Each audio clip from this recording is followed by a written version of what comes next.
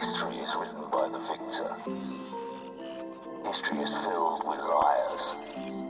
If he lives and we die, his truth becomes written. You told a Glock, that bitch your face. You don't want smoke, get out my face. You niggas ain't rapping, such a disgrace. That boy stay capping, need a cage. Can't walk this darkness in my place. I got cold white inside my face. You niggas ain't rapping, such a disgrace. That boy stay capping, need a cage. You told a Glock, that bitch your face. You don't want smoke, get out my face. You niggas ain't rapping, such a disgrace. That boy stay capping, need a cage. Can't walk this darkness in my place. I got cold white inside my veins. You niggas ain't rapping, such a disgrace. That boy stay capping, need a cage. Don't fuck with lanes, don't fuck with facts. Don't care about bitches and distractions. My bank account, another transaction. We count them digits and subtract it. Don't fuck with lanes, don't fuck with facts. Don't care about bitches and distractions. My bank account, another transaction. We caught that nigga, send him packing. Yeah, we sending niggas packing. Don't give a fuck about the past. He hit the pavement, now he napping. You need some shit, this tap, tap, tapping. Just know your role and play your part. You're all talk and you're all bark. We see the loser in your heart, so please stop acting like you're smart. We left that loser in a ditch. That's what you get for talking shit. These niggas talking tough for Twitter, but I know you're full of it. Talking about slime, talking about gang. Nigga, you do not have no click. Nigga trying to say I make a mad, but boy, you really make me sick. You told a Glock, that bitch your face. You don't want smoke, get out my face. You niggas ain't rapping, such a disgrace. That boy stay capping, need a cage. Can't walk this darkness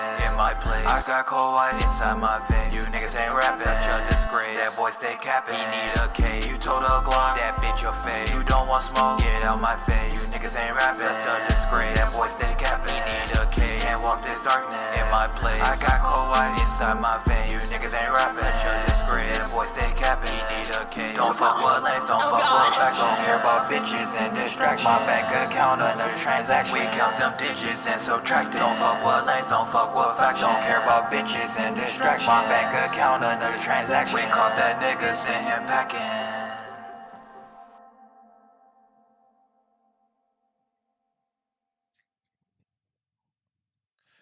Just know your role and play your part. So I'm acting like you're smart. We left that loser in that. That's what you get for talking shit. History is filled with liars. So long, man. Talk like about If he lives and we die, his truth becomes written. You told a Glock, that bitch your face. You don't. Right. So here's what we're doing today. I wasn't gonna stream today. You gotta thank Mook. Cause I'm about to go to bed. I promise you. I'm about to sleep. Cause your boy is tired. It's been a long day, and I just want to go to bed. But I'll cook something up in real quick here. So long story short, nothing crazy. We're just gonna rank the arcs of the big three. So obviously here you see it's Bleach. This is a One Piece one. This is a Naruto one. I guess maybe we'll end with One Piece. So we'll go in order. We'll do this.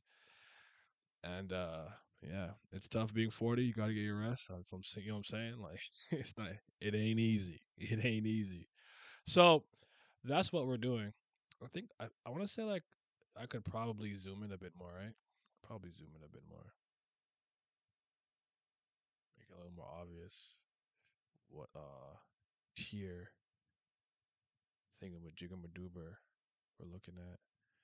That should be fine, I think. All right, I'm not going without further ado. So this is the Bleach one. Does Bleach really only have this many arcs? One, two, three, four, five, six. Bleach only has six arcs. Or like how that's how it's split up. Because you know, like sometimes if you ask people for Dragon Ball, they'll tell you it's three sagas for the most part. They'll say Namek Saga, Cell Saga, Buu Saga. But then some people will split those up into like the Majin Vegeta and like the Awakening Majin Buu and you know the Dr. Gero part. You know what I'm saying? Like I'm not sure how they do it because, like, I know for usually what happens is the arcs make up a saga. I know One Piece does that. Like, they have sagas, but the sagas are made up of multiple arcs. So East Blue is made up of basically what, Orange Town, um, Baratier, Arlong Park, Log Town. I'm forgetting, Usopp's Syrup Village, Romance Dawn, feel like I'm forgetting one. But you get what I'm saying? So is that it with Bleach? That's it? That's all they got? Nah, it's more like they're just counting the Arankar saga as an arc. Okay, so there should be more. Unless they did that here. Let me look. I gotta zoom in a little bit actually. Maybe I should have. Maybe that's what I should have did instead of doing this. Hold on. Yeah, that probably makes more sense. Okay, now I can see better. Like I think you're right. I feel like the Aranka arc is here like more than once. I don't know. I'm not sure.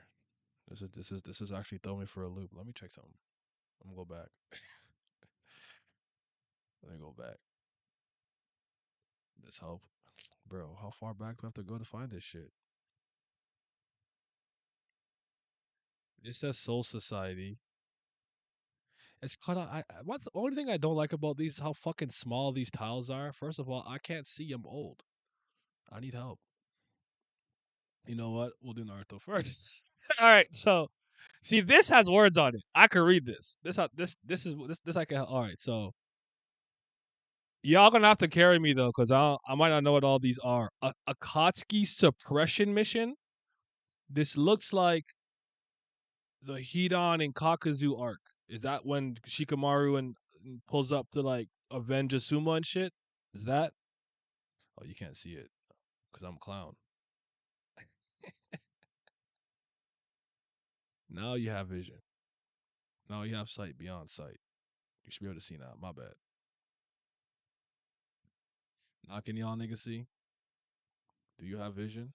Do you have sight beyond sight? Yeah, so I think this first one, I think that's the Shikamaru shit and whatever. The nigga had 5 hearts or something, and he got the little different monsters in him, and he was around since the first Hokage.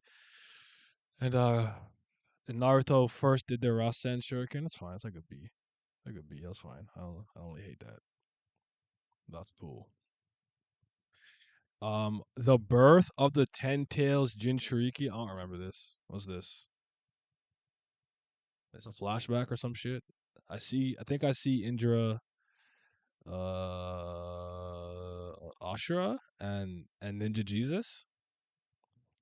Yeah, Kono's fight against Hidan and Kakashi the Akatsuki. Okay, Stage 1 Naruto. Yeah, Shikamaru and his. Okay. I don't think it was Stage 1 Naruto. Stage 1 Naruto comes into Pain Arc, doesn't it? I don't know. This probably mid. That's probably mid. I don't know. I don't remember that shit. I don't know what that is. Isn't the Jinchuriki that fucking statue? It's the statue with all. I don't know, man. I don't know. Someone could correct me later. This is the best arc in Naruto. In tuning exams, easily. This is the best part of Naruto. They never peaked after this. They only went downhill from this moment. Mind you, this picture has the worst part of the tuning exam, which is Naruto versus Neji. That shit's ass. Oh my god, it's ass. And I don't think I've ever gotten over it. Since the first time I saw it at like age 12 or read it at age 12, I said he really beat that nigga with one uppercut. That is garbage. What a shit ass fucking manga. But yeah. The fated battle between brothers. So this is the Sasuke versus Itachi arc. Now, I don't know, this is controversial, but I don't think there's a single Uchiha that's raw. Not one of them. They all stink. Every single person with the last name Uchiha is a fucking moron to me. Bozo. Fucking whack. I don't like them. This fight to me is very whatever. It's like a C to me. It's not. I don't like this. I don't really like this fight like that. They didn't move me. Nigga had fucking AIDS. And he like died. I'm like, ew, what is that? I don't like that. That didn't move me. The Ten Tails Jinchuriki argument. But what is that? I'm asking what it is. I think it's Naruto and Sasuke and Obito and Madara. Oh. Yeah, I don't really like anything in the Ninja War, so it'd probably still be in D anyway. So okay, fair enough. I hate the fifth. Is it was it the fourth Shinobi Ninja War or whatever? Is it the fourth or fifth? I don't remember. I don't remember which one it is, but I don't like anything in that arc. Like Okay, that's hyperbolic. That's not 100% true. When I say I don't like anything, like I just do not like that arc from top to bottom. There's like there's a few moments that I like. Like I do like the Might Guy when Might Guy goes 8 gates to fight Madara, and Madara like respects him as the greatest taijutsu user he's ever fought throughout the history of his life. I thought that was pretty cool. But I don't like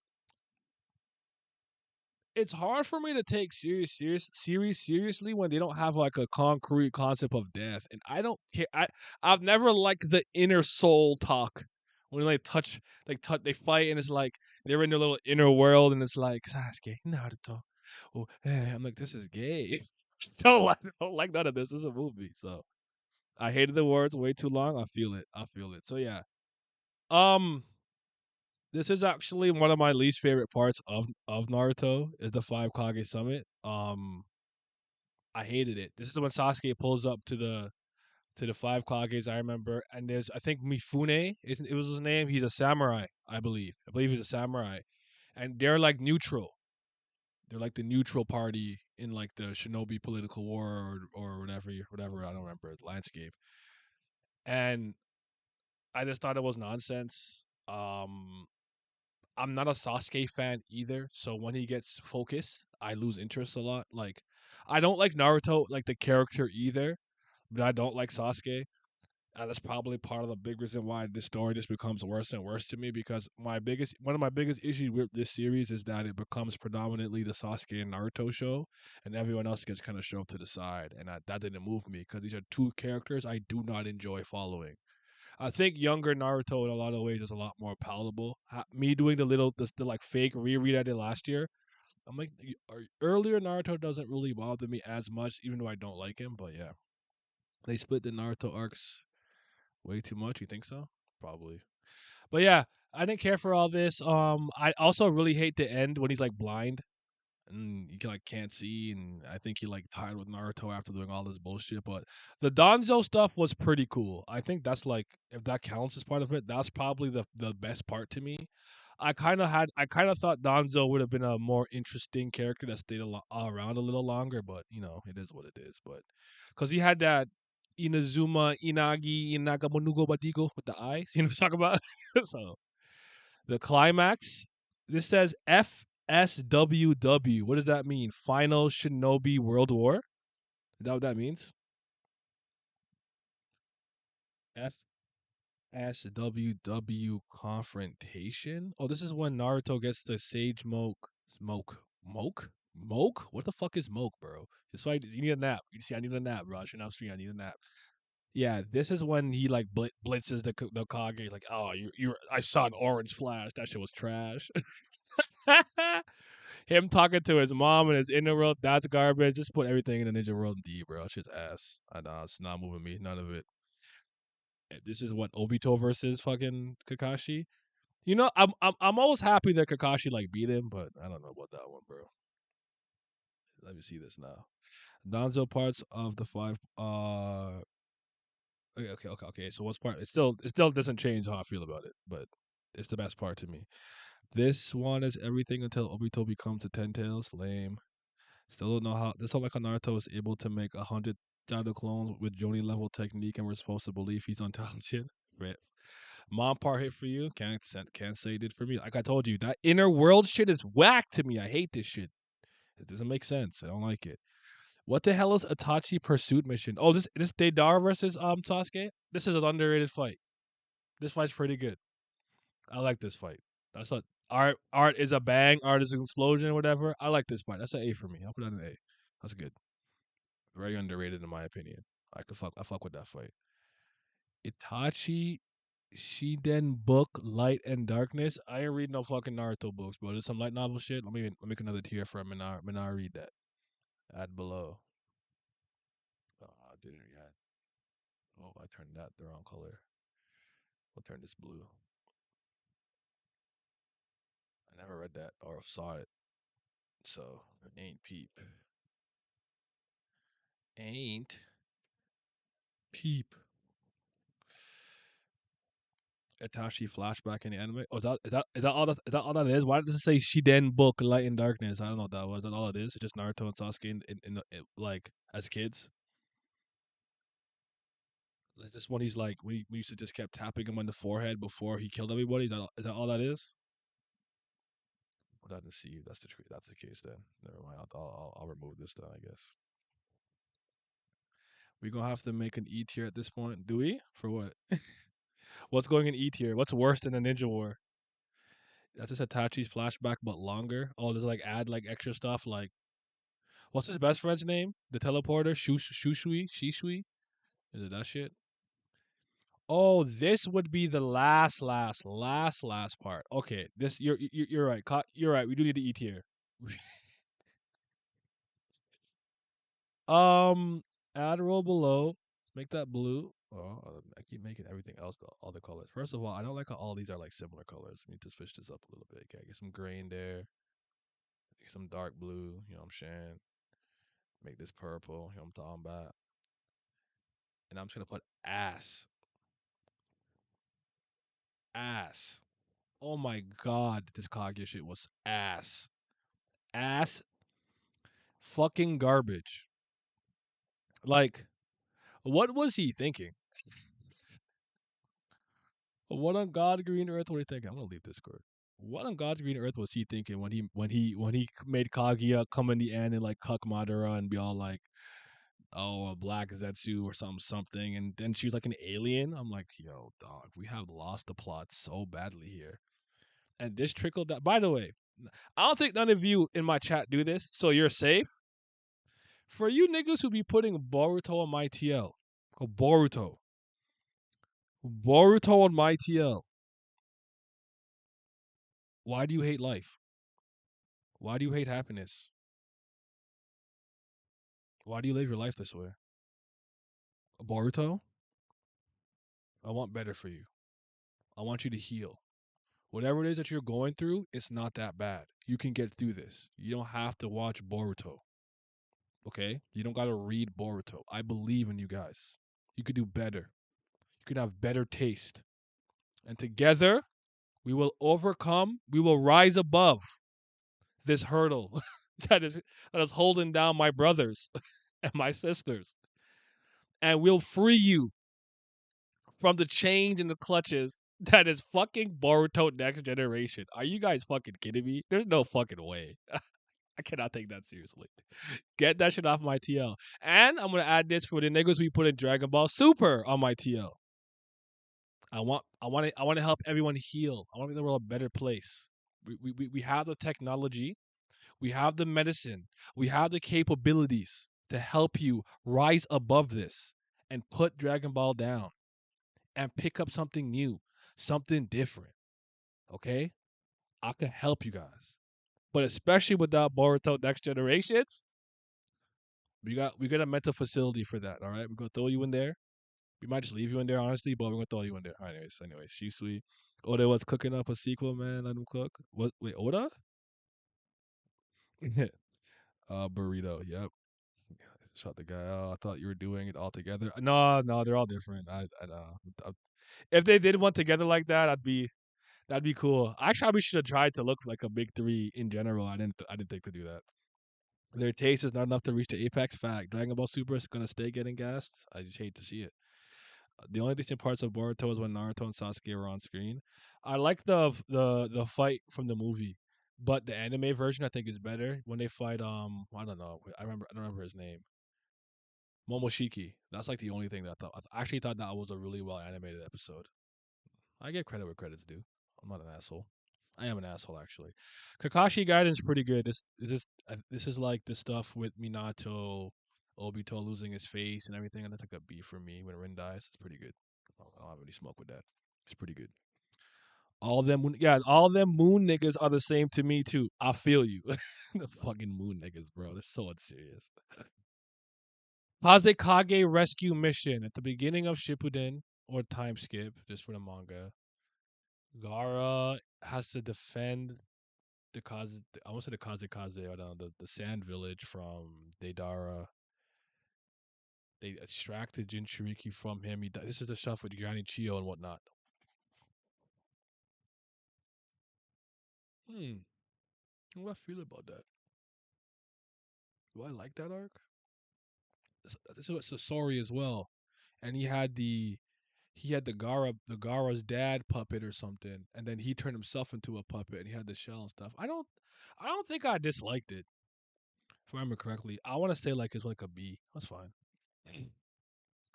Neji was a prophet. He was right. Naruto was the chosen one. Neji died protecting Hinata. Oh man, that Neji scene is so fucking hilarious to me in hindsight. Did I tell you guys there's a point in my life where I was the biggest Neji fan. You couldn't tell me nothing about him. I'm like, Byakugan's better than the Sharingan. He's the greatest. Yay! Hey, thank you for the subscription, my guy. Peace, peace. 2 month streak. I appreciate it. He said Midruto, unmoved. Yeah. We got to go through this first. I trying to do a Bleach first, but Bleach. Not only does Bleach only like apparently have 6 arcs. I can't tell what arcs they are. Neji dying from a splinter is actually the Yay! most Bonita. unnecessarily funny shit I've ever seen. Peace. Yeah. It's one of those things where like you're like, what, he wasn't important enough to die. Like you just gotta be like, you're like kind of like, what? I was like, oh, he'll be alright. Just a flesh wound. No, that nigga was dead. Said you killed my boy like this? Is how he died. I said, I'll never forgive Kishimoto. Don't get it twisted. He was already dead to me by that point. After that, I said, you're not a serious person. We're not a serious people. We're not a serious nation. I hope all these fucking ninjas die. I hope the goddamn fucking moon niggas just blow up the earth. Okay? Jesus fucking Christ. Look at y'all. Y'all supposed to send me to sleep. Yeah. You being an edgy fan was rough. Oh, it was hard out here. It's okay. I converted to an Orochimaru and Mike Guy fan, so I kind of win. But yeah, what's going on, Crush? Oh, this is part of the tuning exam. That counts. That's fine. This is good. This is good shit. That's when Orochimaru pulls up. Real ass nigga. Kidnap a kid off the street and inject him with some motherfucking cells. I said that's real science. Real scientific inquiries are and new advancements in technology are being made in the Orochimaru hidden lab. Shout out to my goat. Get the long tongue. Hold on. No pause. Play. Speed up. I don't have any green in here, do I? Let me change this to green. No, I'll change this. Maybe this one makes one green. I don't like that. No, make it this green. Um, Poor Lee. He never won a fight except against himself, which is still technically an L. That's kind of fucking funny. You put Sasuke versus Itachi and Seed. That was my second favorite fight. I don't like it. I was never. I don't know how much. I think I said a lot of this stuff in the revisionist history. Go check that out. It's a good episode, and it's coming back this month. I promise. But first for some reason I never thought Itachi was a bad guy. So when he was like a good guy or whatever, didn't shock me. But that fight did not move me. I wasn't invested in that fight the way other people were. I didn't care about it, and I didn't like it either. And Itachi had AIDS, and he couldn't see, so I was just like, "What is this? This is whack to me." Like Sasuke was not stronger than him, So I just didn't like it. That's it. That's just me though. It's rough being a Rock Lee fan after he fell off. I was a Rock Lee fan too. I used to like run. I used to literally. Okay, this is actually partially because of Ronaldo. This is not just a Rock Lee thing, but I used to wear ankle weights. I used to just wear them like never like unless I'm gonna go do something serious or I had to get serious. I didn't take them off. I wore them in the house. I wore them on the bus, on the walk. I wore them in practice. I'm like my legs gonna be so fucking. I mean, my legs are fire. You guys know I'm built like Chun Li. I got them thighs, baby. But yeah, Gintama revisionist history never happening. We've been felt. Well, I didn't say Gintama. I said revisionist history is coming back. I ain't reread that shit, and I've already said when I'm doing that, I'm doing that at the end of the year. Y'all not bullying me into Gintama. I'll do it when I'm ready, and when Recon is ready, and when Laz is ready. Y'all not bullying me to no Gintama, man. Y'all been trying for 4 years. There was one point it wasn't my fault though, but now it is. Now it is again. But I have to watch. I still have to watch the movie. I still didn't watch that movie. I'm a fraud. Rock Lee losing is sad, but Gara rather. I like young Gara when he's crazy. I don't know what this is. Konoha Hiden, the perfect day for a wedding. I don't care. Ass. Land of Waves is cool. This is Zabuza. Yeah, Zabuza shit was fire. I like that. That was good. Zabuza shit was solid.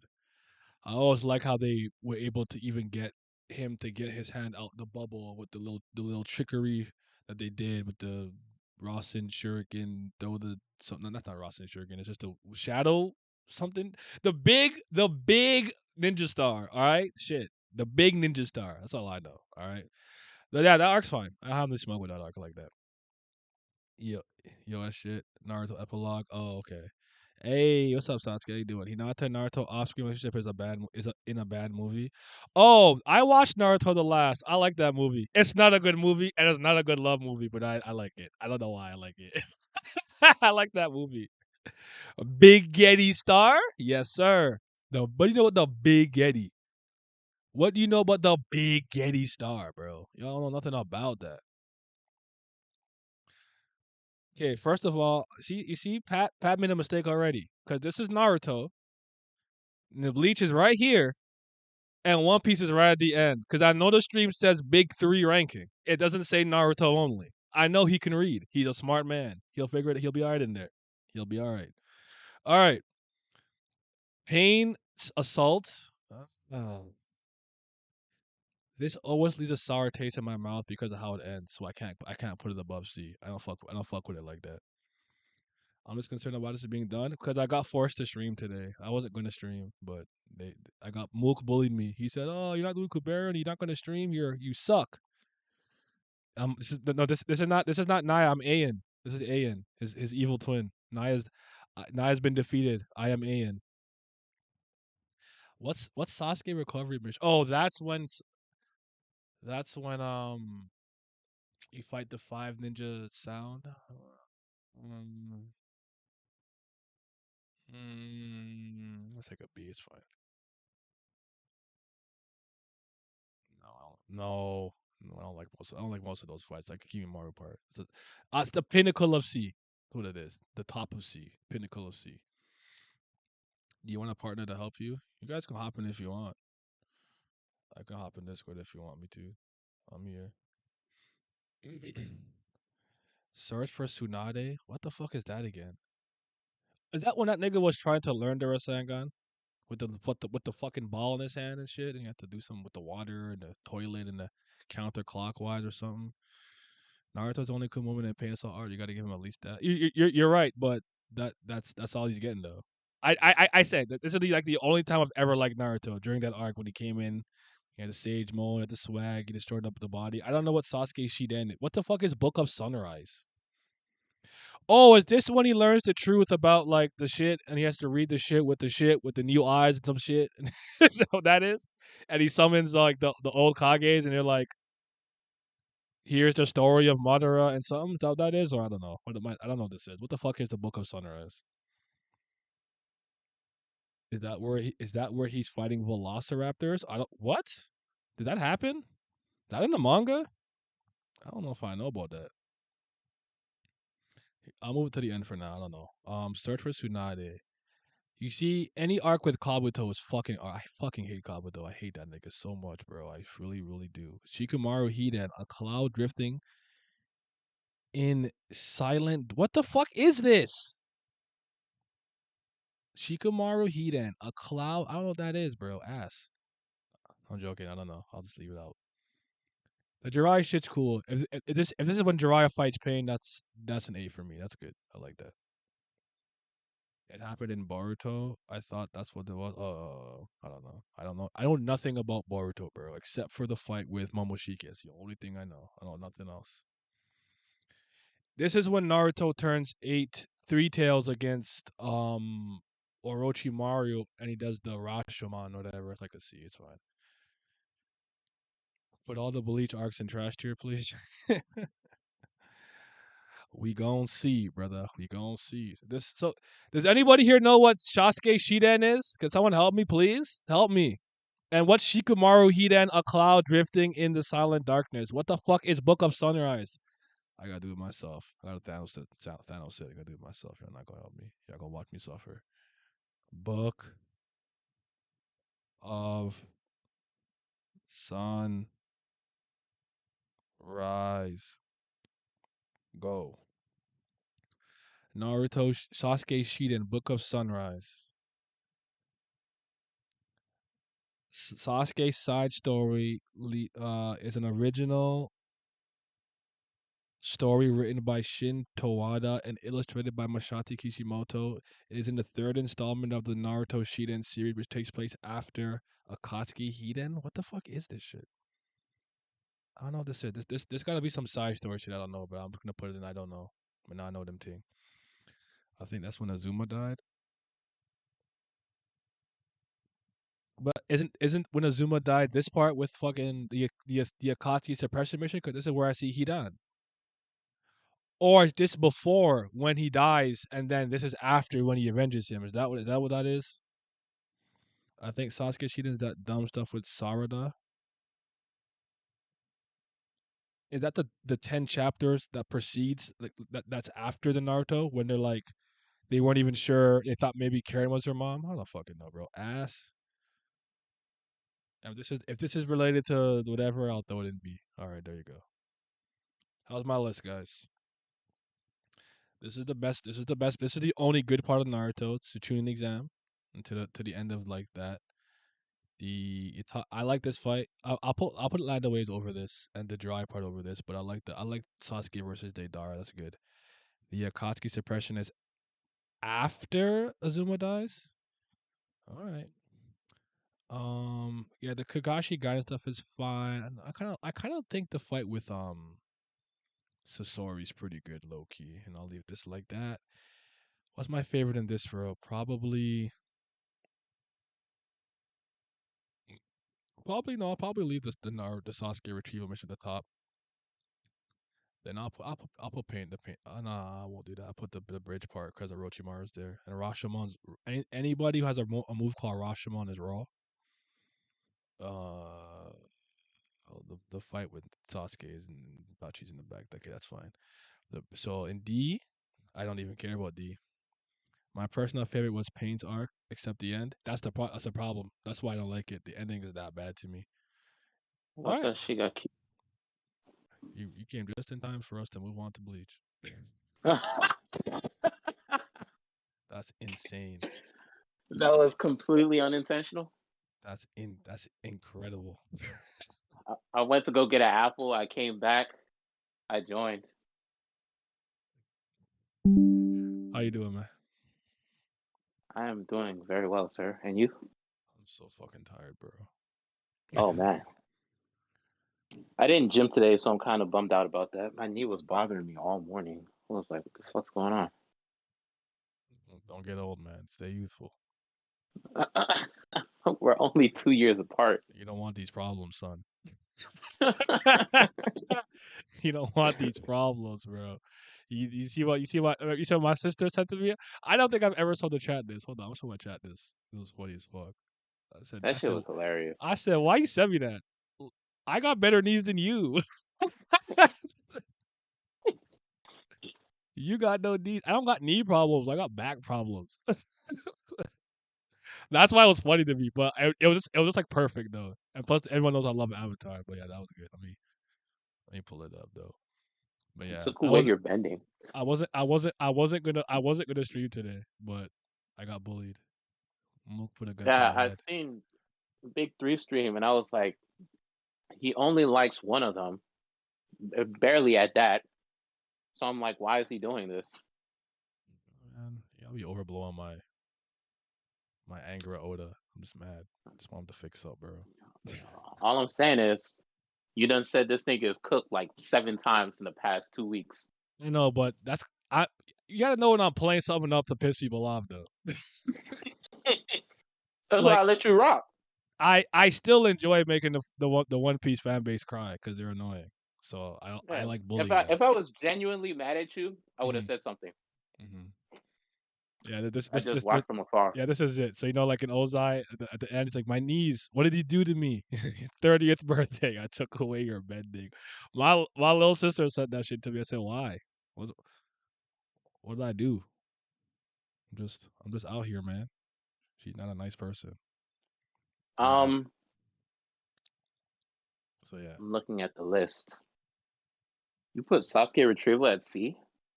I didn't care for that shit. That's kind of crazy, bro. That's the best arc in the entire series. I like the Chunin exam up until the third Hokage fights Orochimaru the most. That's my favorite part of Naruto. My favorite stretch, personally. You, Because you like that nigga. I'll say two things. Probably mad. I'm probably mad at the Neji part. Plus, there's a lot of spiders. I didn't like that. And my favorite part. Wait a minute. I'm tripping.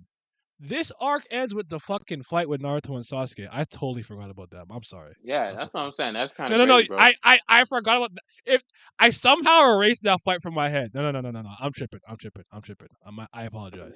I hope you didn't forget about Drunken Lee either. I did. I did actually. Yeah, Yeah. see, there you go. That's why I'm here. No. All right. Fair enough. The chat, you can thank me. I said something nice about Naruto. Everyone who's here, you saw something rare. All right, I fixed it. I amended it. I did not think about that. I just didn't like. I didn't like. I really didn't like the flute bitch and the two niggas. I'm like, oh my god, I hate this. The fat nigga, like, leave me alone.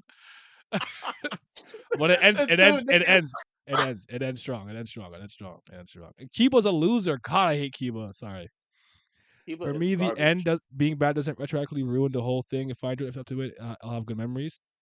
I'm getting better at that, but I'm not like that. I'm not like that. Kiba is absolute garbage. I'm not moving on from that. You are 110% right. He is trash. I will never forget what he said he wanted to be Hokage too, and not a single person I know who hates, loved, was indifferent on Naruto didn't cook that loser. So who the fuck does this idiot think he is? Not a single person defended him. Not one. 100% cook rate, bro. I've never seen something like that in my life. I said, yo. Even the Kiba fans are like, listen, I like him. He got the doggo. He's not Hokage material. What are we fucking doing over here? All right, let's move on. Nigga lost to Naruto because he farted, man. Get that nigga out of here. His nose is so sensitive, though. I'm like, oh, shut up, my nigga, shut up. So yeah. The Choji pill joined his BS. I forgot he was popping mollies. I remember. That's when we got the butterfly. He never wings, used right? it ever again. Oh wow. Kiba saying that is the same as Pat Bev going crazy over the. So I actually want to ask you this before I even do this. Does Bleach really technically only have like 6 arcs or like more? I feel like I could maybe find a better one. You think so or no? It's a very linear story. I think that's about right. Yeah. Oh, okay, fair enough. Because you have the daily life arc, and then you have Soul Society. But I guess most people combine the two, and then you have the Rancor Saga, and the Rancor Saga is split into 2 pieces with Hueco Mundo and Fake Karakura Town. Yeah. And then after that, you have Fullbring, and then you have 1,000-Year Blood War, and that's split into 2 parts: the first invasion and the second. Yeah, I think that's right. So I think this is the beginning of Bleach. So I'm gonna put this at the front. Sorry guys, I know you can't see because I zoomed in a bit, but I'm just maybe you can see. I'm just restructuring it a little bit. So this is the beginning. Let's be Agent of the Shinigami is the beginning. Yep. This is Soul Society. That's about next. That seems about next. This is the 1,000-Year Blood War. That's last. Fullbring is after that. So it's probably like in this order. So, it says Karakura Town War. That's after AR arc. That's a Rancor arc, I guess. Okay. Yeah. See, Rancor Saga is split into 2 parts. Okay. That should be good then.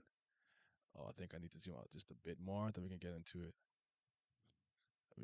Rancor Saga is the biggest part of Bleach, I believe. Yeah, it's pretty long. That's true. Okay, what are you guys saying here? Daily life is dope. Funny character stuff for me. This daily life is A or B tier. Yeah, we're starting with the daily life arc. I actually have no smoke with this. I'll never forget when that nigga said 1, 2, 3, 4. I need 4 active. Since he closed the phone and beat their fucking ass, I said that was moving me. That shit was so raw. Oh man, that's my guy. I said ain't no way he did that. For me, that's an A. It's like an A. Give it an A. I'll give it a B. Okay, I guess we'll put up the pinnacle of B for now. I like Yeah, I like the stuff characterization. with Thing's sister too was good. Sorry, not sister. Brother. Or he made brother. I think I remember him being like a hollow, and he was like whatever. That was pretty cool. Yeah, that's what I was gonna say. I like the characterization that they have for the characters in the beginning. Like the stuff with Orihime's brother, and then Mm, the stuff with Ichigo's family, mhm, where they talk about how Karin, when she was a child, Yuzu took over the family house duties because their mom died. Ichigo got tough because he was the second man in the house since their dad was working all the time. mhm. And since Karin couldn't do nothing, she just decided not to cry so she wouldn't worry the rest of them.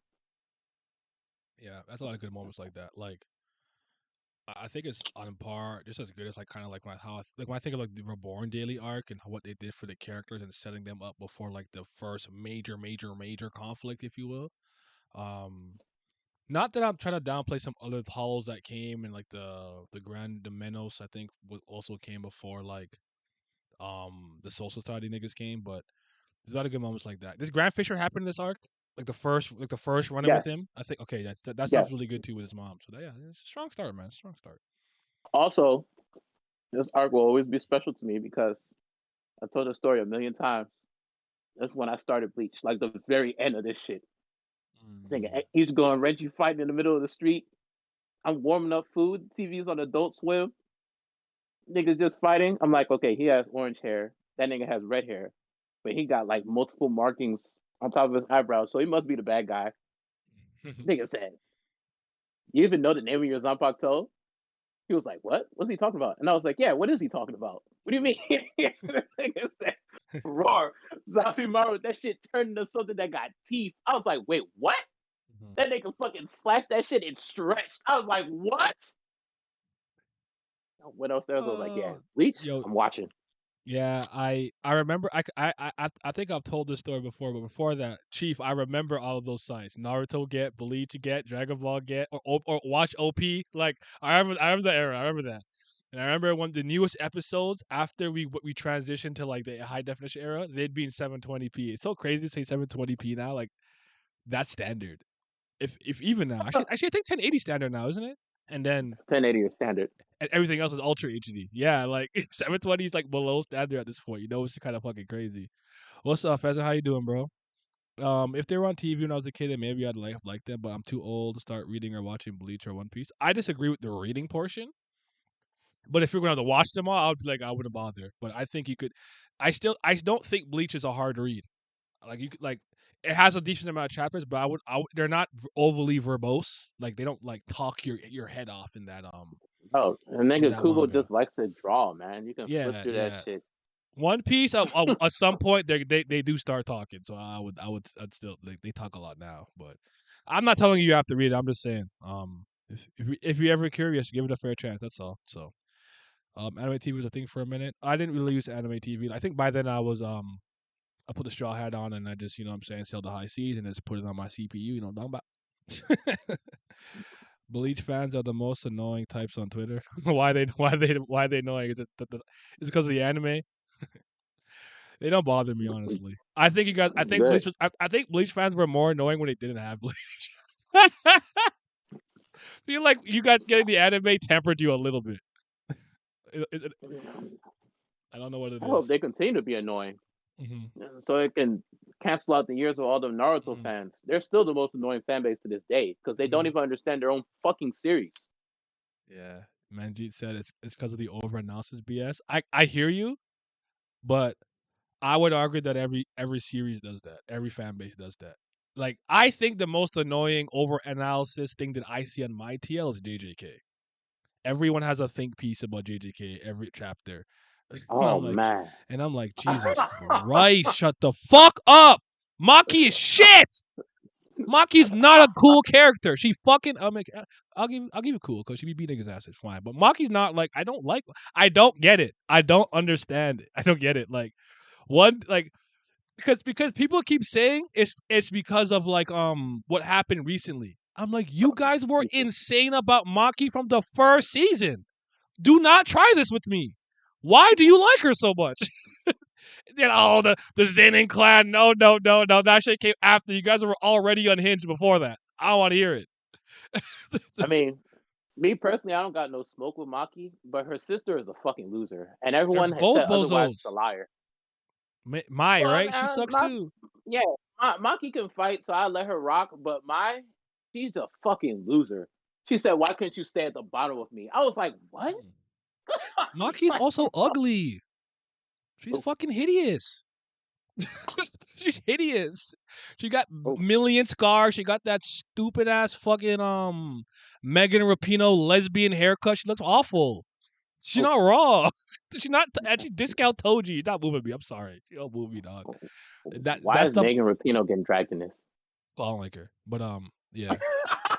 Hell of a football player. Don't like her at all.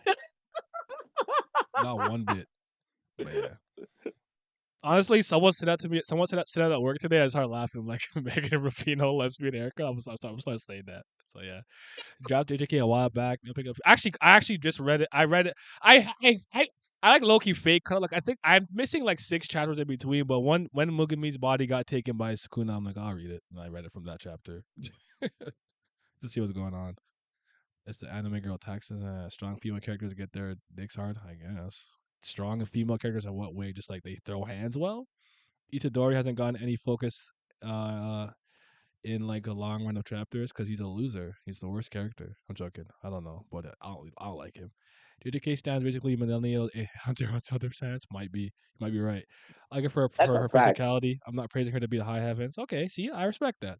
That's a good take. Do I like Kaiju number 8? I think the MC is the same age as you. I don't know why you think that's the reason why I'd read it, but yes, I like Kaiju number 8. That's No, just wait, hold on. that You that might was be just onto funny. something. That what but series when people are older are raw. Yeah, Fuck that teenager shit. Fuck that teenager Gintama, shit. You're Rurouni right. Kenshin, that Fuck shit that. raw.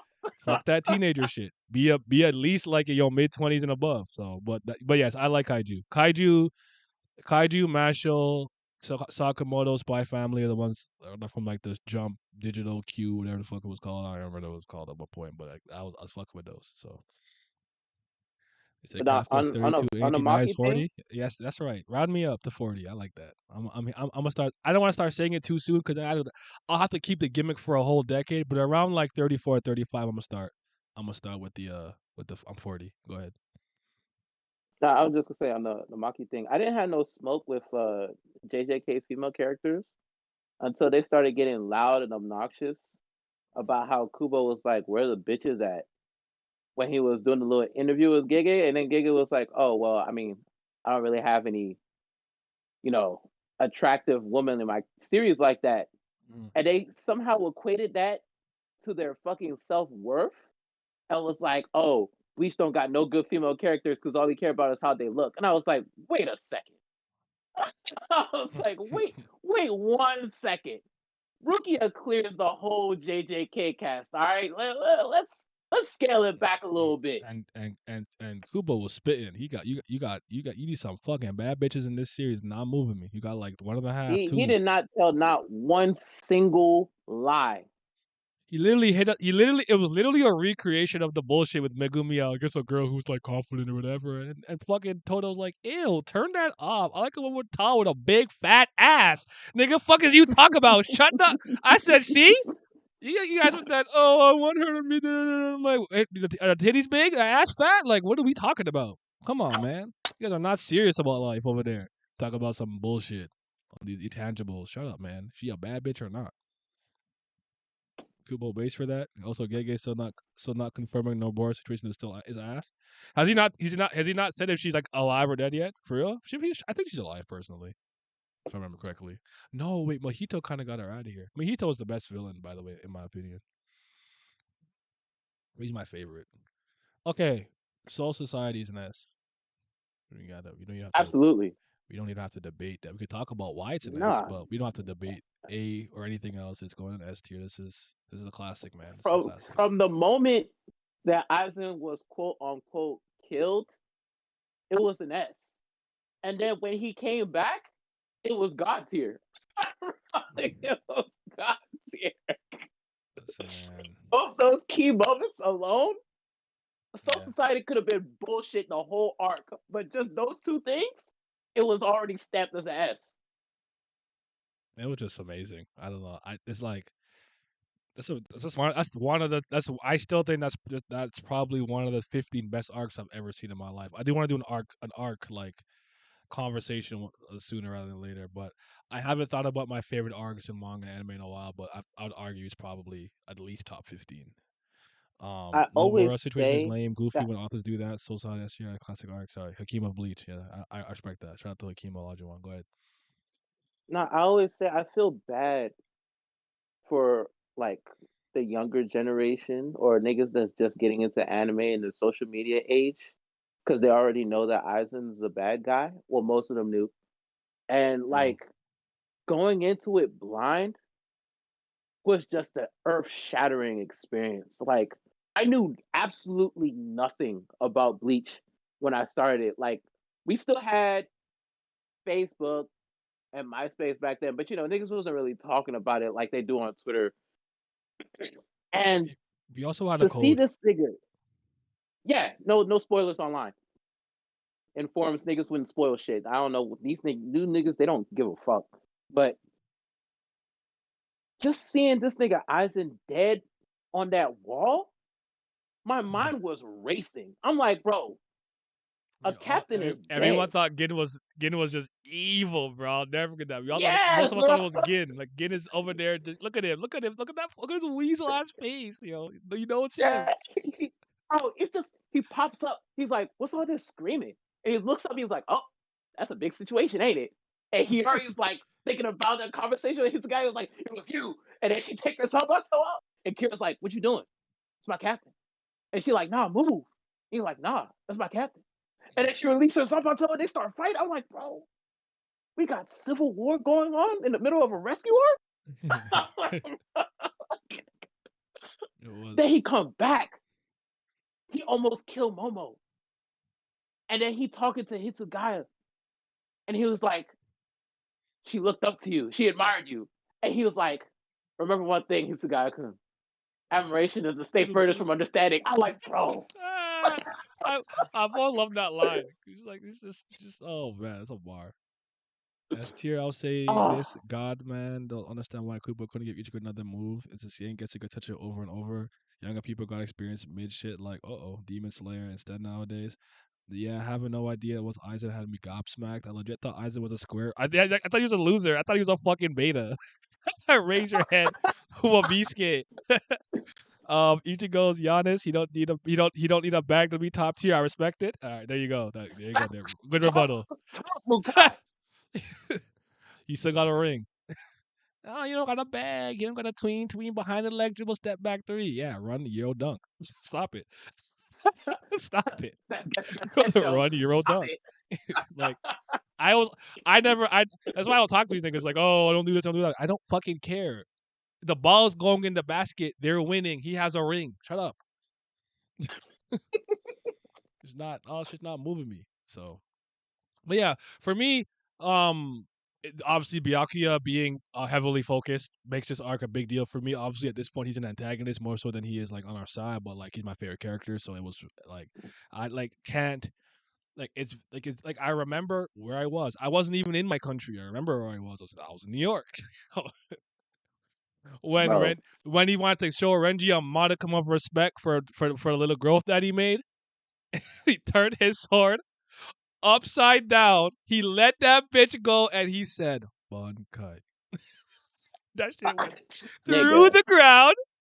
A bunch of big ass blades behind him just rolls one by one in like these pillars. Senbon Zakura, Kageyoshi. It turned into so many Sakura petals. I said, first of all, this shit beautiful. It's majestic. You got the noble swag going on, and it cut that nigga to ribbons. And I said, he's the one. He's the fucking one. I love that nigga so much. He's so I was cool. like, what is going on? All them fucking swords? And then they all turned to cherry blossoms. I was like, oh, he killed him. He killed him. I thought Reggie died, bro. So did I. That looked brutal. I remember. And I even remember when He's the Ichigo GOAT. was so sure he had Renji with that like 1, 2, 3, and Renji's like, "No, you fucking idiot." I thought he had him too. I fucking believed it. I would have died too. I would have died right there with you, bro. I couldn't believe that shit happened. That was so funny to me. I don't know why it was so funny. I laugh every time I see it. He He's like, said, "Your timing was perfect. yes. You read it right. So why did you not get to me? Because you're too slow, nigga." Oh, that was so good. That was good. But yeah. I don't think of anything else that like stands out to me particularly. I think the Byakuya moment where he has to own and eat what he did to Rukia, and that his like last promise with thing was not great and everything. Like him coming to grips with that was good. Him showing off the keto raw. You know what I'm saying? Yeah, and Eisen Eisen be like, oh yeah, just let me take the shades off, slick the hair back. Then, oh, you know what was really good? Like I've always like when I realized at the very same moment as like the anime or manga that something happens, or just like a second before. I could name two instances of this. Bleach. I said Bleach. That's crazy. Obviously Bleach. I'm gonna come back to that. I meant to say JoJo's Bizarre Adventure Part 3, Stardust Crusaders. I would literally say maybe 4 pages before Joseph figured out Dio could stop time, I made the connection. I said, "Ain't no fucking way, nah, nah, I can't be." And oh, it's over. Y'all can't win. Leave. What y'all want to do, right? So, anyways, yeah. So that was good. So I was like, with this, I'm like, I think they said something about Soika Suigetsu controls all of your senses, and like you have to see it, and I'm like, oh my god, Tolson is blind. It's like he's fucking blind. And I think like maybe like a second after him or whatever, around the time you figured out that he was also working with Eisen, like there it is. So yeah, that was good. That was cool for me. Kenpachi being raw too. Oh, we gotta talk about that. Yeah, that was good. Ayo, paperwork. I got a dad joke for you. I like dad jokes. Go ahead and give me a dad joke. Jotaro versus Dio, top 5 manga fights for me. I agree. Peak Rawness. On I couldn't God, on experience the Dio God. reveal. It had been memed so much by the time I got to JoJo. I'm so lucky I got away with that. The road roller was something I knew about already and stuff, but that was it. How do you tell the difference between a joke and a rhetorical question? Um, I don't know. What's the? Give me hit me the punchline. Yeah, JoJo was been out for so long. I always remember seeing the Dio memes with like the road roller. I never knew what it meant until like, oh, that's where that's from. But yeah, I got lucky with that. Cause I even think with like with One Piece and stuff, like you're probably gonna get spoiled on you're probably gonna get spoiled on saying like Ace's death and whatnot. It's gonna be hard to avoid that nowadays. So like you said, like I feel bad for some of these guys. They don't know that Aizen was like we didn't know that. We really didn't know Aizen was like was moving like that. You are the punchline. Ah, there you go. There you go. Um, Soul Society will always be the best. I agree. That's a good arc, man. Yeah. I lose my respect for Kipachi later, but he was wrong this arc, man. He was doing his thing. I love how he beat Tosin and fucking what the fuck is that guy's name again? I don't know. Kokodu Tengen What the Yeah, fuck is his name? Komamura. Kawamura. I'm thinking I'm like it's not Sawamura. Sawamura was not Sawamura. I want to say Sawamura so badly. So Yodoichi interaction was great too. I don't know why her voice was so deep as a cat, but still. Oh, actually, I don't know if this counts as like the Soul Society arc. Maybe it's like still the daily arc, life arc bleeding into it. But I like the fear stuff from Unahara. I will like that section. Like all I sense from your sword is fucking fear, like a fear to get hit, fear to this. I'm like, oh shit, you talking, Yeah, you he said talking. I you're like scared that. to get hurt. Yeah. You're scared to hurt. You're scared to kill. You're scared to get killed. That's all I feel. Yeah, that was really good. I love the little tag match between Norishin and Byakuya. That was fun. The Goddess of Flash. Okay, so this is like I don't know. It says AR arc volume something something. So I'm guessing it's like the first portion of like the Orion car stuff. So what are you thinking? So that would be all the way up until Mundo maybe. uh yeah. So it would be right when Stark snatches up Orihime, and then they go into fake Kurakura town, where it's So would this Stark, entail the fight with Hariko. Grimjow Yes, Natora yes. and Nell and everything already? Okay, all right. All them fights that happened in Weko Mundo up until his fight with Ulquiorra for the last time. Okay, all right. I'm teetering on A and B again. I would give it an S. Because to me, this was the peak of my Bleach experience.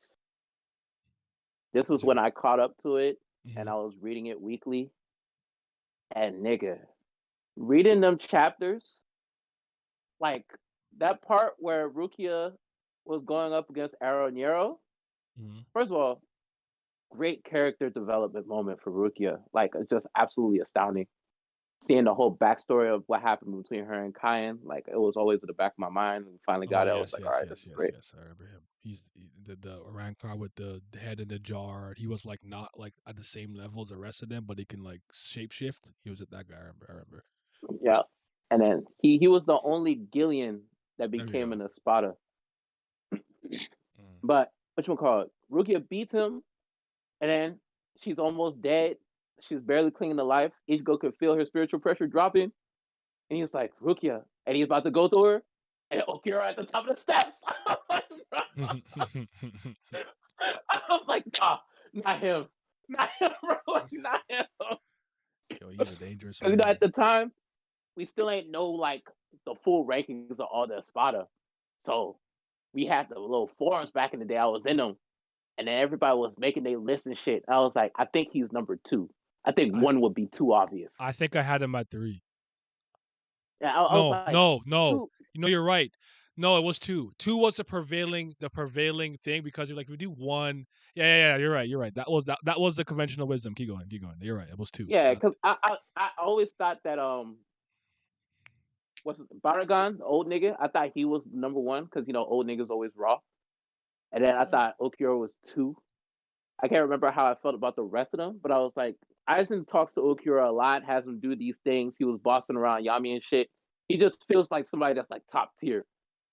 And Ichigo was like, I could tell that Ichigo also thought that by the way he was acting. Nigga put the hollow mask on immediately. Fucking started using Jessica attention. I was like, all right. Ichigo, I hope you don't think he's done. And then nigga Okura showed up again. Managed to cinch my fucking arms. I was like, nigga, no way. He kicked this nigga, bro. And he was like, why don't you just give up? And Ichigo stabbed him. He was like, you're probably at the top. I was like, yeah, you're probably at the top. If I beat you, this war is just as good as done. I was like, yeah, if you beat him, the war is done. And Ukir was like, you seem to be under some kind of misunderstanding. And he ripped his shirt, and that shit said number 4. And then collectively the entire Bleach fabrics and Ichigo said, "Oh, we're dead." Oh, we about to die. I said 4. Oh no, run!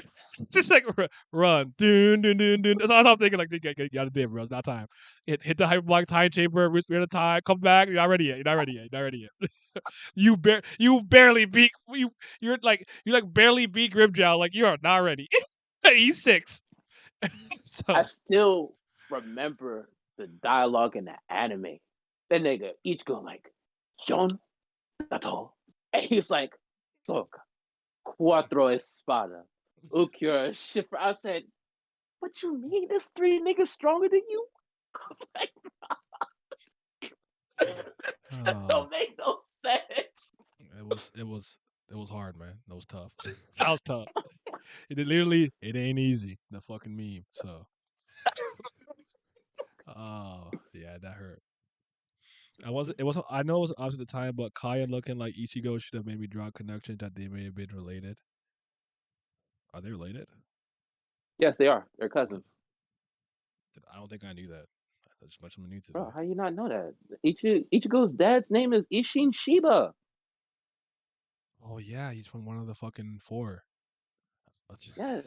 That's my bad. That's why I didn't connect, bro. I didn't connect. I didn't connect them. I didn't connect. Yeah. Also, I like the fight with Byakuya versus number 7 a little bit. They have a little speed off. They're a little speed off. Little Sonido versus your flash step, and like I still hold this opinion, and again, I feel like people always misconstrue this. Listen to the words coming out my mouth. Words have meanings. I want you to think of the individual diction for each word, and then how they combine together. I said I think based on what I've seen, Byakuya has showed me to have the greatest mastery of his Bankai because he has so many ways in which he can use it, and it has multiple forms. All right, that's all I'm saying. Not saying it's the And best. Not saying he has had it the longest in terms of literal experience having it the longest. Not what I'm saying. But I haven't seen anybody's Bankai kind of be as versatile as his. That's all I'm talking about. All and right. I would say that you are correct. Look, first of all, he's the best captain in the series. Like, I don't even feel like we should debate this. I think he's the best. I think he's all rounder, man. Like he does everything at a he high level. everything. He got Keto mastery, Shupo mastery, fucking he's great at sword fighting, and he has Bankai mastery. Like everything that you need from a captain. He has it. He's not lacking in Bakudo any no areas. Roku Kiichi. Rikuku Joro. You butchered that, but that's okay. You get an A for effort. No, sorry. It's been a long time since I've heard it. It's been a long time since I've heard it. You gotta allow me, fam. Allow me. What is it though? But 6 it's bars of light. Bakudo, Oroku Juichi, Rikujo Koro. There you go. I haven't heard it in Nah, a while. that fight with Omari was talking. He said, "What is your name?" I said, "Why would I give you my name?" He's like, "What you mean?" I said, "I give you my name as a sign of respect because I'm an spotter, you're a captain, we are somewhat on equal standings." He was like, "That's arrogant." He was like, "What's arrogant?" That right there, thinking that we're on equal standings. You said you said I remember my one friend like, hey yo, this kind of racist. I said chill, he's not human. He's not human. But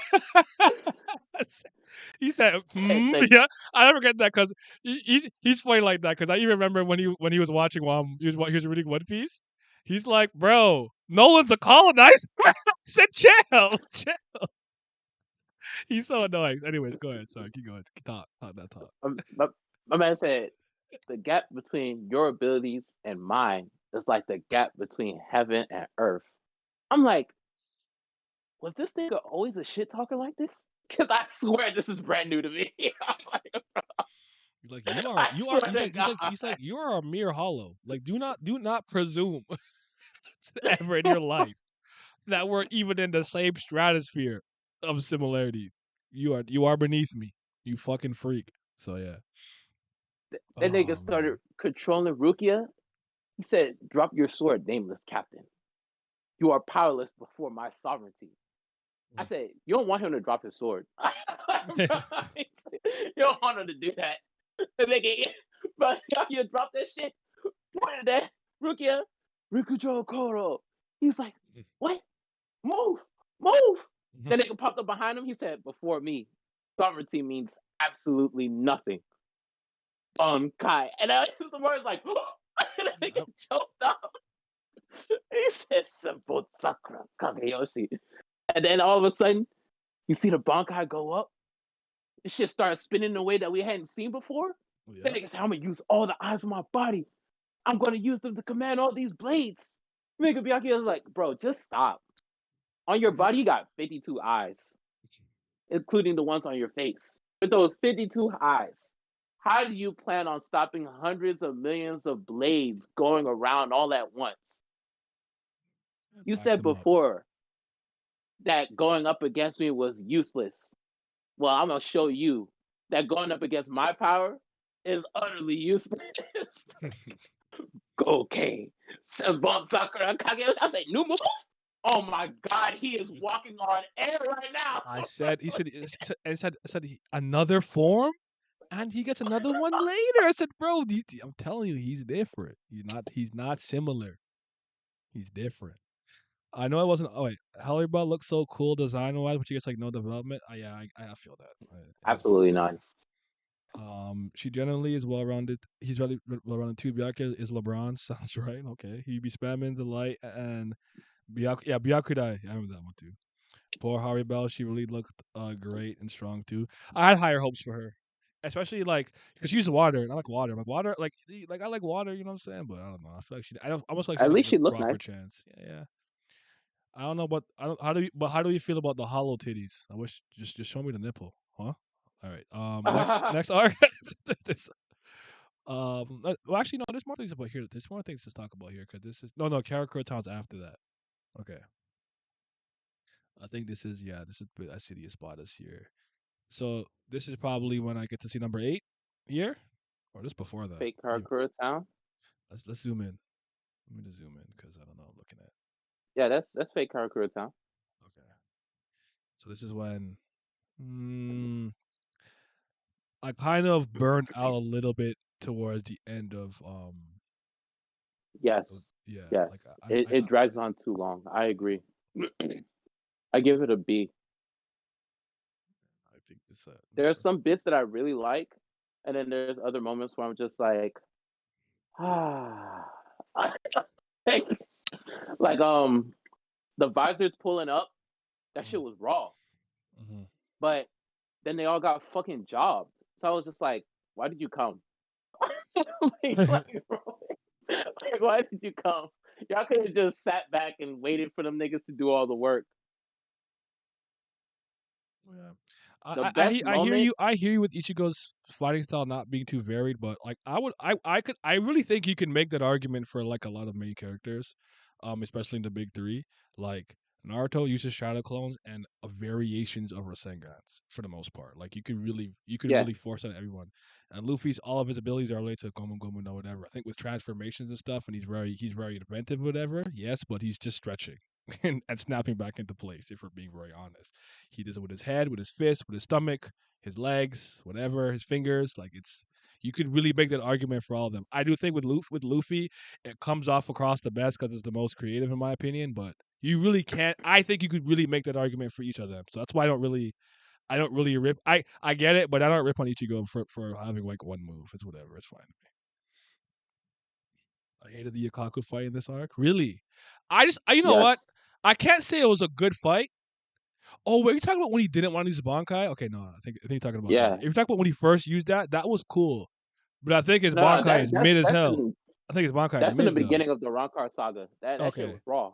Yeah, because that's when the captains had that were able to break the whatever seal they had to win their fights pretty easily after they were like kind of Yeah, struggling. I remember.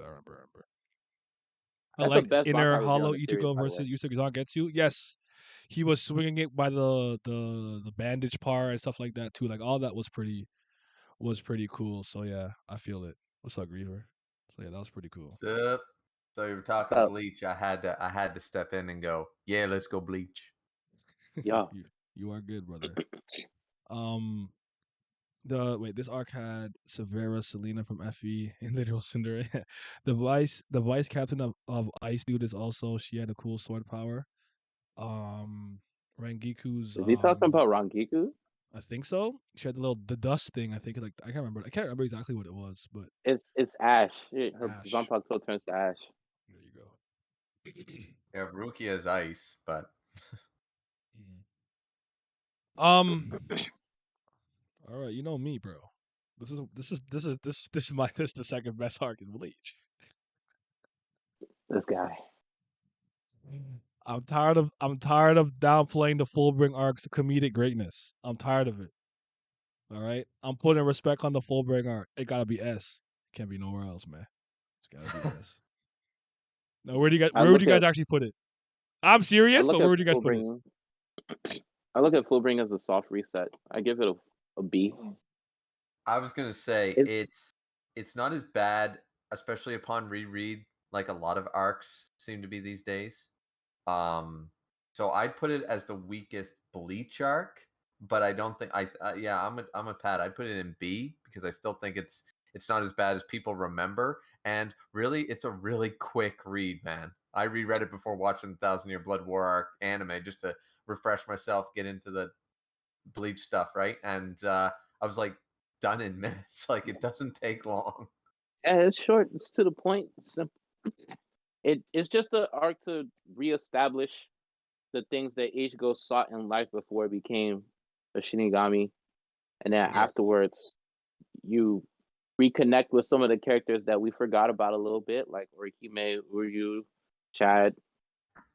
Yeah, like what I like to see actually, the initial premise of the arc is really, really good because very rarely, well, I shouldn't say rarely, we do get to see this sometimes, but Ichigo loses his power, but the battle's over. Everything's done, everything's content, right? So very rarely, usually in a lot of shonen and stuff, we end up seeing that happen like midway point and the main character loses powers and stuff. That's happened, but there's always an enemy to fight.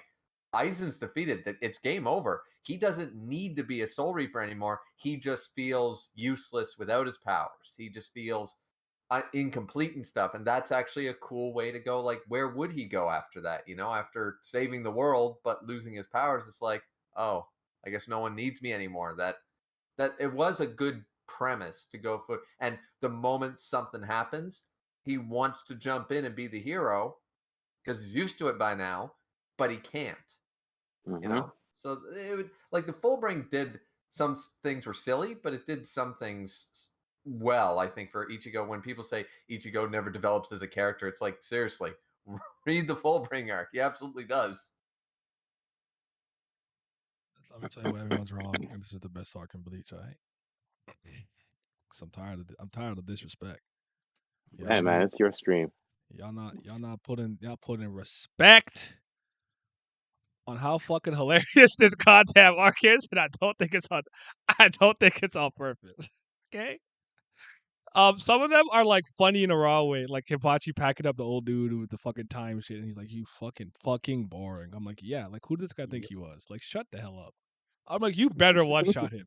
Talk about I got the power of time now that I'm Ichigo's Fullbring. Did this, did that? Because and Hibachi's like, "Nah, I don't want this."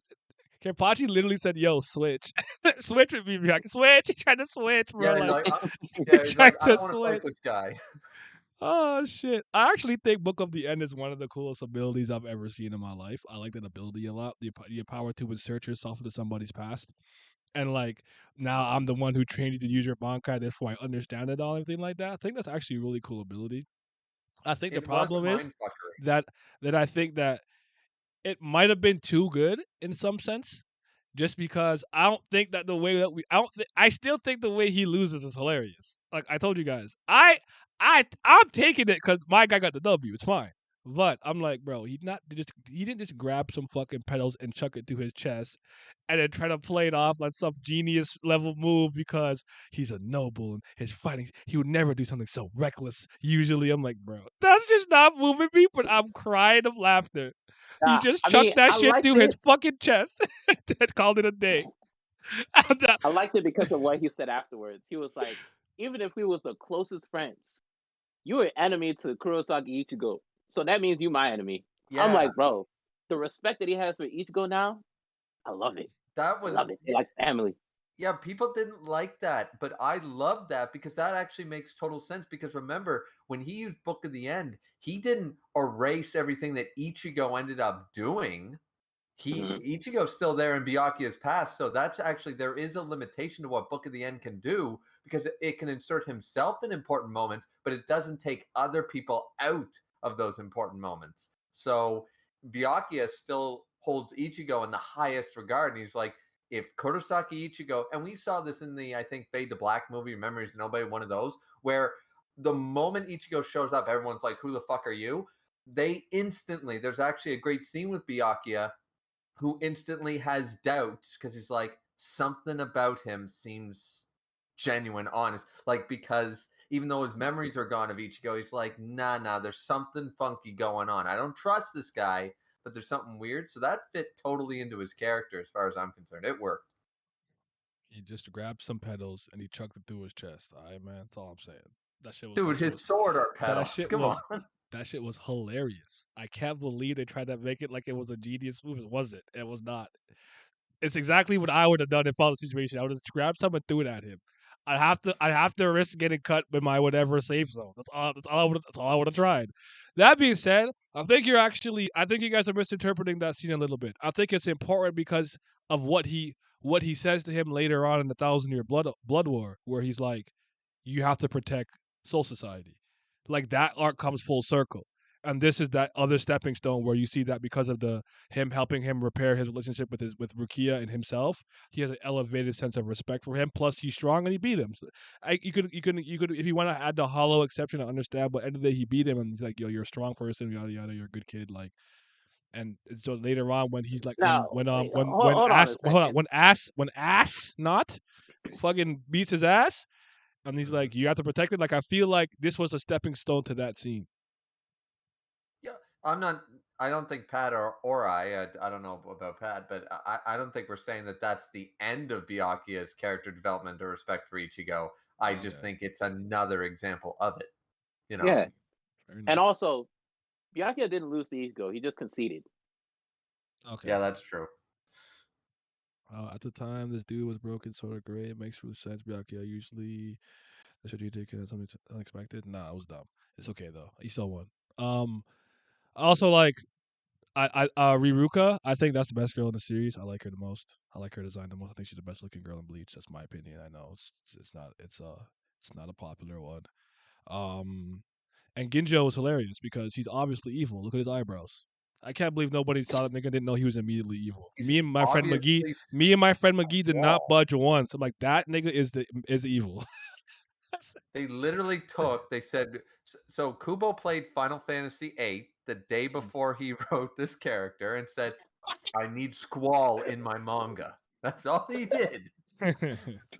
Said he's And dude is literally got the chain, got a big sword, got the whole bit, the jacket, everything. Why are Active Brad you like?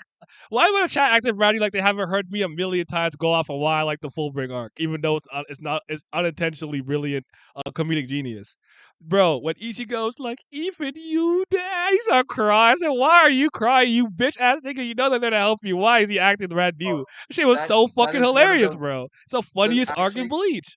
Y'all not telling me otherwise. That shit is hilarious. I want to talk about that scene. Nigga was throwing a swastika at niggas, bro. I know that symbol was co-opted by the Nazi party. Like, I know what it originally means and everything, so I understand why you still see that symbolism. But it was so funny to have flying fucking swastikas essentially fucking thrown in the air, bro. The Fullbring is me, nigga. The Fullbring is me. For respect. I mean, as I said, I'll be really quick about this because that was my most hated moment in all of Bleach for the longest time. I'm not saying it's a great moment, but it actually makes sense upon my reread recently of the Fullbring arc why Ichigo. See, I hated it going, you stupid motherfucker. This is Kisuke Urahara and Isshin Kurosaki. This is one of the top captains. Said these low, like, you think that they managed to jump these guys? Are you insane? You should have went to them from the very beginning of this arc, blah, blah, blah, right? And I still hold to some of that. But the mental anguish and the exhaustion that Ichigo has been dealing with up until that very point, and just constantly running into people who are like this, that, the other thing, it was sort of like, okay, like upon a reread, it's like for him to just to wallow in despair at this point. Everything's lost. All his friends are against him. His family's against him. No matter where he turns, it's just bad to worse. At this point, remember, we all tend to forget because Ichigo doesn't look like, he looks like just a badass, but he's still like 16 years old at this point. So his mind is just given up. So it's not that bad a moment as it used to be, I think, but I don't know. Start crying. Even you, dad, ate 2 more pal. I said, nigga. Then he killed that nigga in cold blood. God's powered back and murdered him. I said, this is the greatest arc I have ever read, bro. I have not. No one will take this joy from me. Well, actually, no. Him and Yuha, yeah, those are the only 2 bodies Ichigo has. Why Ginjo? Why I cried too? Some dude gaslit me in front of my friends and family that bad. Not me, bro. I'm throwing hands. I really liked him jobbing with Ichigo against the others. He is so funny. I hear you. All right. What are you guys doing with the 1,000-year blood war? I'll let you guys. I'll actually let you guys. You guys got this one. You're good. Go ahead, Pat. What do you got? All right. So I'm gonna say this: the first Quincy invasion is the greatest peak of Bleach in the entire fucking series. Bro, because After Full Bring, I was like, what more is there left for us to do? Like I was just genuinely confused. I was like, we beat Aizen. Ichigo got his powers back. It should be happily ever after. Sega said the final arc starts. I'm like, oh, so this is the end. So who's the enemy? First of all, we start the arc. Fucking Lieutenant, the head captain, is dead. I'm like, bro, I saw this nigga fight one time. He got his ass whooped. Was he really like that? He said he hadn't used this Bankai in what thousands of years. I'm like, oh, so he was like that. He was just holding back. He's like, they have the power to seal Bankai, like seal it. Huh. Then got all these moving pieces going around. Mundo and Chaos, fucking society preparing for war. Ichigo about to go to Mundo because Nell showed up for the first time in like hundreds of chapters. I'm like, things moving pretty quickly here. These niggas pulled up, started dropping bodies in the Soul Society days before they said that they were gonna come. Yakuya, Itsugaya, Soifon, Komamura stepping on the front lines with their lieutenants, saying these niggas too strong for us to beat them without Bankai. So we're gonna use Bankai. If it gets sealed, y'all use y'all Bankai as a last resort. They use their Bankai. This shit don't get sealed. It got stolen. I'm like, Ichigo and Mundo. I still think it's funny that he's like Renji. We need like no let Renji sacrifice his place. That's like, what are we doing? What is you doing, baby? Keep going, keep going. But Ichigo, Mundo fighting Kyogyobi. Urahara shoot his ass down. He like, bro, you need to go to Soul Society like right now. Like they're in peril, and they can't steal your Bankai, so you might be able to help them out. He get trapped in the jail. Their Bankais get stolen. Ass not over here wailing on Byakuya with Senbon and Sakura. I'm like, bro, he's killing him. This nigga is going to die. Stop this. Each go over here trapped in the jail, seeing all this fucking Soul Society members dying and stuff. Their spiritual pressure disappearing one by one by one. I'm like, bro, what is going on? Kira got bodied. He got a hole in his chest. He on the ground. I'm like, bro, this is absolute Kira. chaos. We expect that from him. No, hold on. Kira's nice. Yeah, but like, come on. Like, I would expect that from he wasn't gonna be stopping niggas. You know, like, come on. I dislike it. Well, Biscuit is wrong. I think Biscuit is so good for a universe where a lot of people have blades. Like, I don't dislike it, but like that didn't. What Kira? How? I'm like, bro, if Ichigo's having trouble and DC's got trouble, you're definitely having trouble. What are we talking about? Keep going. When Ichigo pulled up, he finally got out the jail. And then the panel of him standing there when Byakuya was telling him that he put all his faith in Ichigo to save the Soul Society, and he apologized. And then he died for failing as a leader. That panel of Ichigo standing there, protect the Soul Society, Kurosaki Ichigo. That's the best panel in Bleach. The best panel in the entire series. Just like that first Quincy invasion, you could just feel the aura of despair, terror, and grief. Yep. At how badly they were getting their shit slapped. It's an S. Now the second half of the war deviates from all that, and then you have the good guys strike back and stuff like that. It's a lot of good moments, but it never recaptures that moment that the first invasion had. So unfortunately, it falls off. I will place it in B tier overall as a whole. But that first Quincy invasion, good God. Didn't they kill like 1,000 Shinigami in 6 minutes, something like that? Was it 100 or 1,000 in 6 minutes? And I'm like, oh my God. They came through on a mission. They were not playing games. I've always liked the concept of them being the last enemy though, because the Quincy's it felt too important for them not to play some type of big role at some point. But Reaver, what's your I got it. I'm gonna put it in A tier, low A tier. It depends. As I said, my tier would be different from yours. I'm just looking on the stream, but because the disrespect for Katakota Town, fake Katakota Town arc is there, but yeah, 1,000 year, like Pat There's said, nothing. all the Bro, reasons hold that on, wait, wait, everybody wait. would There's love. nothing in C or D. What are we doing? I hate when you guys do shit like this. I hate it. Nothing's being Because I disrespected. don't dislike, dude. I do not dislike. Like I have moments in Bleach that I don't care for, but overall, these are My the point entire arc. is, you have S, A, and B. It's like when LeBron, like one thing Stephen A's ever said that I agree with. And I'm like, why do you guys act like I hate LeBron when I say Jordan is better than him? Out of all the fucking players I've ever played the game of basketball in the 75 years of NBA history, I think he's the second best. And you guys act like I kicked his mom off a balcony. If I had some shit in D and F and super mid, I get it. B is the lowest. Who's being disrespected? Ain't no disrespect here. I'm just Oh my. saying.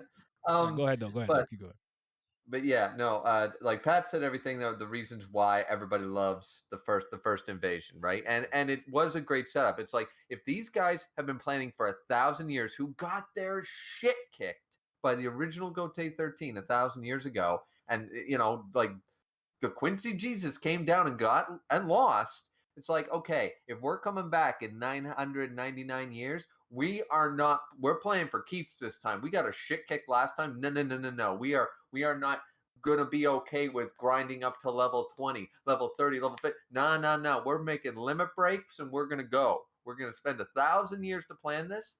You And it have to actually go to the worked. Sky route. You got to get to level 9999, reincarnate, and do it all over again. So you're doing 100 Exactly. infintillion trillion of damage. This dude was Also, doing that. So now a lot of people dislike the pacing after the first invasion and stuff. And there is a little bit of pacing issue, and you can tell when Kubo got sick and stuff with all the second stuff. But I still love the fact that like people make fun of the fact that like the later half of the arc was okay, Bankai, it's a Super Saiyan Bankai sale, right? But the thing is that these were all Bankais we were alluded to, and we definitely wanted to see. And I don't think anybody would have been happy if the series had ended without seeing these characters Bankais. So while Kubo's sitting there sick, I wish I and never maybe I'm using seen that as an excuse, but Shusui kill Ryaku's fucking Bankai. That shit was fucking nonsense. that thing was awesome. I still don't know what it does. It's like not his sword. It's the fucking mom. I don't know what was going on with it. No. It's a 3-act play. But anyways, it doesn't matter. The point is, the fact is we got to see all these Kisuke, Kenpachi, all that stuff. We got to see adult, Hitsugaya, all that shit, and this all worked. Uruhara's own kind of disappointed me too a little bit. It wasn't that raw. It wasn't the worst. But go ahead. Keep going.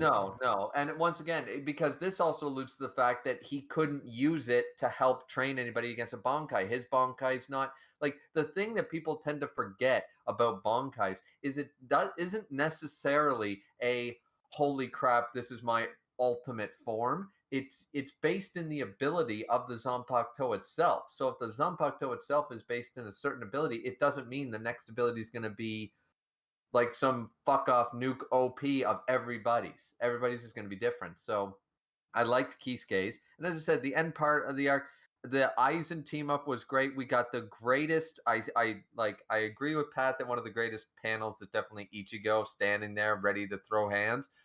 But I'm still gonna hold the fact that one of the most mean panels from Bleach. You think you're seeing Kurosaki Ichigo? Fascinating. This motherfucker. Aizen was too good. God can't see him. He's too good. He can trick God.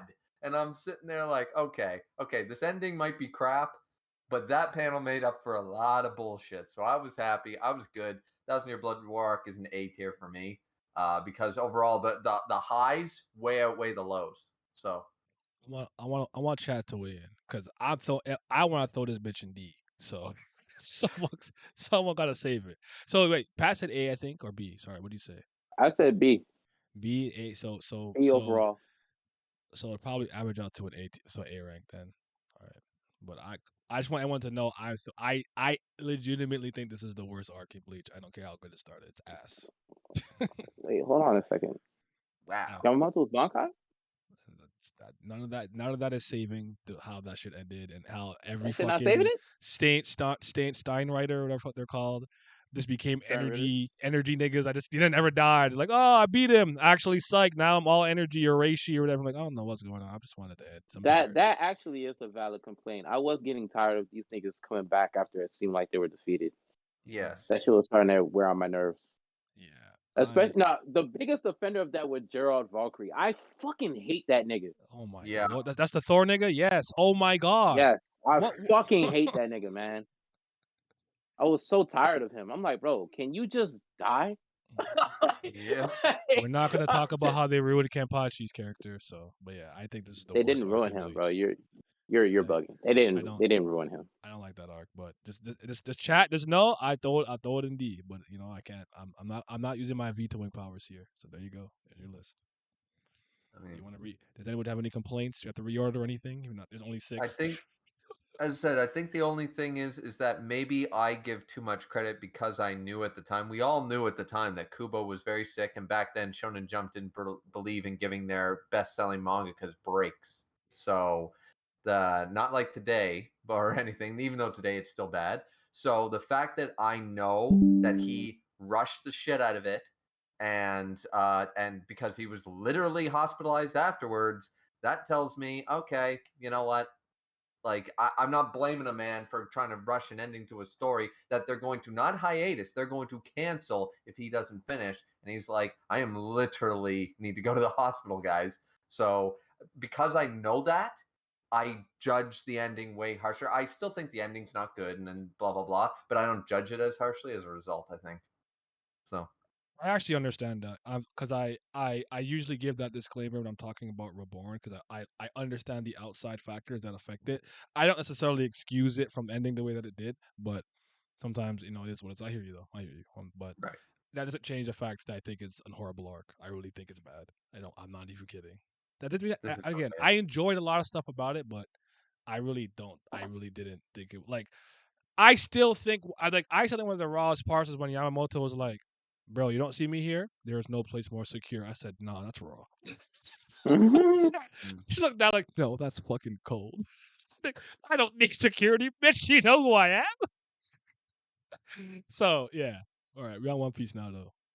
Yeah, I'm not about to spend 10 minutes talking about every One Piece arc I like. So Okay. we'll be here all day. Shoot. 1,000-Year Blood Wars with Three Kings arc? I don't get it. What's Three Kings? He's Three Kings of Yu Yu Hakusho. He's saying that it was at high peak, but it was rushed. I mean, the Fullbring arc and the arc with Sensui, I always thought had a lot of overlap and commonality, personally speaking, with the second coming of like the Spirit Detective or Shinigami, blah blah blah kind of thing. But I Yeah, don't Bleach is I don't heavily go too inspired. far with it. Obviously. But yeah. Yeah. He said no one cares about Kubo being sick. Healthy Kubo made that Witch manga mid spinoff. I actually don't really like Burn the Witch for what I've read so far, but I don't know if I give it a fair chance. But I might revisit. But Yeah, it's not you that see great. what Pat said? That's not moving me. I'll talk about every fucking arc in One Piece for 10 minutes. We start with Alabasta going to S. Yes, sir. Sir Alabasta going to top Crocodile. three. Baroque's What are you work. talking about? The greatest We're not going. antagonist in One Piece. You already We're know. not going in order. Oh, we can do that. This nigga saw Crocodile. He was ready. No, this man saw Crocodile and didn't think top 3. I'm insulted. I'm pissed off. No, now. it actually isn't one of my 3 favorite arcs. It really isn't. But it's one of my favorite 5 arcs, but it's not top 3. It isn't actually. Okay. That's not another arc that he's in though is in there. Ooh, what could I possibly mean? Okay, so we'll start with Romance Dawn. Let me see if I can find it. Here we go. It's right there. It's in the first row. I see it. Yeah, Romance Dawn.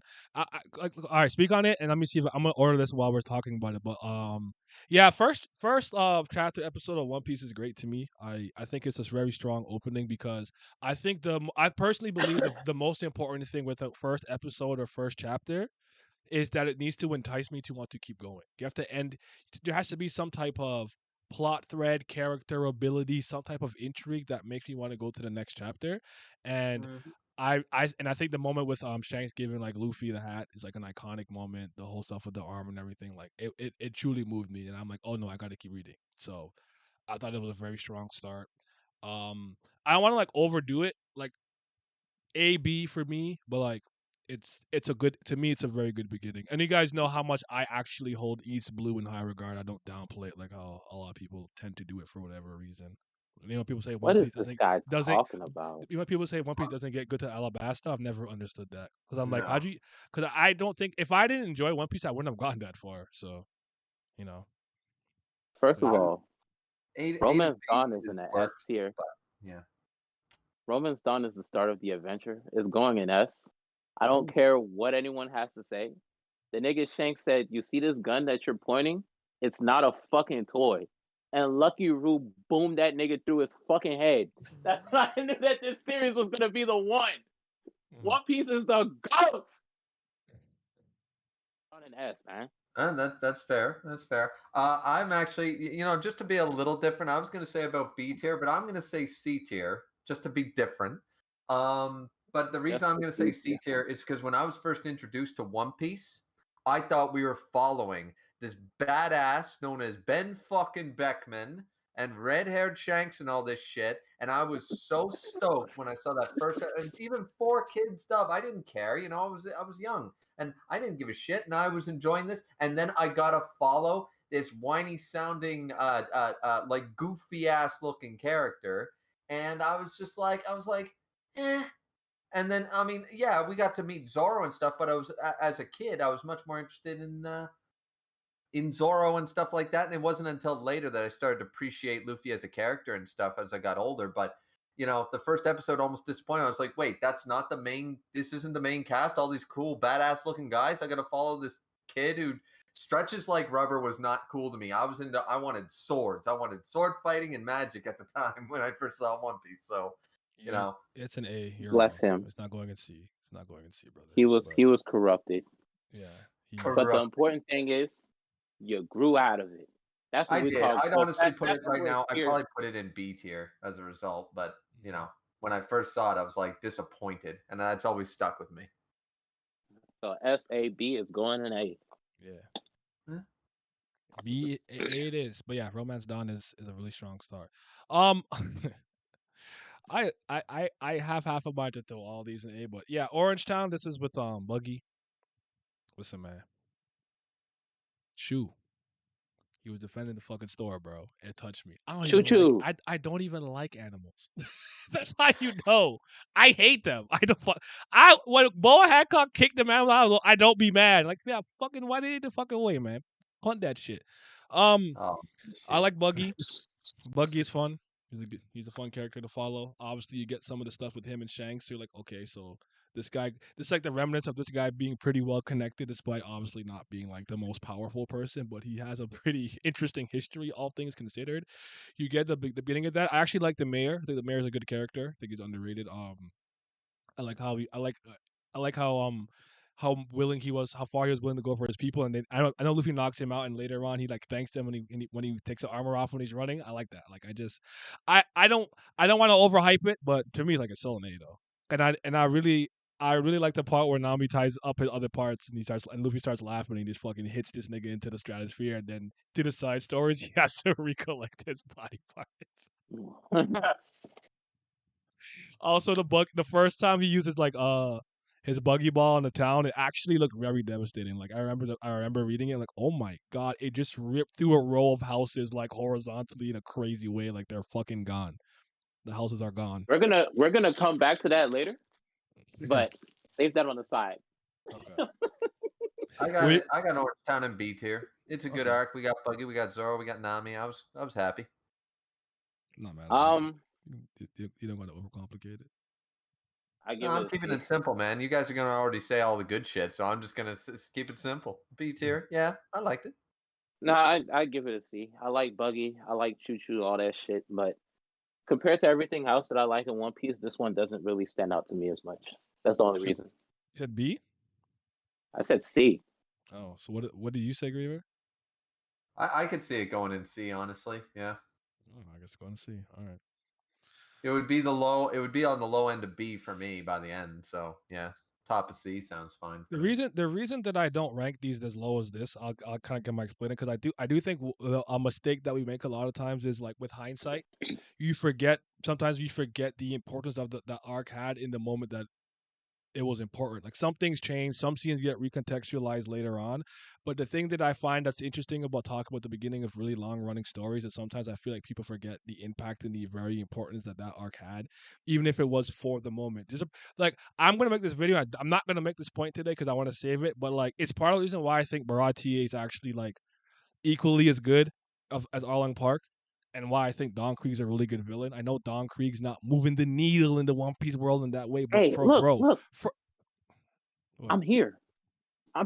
We gonna get to Baratie. We gonna All right, yes, yeah. Syrup Village is a B or an A for me. I didn't care for the Nyan Nyan brothers that much, but I like Kuro. He was fun. Kaya, you get the Going Merry, the 8-year plan. He's like, Luke's like, bro, you're a bitch. You were not cut out for piracy, nigga. Quit, you fucking loser. Out of the bag attack was supposed to be as fast as Soru, but he can't see though. Yeah, that could be for me. I like Kuro. I like onion, pepper, and carrot. I like Kaya.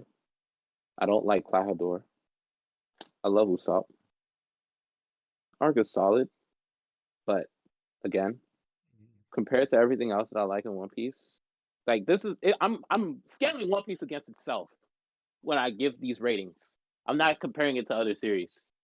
So when I say stuff like C, I'm saying, like, in regards to how great I revere One Piece and the other arcs, I would feel like it would belong in a C.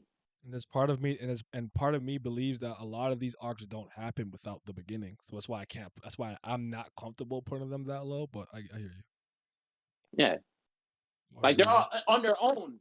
They are great arcs compared to other series that have been in the magazine. They would easily be better than them in early starts and stuff like that. But this is the GOAT. I'm holding it to a GOAT standard. I really don't like this arc because I don't really care for Usopp. The boy who cried wolf thing it never been moving me. It's never moved me, and it annoyed the fuck out of me as I was reading early One Piece. So I always thought, like, he's got some raw moments later, but we're judging this on the arc itself. And I remember being like, okay, the only cool thing about this is the cat guy with the fingers, our Captain Kuro. And I was just like, okay, yeah. After that, like, if I never reread that arc again, it would be, I wouldn't care. I just wouldn't care, because it's okay. Usopp joins the crew. Great. My least favorite Straw Hat joined the crew. Fantastic. So I like what he said, though. He said, why do you want to kill Kaya? Because peace of mind. I need to make sure she's dead so that at the end of the day I can sleep good. That was moving me. yeah. So what do you got? I got it in a. I don't think it's a D tier arc. I just really didn't like it, so I'm putting C. All right. It was short enough not to bother me that long, so I You guys couldn't. are I making couldn't me honestly sad give it a now. D. I don't want to do the stream anymore. All right, Baratie. Oh, brother! All right, let me take the center stage on this one. This arc is the best arc in the East Blue Saga. I don't give a fuck what anybody in the chat has to say about it. Yeah, Arlong Park. I know. I like Arlong Park too. But this shit right here, it flipped everything upside down on its head in regards to how I felt about One Piece. Because up until this point, I was just, like, casually enjoying a fun little pirate adventure. Bro, can you imagine what it's like to get shipwrecked with a nigga you don't know and you're starving? He got this big ass fucking bag that he says is full of food, and he giving you crumbs. Say, I'm an adult, you a child. Then one day, you go up and you try to steal that food because you're so desperately hungry that you need to eat something, and there's no fucking food in that bag. And you look at this old ass man who's been sitting here for days, and he cut his fucking leg off and started eating it to survive. Bro, this for a child he ain't never even met before. Then y'all get saved. He practically raised you on a ship for your entire childhood. You're an adult now. These pirates come through. You have a policy where anybody who's starving, you're gonna feed them no matter what. You feed this nigga, even though he ain't got shit to offer. You bring his captain. The captain's starving too. You feed him. The nigga try to hijack the ship. You're saying you're gonna die for this ship because you have to repay what the owner of the ship did for you when you were a child.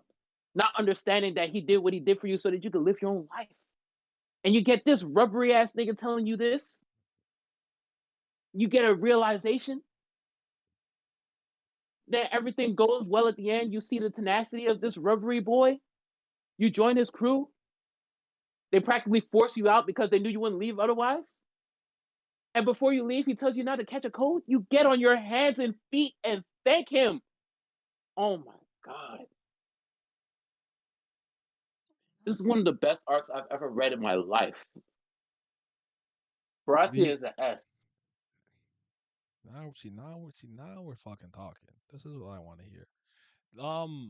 I still think I I was left the still. Don Creek part for you. Yeah, I got that. I'm gonna say like I'm gonna say something in the next arc that I still think is like the strap-in moment, but like I saw people in the chat. This is when like I was enjoying One Piece, like I was fine, but this was the arc where I'm like, nah, okay, hold on, we're doing something here, right? One thing I want to point out immediately is how hard I was laughing because this idiot like was breaking plates and stuff, and they're like, "You're just useless." Like, all right, what if I get rid of these niggas? Like, that repairs. Like, all right, bet, cool, I could do that. It's the fact that Don Creek clotheslines this man the moment he's full. He didn't wait. Frame one. It was a wake up Lariat, bro, on frame one, bro. Wake up EX Lariat on Sachi, bro. As soon as he stood up, I said, he's actually a demon. He's a demon. He didn't even be like, oh my god, thank you so much, and leave and come back. No, he said, I want it now. I said, this guy's a monster. I love it. Next. You know what? You know what Luffy's doing his like chores. He tries to put the Booker in Zoro's glass. I think it was Zoro's glass, and he makes him drink it. Hilarious. The bubbling rivalry with Sanji and Zoro, really good. Fucking Mihawk comes through Bro. already. I like knowing this. I'm like, I couldn't believe that he came this early, but like what he really showed that gap. Like, yo, you are the frog in the well. You have no idea what else to offer. But he's so impressed with his tenacity and his willingness to not step back because he felt like he would have broken so many promises and things that he did up until that point that he chose death. And then he's like, all right, give me your name. And he says, Ron Zoro. He actually pulls out the black blade to show him respect. And like they say, like, no, it's not time for you yet. I'll stay at the top till you ready. Come get this work. And I said, oh my goodness, this is so. It ain't over. It's not over. Don Krieg, military might. This guy, I get upset sometimes because I'm like, what more could you have done? He's from East Blue. He amassed a fleet of niggas. He had a fleet going into the Grand Line. A fleet. Hella ships. He had him and Gin. All of that. And what kind of shit ass luck do you have? Mihawk is just fucking bored. You go there, he just starts working you guys. I'm like, nobody else went to the New World. Not New World, the Grand Line that prepared. No one. Only him. And this is what happened? There's just no fucking way. He's got guns everywhere, shoulders, literal gun in the fucking wrist, flamethrowers, an exploding goddamn axe and a shield, diamond brass knuckles, Woot's gold armor. Bro, he's the greatest. He's so sick. Bro, this is one of my favorite moments in One Piece. One of my favorite action sequences. Luffy's getting fed up with the shit. He's like, I'm running over there. Starts running. Fucking like, okay. Puts his little needle machine gun, starts firing it at him. Luffy's just running through it. Don't care they're hitting him. He's like, oh shit. All right, fuck it. Put this cape around me with the spikes. You're not about to hit. Luffy did not give a fuck. He pushed him right through the fucking spikes. Said, catch this fucking work. I'm like, nah. I like this nigga. Like I was like I don't know what to think about Luffy at that point. Like, nah, I like him. He's raw. He's the one. He's the one. And like, what always kills me is Don Creek got up again, and Gin's like, nah, we lost, bro. We're leaving. I'm the strongest. I'm the. I said, oh my god, bro. The Gin stuff was cool with Pearl and everything. The all stuff was fun and cool too. But like MH5 gas bomb. I don't know, bro. That arc is fucking amazing. And then what it transitions to, because Nami steals the ship. And then you have that plot line running through, so you have immediate conflict after that. And like Pat said, the ending is very strong because the bond between Zeph and Sanji was like it truly moved me. So I also think this is the best arc in East Blue. I love it. This is one of the 6 best arcs in One Piece to me. Bro, I need people to understand when Luffy was looking for a cook, because Nami not gonna cook, Zoro can't cook, Luffy damn sure can't cook. They get on this restaurant. Usopp also can't cook.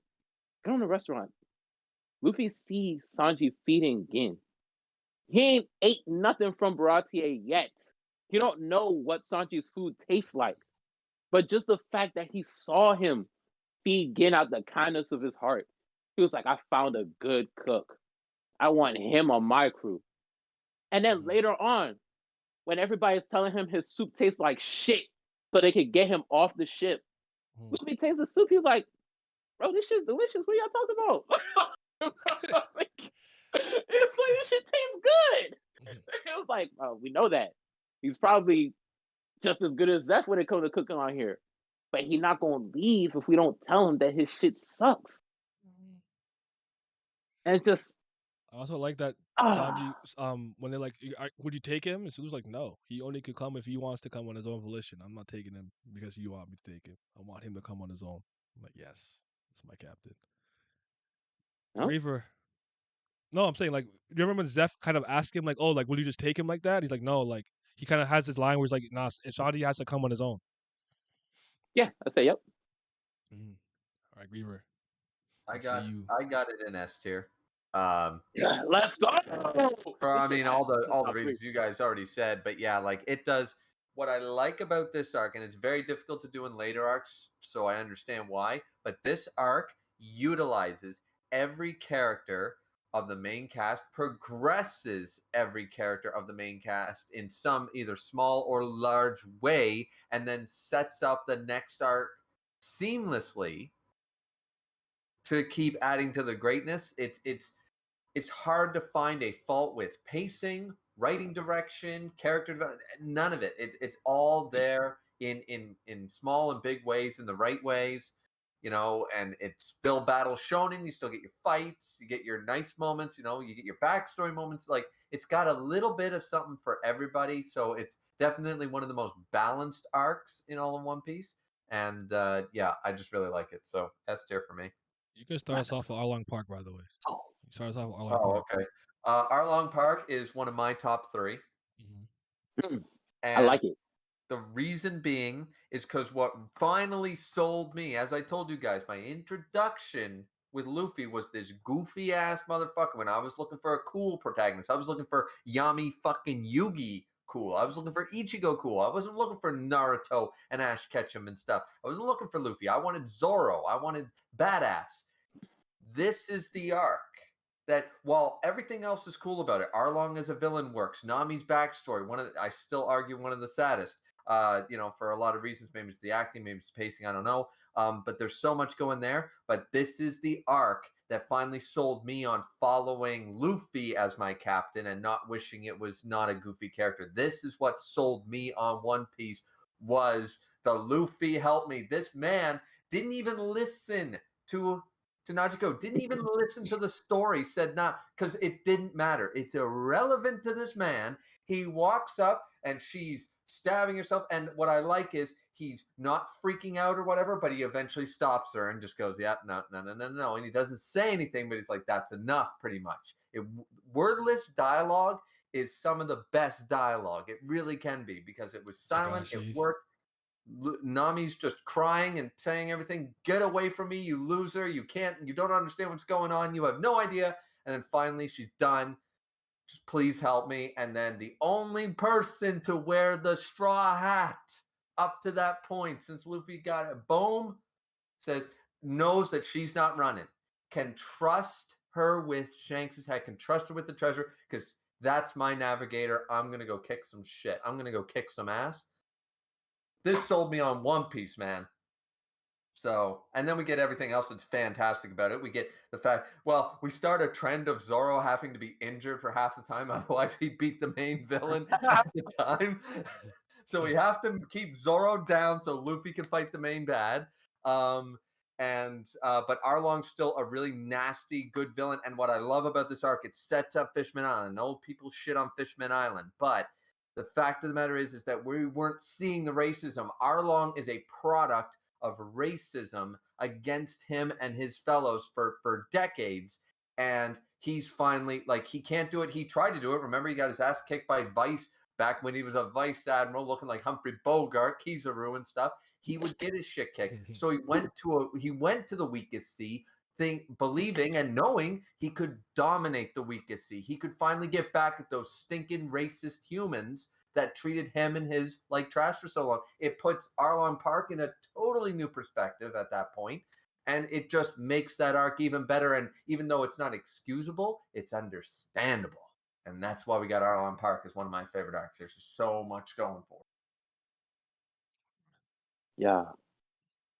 Yeah, that's an S for me still. Still an S for me. I like Baratie more, but it's still S for me. But Belle Mer's backstory, I think is really good. I like it a lot. I always feel bad when I still think it's kind of dumb, but I always feel bad when she like, nah, those are my daughters, not for me. Like I don't have enough.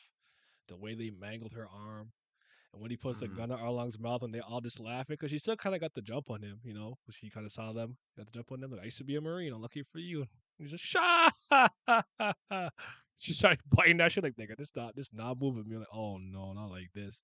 I don't know. Like a lot of things you said is great. I think all the combat is really good. I really like Sanji's fight with Kurobi. I think that's a really good fight. My only thing I think I disagree with you is I get what you're saying, but I don't think Zoro could have beat Arlong. I think only Luffy could, and I think it's highlighted by the fact that this is the arc where I think Luffy kind of literally for the rest of the story sets his role. Where like I can't navigate, can't cook, can't use swords, I can't even lie. And Luffy's like, oi. Like, what are you? He's like, you're useless. What can you do? I could beat your ass. Okay, that's what I could do. You're not nicer than me. That's like, yo. He's like, what can you do? You're just a human. I'm 10 times as strong. Blah blah. Swimming the fast like a break rock. Luffy just punched a rock. Like you don't need teeth to fucking break rock, you loser. I said, yo, talk to him. He's not nice. He's not that nigga. Let him know about himself. Like I just loved it. The part. This is actually one of my favorite finishers. Oh no. Oh, he steps on him. He steps on him through how many stories of Arlong Park and that symbolizes the literal collapse and the breaking down of Arlong Park and the triumph victory of Luffy. And I really love when he screams, Nami! He's like, you are a navigator. You're our friend, Nakamada. And all right.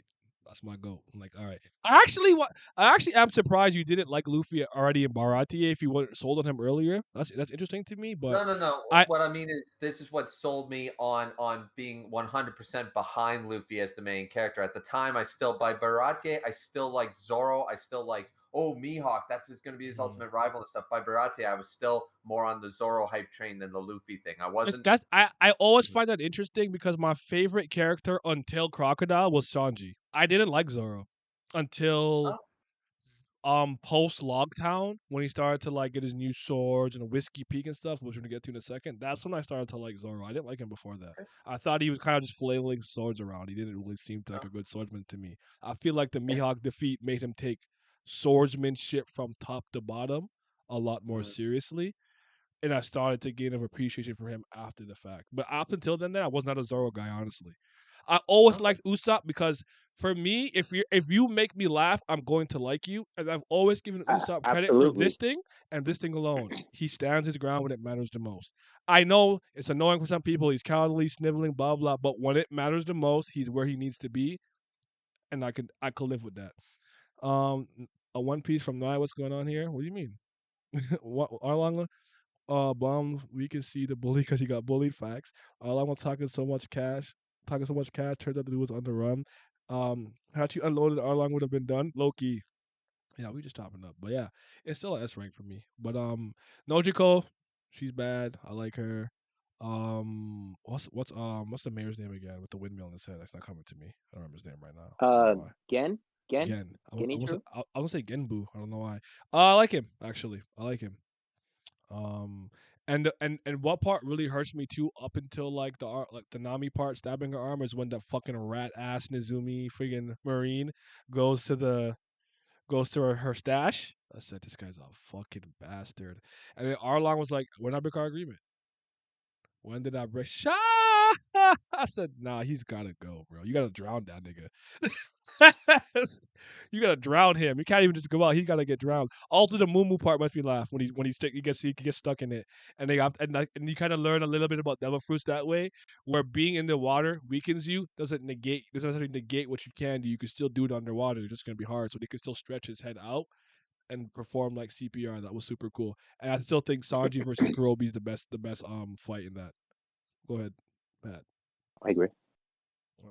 Oh, that's how you're gonna transition. Oh yeah, bro. First of all, I liked Arlong Park. I love Arlong Park. Sorry, let me amend that. I love Arlong Park. It's an S tier for me. Sanji's fight with Kurobi, I was kind of nicked at first because watching the fight, I'm like, damn, you gotta go underwater. He's a fishman. I was like, bro, it's not gonna turn out good for you. What are you doing? And he was getting worked. But he had to free Luffy from underneath the water. So I'm like, bro, what you gonna do? And then that's when I started seeing like the kind of resourcefulness that Sanji had. Because at first we still don't know what kind of character that he is. Like we know that he He's still kicks new. with his fighting style. Yeah. But now it's like, oh, so he's the thinking type. Because then he started breathing into his gills. He was like, if I breathe into his gills, he won't be able to breathe. And then they both come out the water. He was like, come out here, you goddamn fish. I'm going to fucking slay you. He's like, bro, land or sea, it don't matter. And then Sanji's like, Collier. Collier. Oh, Collier. Give me that neck. I said, oh, I saw you talking French. I started going crazy. He said, Luton? Shut up! I said, oh my god! He just fucking murdered him! Nah, he's right. That's the best fight in the fucking arc. Oh yeah, Zoro's always low-key lame as fuck. It's just because he's injured and fucking octopus open. Like, all right, man, all right, Hachi. I don't even dislike Hachi, but all right, that fight's not serious to me personally. It's because Zoro's in so much fucking pain. I like the part where Arlong's holding him. Like, how is this man alive? That shit is crazy. But I like the reanimation in the episode of East Blue. That I was just about to bring that up because when Sanji comes out that water and he's still dripping and he starts packing up Kurobi, I said, this is clean. This looks really good. Like, I actually tend to not the new like Mouton shot? Yeah, I tend to not like the redone animation scenes as much as the original ones, more often than not. Like for the episode of Mary, I'm sorry, Rob Lucci versus Luffy in the original anime run is far superior to what they did in that. I'm sorry. Absolutely. Especially the finisher. Absolutely. Especially the finisher. This was one of the ones where I'm like, I don't know, I might like this one a little bit more. So it's really cold at the very least. It was really good. So because I feel like the episode of East Blue's rendition of those fights were more true to the manga than what the anime had done originally. Because the new Mouton shot has like, it's kind of 1-to-1 with the panel of the multiple kicks that he gave to Kurobi when he sent him. Yeah, because the original anime only gave it like one kick. And I'm just like, I mean, it looked good, but it's not exactly how it was supposed to look. Yeah. But I love Arlong Park. Nami was a mystery to us up until this point. And I didn't really know where her allegiances lied. So like when she left the crew, I was kind of like, I probably should have seen that coming. I oddly didn't distrust her for some reason. It was Robin's the one that I didn't trust. Oddly enough. But I like that, when Nojiko was about to tell the story of what happened in Nami's past, Zoro took a nap, and Luffy went for a walk. So the only ones that really knew were Usopp and Sanji at the time. And it was the fact that Luffy saw somebody who he considered a friend in distress. Yeah. Didn't know nothing about her situation, but was gonna reach out and help her anyway because she begged for help. And that's one when thing Luffy about him became. too is he. It's not that he won't do it, but he's gonna respect you a lot more if you just ask him. Yeah, and that's when he honestly became my second favorite main character of all time. Because that shit right there, like that's a the way very she was powerful stabbing the scene, man. tattoo, It's a very powerful scene. that Listen, shit like, was oh my, heartbreaking. I'm like, oh Yeah, my it really was. god. But I understand, like, fuck, what could you even do in that moment, bro? Like, it's tough. Like Lockdown is. she Oh, even sorry, got go that nigga tatted on her, man. The ahead. nigga Yeah. that tormented her for her whole life, and that's the only way that she can administer any type of pain, and it's still hurting her because it's her arm. Yep. And I'm amazed she still has full use of that arm, man. That dagger was big, and her Yeah. arm is skinny. Like that thing was cut half off. Lockdown. I'm so glad she got that shit redone. Forget about Lockdown is it's There? a high B. High B. Yeah, I'll agree with that. We finally get to see like what at this point the main cast was for a long time, especially in the anime together. So, you know, Reverse mounted. Reverse Mountain is an A because it's fucking hilarious. That man funny, really, bro. that man really had me cracking up, bro. He's like, if you do yeah, that, Crocus somebody will was die. amazing. Doom, doom, doom, doom, and it'll be me. Crocus, I am so happy with the fact that to find out he's part of the Roger crew and everything. Like I can see Roger having that level of dude on his fucking crew, man. And I was like, yes, let's go.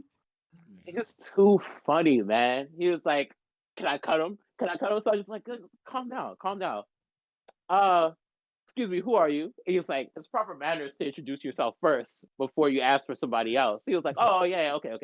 My name is I'm Crocus." This man had no fucks to give. It was great.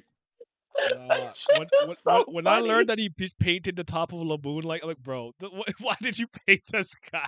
I said this guy's he's not a serious person. Nope.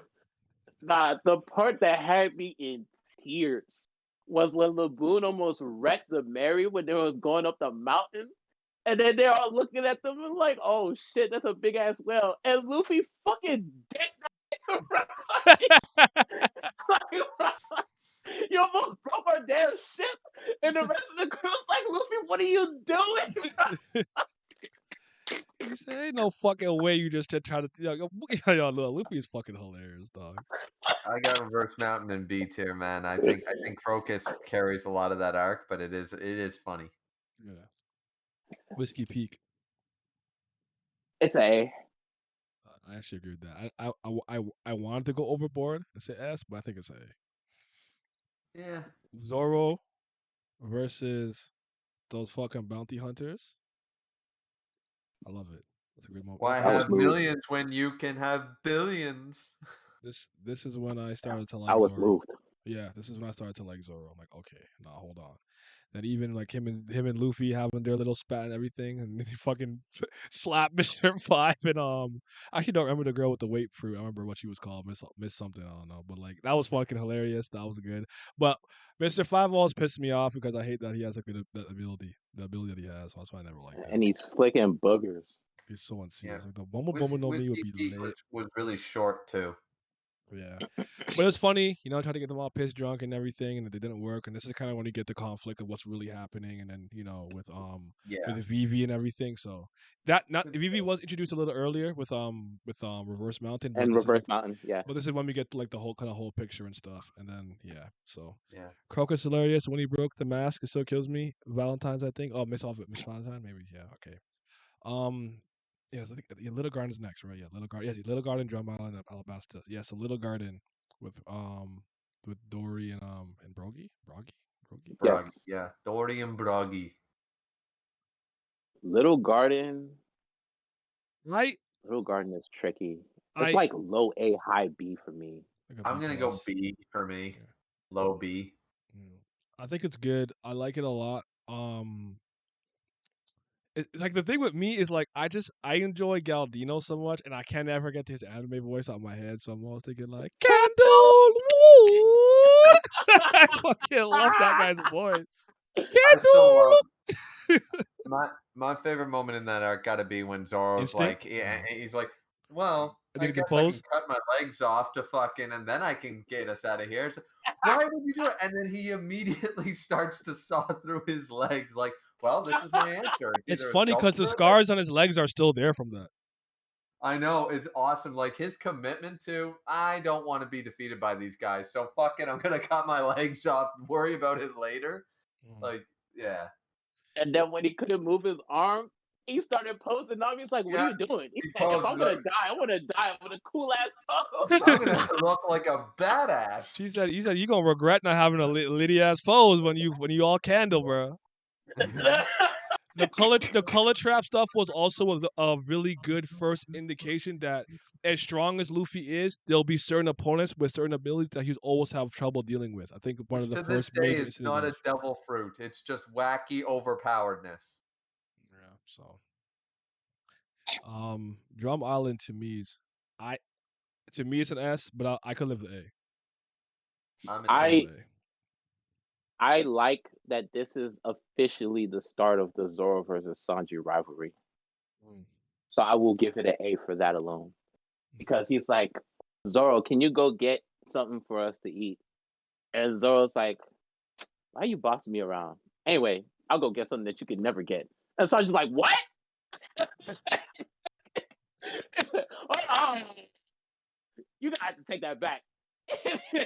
Go And and then get something. they ended up giving them the idea to hunt instead of trying to like butcher each other. But I guess they went back to their island at some point because I saw them recently with Shanks. So, but yeah, That shit is so funny, man. it's this again. I'm cool with A for this, but like this arc has so many scenes to me that are very powerful. That's Yep. hard for me. It's hard for me not to not like I always remember these moments like Luffy climbing up that fucking mountain with Nami and Sanji, bro.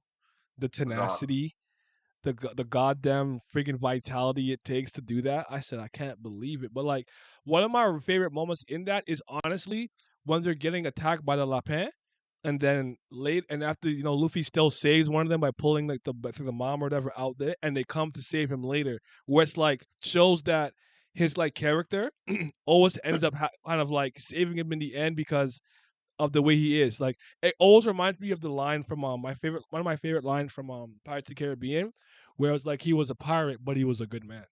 Like that's kind of how I see Luffy.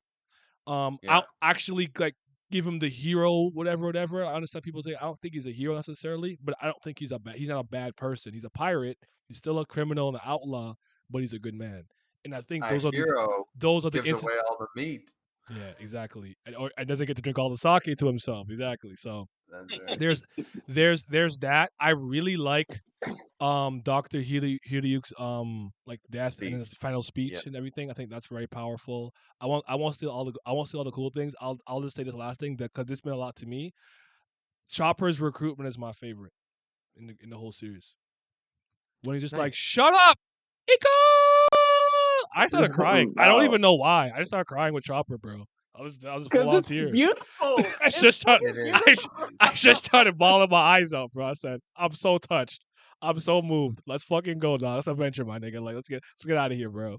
And don't So forget, we got Dr. Correja, man. the baddest 141-year-old in the She world. is so like she reminds once Doctorine. again going in the vein of Crocus. She's just fun to watch, not necessarily always being funny, but she's Yes. just a fun character. She got the double sunglasses shit going. Like I don't know, man.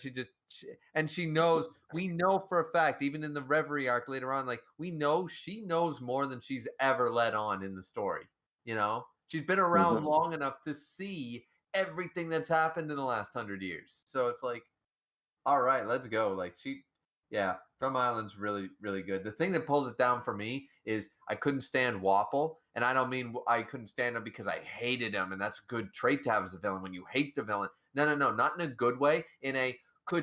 Please, Zoro, Sanji, Luffy, one punch from any of you will decimate this dude. He will not have a head anymore. Just somebody just take this fucking loser out. He was just in the way and annoying for the entire arc. I need to reread it to see if I hold a stronger feeling, but I could not stand Wapple. I didn't mind Don Krieg. I didn't mind Captain Kuro. I didn't mind none of these guys up to this point, whether they were, powerful or not. But this guy was just goofy and somehow had crocodile levels of control and Doflamingo levels of control over Drum Island, but he was nowhere near a match for these guys. So it's just this arc could be over so easily if just one of them showed up.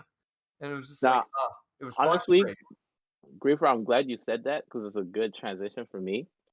Mm-hmm. Because I really fucking dislike Wapple. Like, I really hate that nigga. Because he's a bitch. Like, when we first started the arc, we found out that he had left when Blackbeard came because he was scared. And then he came back after he had left. So off that, I'm already, not liking him. And then, he ran the country into the ground. We get the backstory of Hero Luke and Chopper, seeing what he's done to Drum Island. I'm just like, why are you here? Why has no one whooped your ass yet? The whole arc I was looking forward to that. I was like, Luffy, I cannot wait until you get your hands on this nigga, man. He needs to go down because he's not even strong. Yep. When I was going through Baratia and Arlong Park, Don Krieg wasn't really a physical specimen, but he had the tools. So I was like, oh, it's kind of hard to take him down because he got the poison gas. He 1 ton though. With all the things, he can still lift 1 ton. It's pretty impressive. Yeah. You don't skip fucking chest day. But you know what I mean? I'm not. I'm saying he's not the most imposing figure compared to the other One Piece villains. Arlong is part fishman, so I was a little worried. But obviously Luffy is way stronger than him, even though he is. But I look at Wappo, I'm just you just a fat fucking big mouth bitch. Yep. Why is nobody taking you down? Yeah, and why did it take so long to take this motherfucker down? It was just, that really, that's what keeps Drum Island at a S tier for me, because every time that motherfucker's on the screen, I'm like, oh yeah, we do have a villain this arc. This isn't just let's go heal Nami and recruit Chopper arc. There's this son of a bitch up in here, and no one has punched him in the face yet. But I feel like that was intentional. But I hear you guys. Of course. Yeah. But I don't hate Wapple. I thought he was entertaining. I don't like his lackeys. I hate them. Fucking fake ass black guy, and then the other guy, the clown face. Fake ass black guy. But I mean, for my rating, how could it not go in S? Because this arc has everything. Emotional backstory, satisfying conclusion, Straw Hat recruitment. The flag. It has important character moments. The flag is still standing. When you don this pirate flag, this isn't something that's a joke. It stands for people's livelihoods. When Luffy climbed up that mountain carrying Nami on his back and Sanji between his teeth, the soundtrack of that moment in the anime is burned into my head forever. I will never forget how I felt watching it the first time. I'm like, yo, he really climbing that shit with his bare hands, holding his day ones. Yep. This is one of the greatest things I've ever seen. I don't think people even talk about it. He makes it to the top and almost falls down immediately. And the first thing he says is, yo, save my friends. I'm good. Don't worry about me. Bro. Yeah, there's some good And moments. on his way up the mountain, the Lampang got stuck. He just casually freed the Lampang with no ulterior motive. He just saw somebody that was struggling and helped them out. And then later on, they came and returned the favor. That's exactly what I was saying. He's a good man. It's just bro. He didn't have to do that. He didn't have to. He just did it. I love Luffy, man. So Alabaster's going in S. Obviously. You know what I'm saying? I got Anyone who says Alabasta in otherwise, top 3 for obvious reasons, but I'll No, settle I for anyone that. who says what I otherwise, their mom is a bitch, your oh, dad is a deadbeat fucking loser, oh my all your god. family members suck dick, and Yo you don't shit. know ball when you fucking see it. Dick. Alabasta is an S tier arc. Unwashed dick too. Cheesy Nasty, moldy. Anyways, smelly, but yeah. funky cheese smelling. No, Reaver, the rule of thumb now is you put the things that can go in top 3 go in S, and then you take 3 from S and put it in top 3 when everything's said and done. Okay, then S tier. Yeah, that's obvious. Best Yeah. villain in fucking One Piece. Let's go. Yeah, man. I'm not quite there with y'all, No, but I will not argue against it. no. Again, I think it's it's one of my favorite 6 arcs. Not my favorite 3, but we'll talk about that when we get there. Unless you mean best villain. I think he's the best antagonist. I do. I don't think there's a better one in the series, in my opinion. I think Crocodile was the best villain. Ah, ah, Um, ah, ah, ah. Everything of oh my god, I feel like I just repeat this speech every time Crocodile comes around. But this arc introduced my 2 favorite characters, Crocodile and Nico Robin. I know Robin technically came a little earlier, it's technically Crocodile too, but like the way this guy ran Baroque's work, they didn't know who he was, and they saw him like you're a warlord. The fact this guy has 81 million Mary bounty at the time, and it's like in hindsight, I'm like, you and Boa Hancock must have been so cold because for you guys to get your bounty frozen that early, like to me, is equally as impressive if you had a high ass bounty and then the world government was trying to make you one of the little pirateers, right? So that was really good.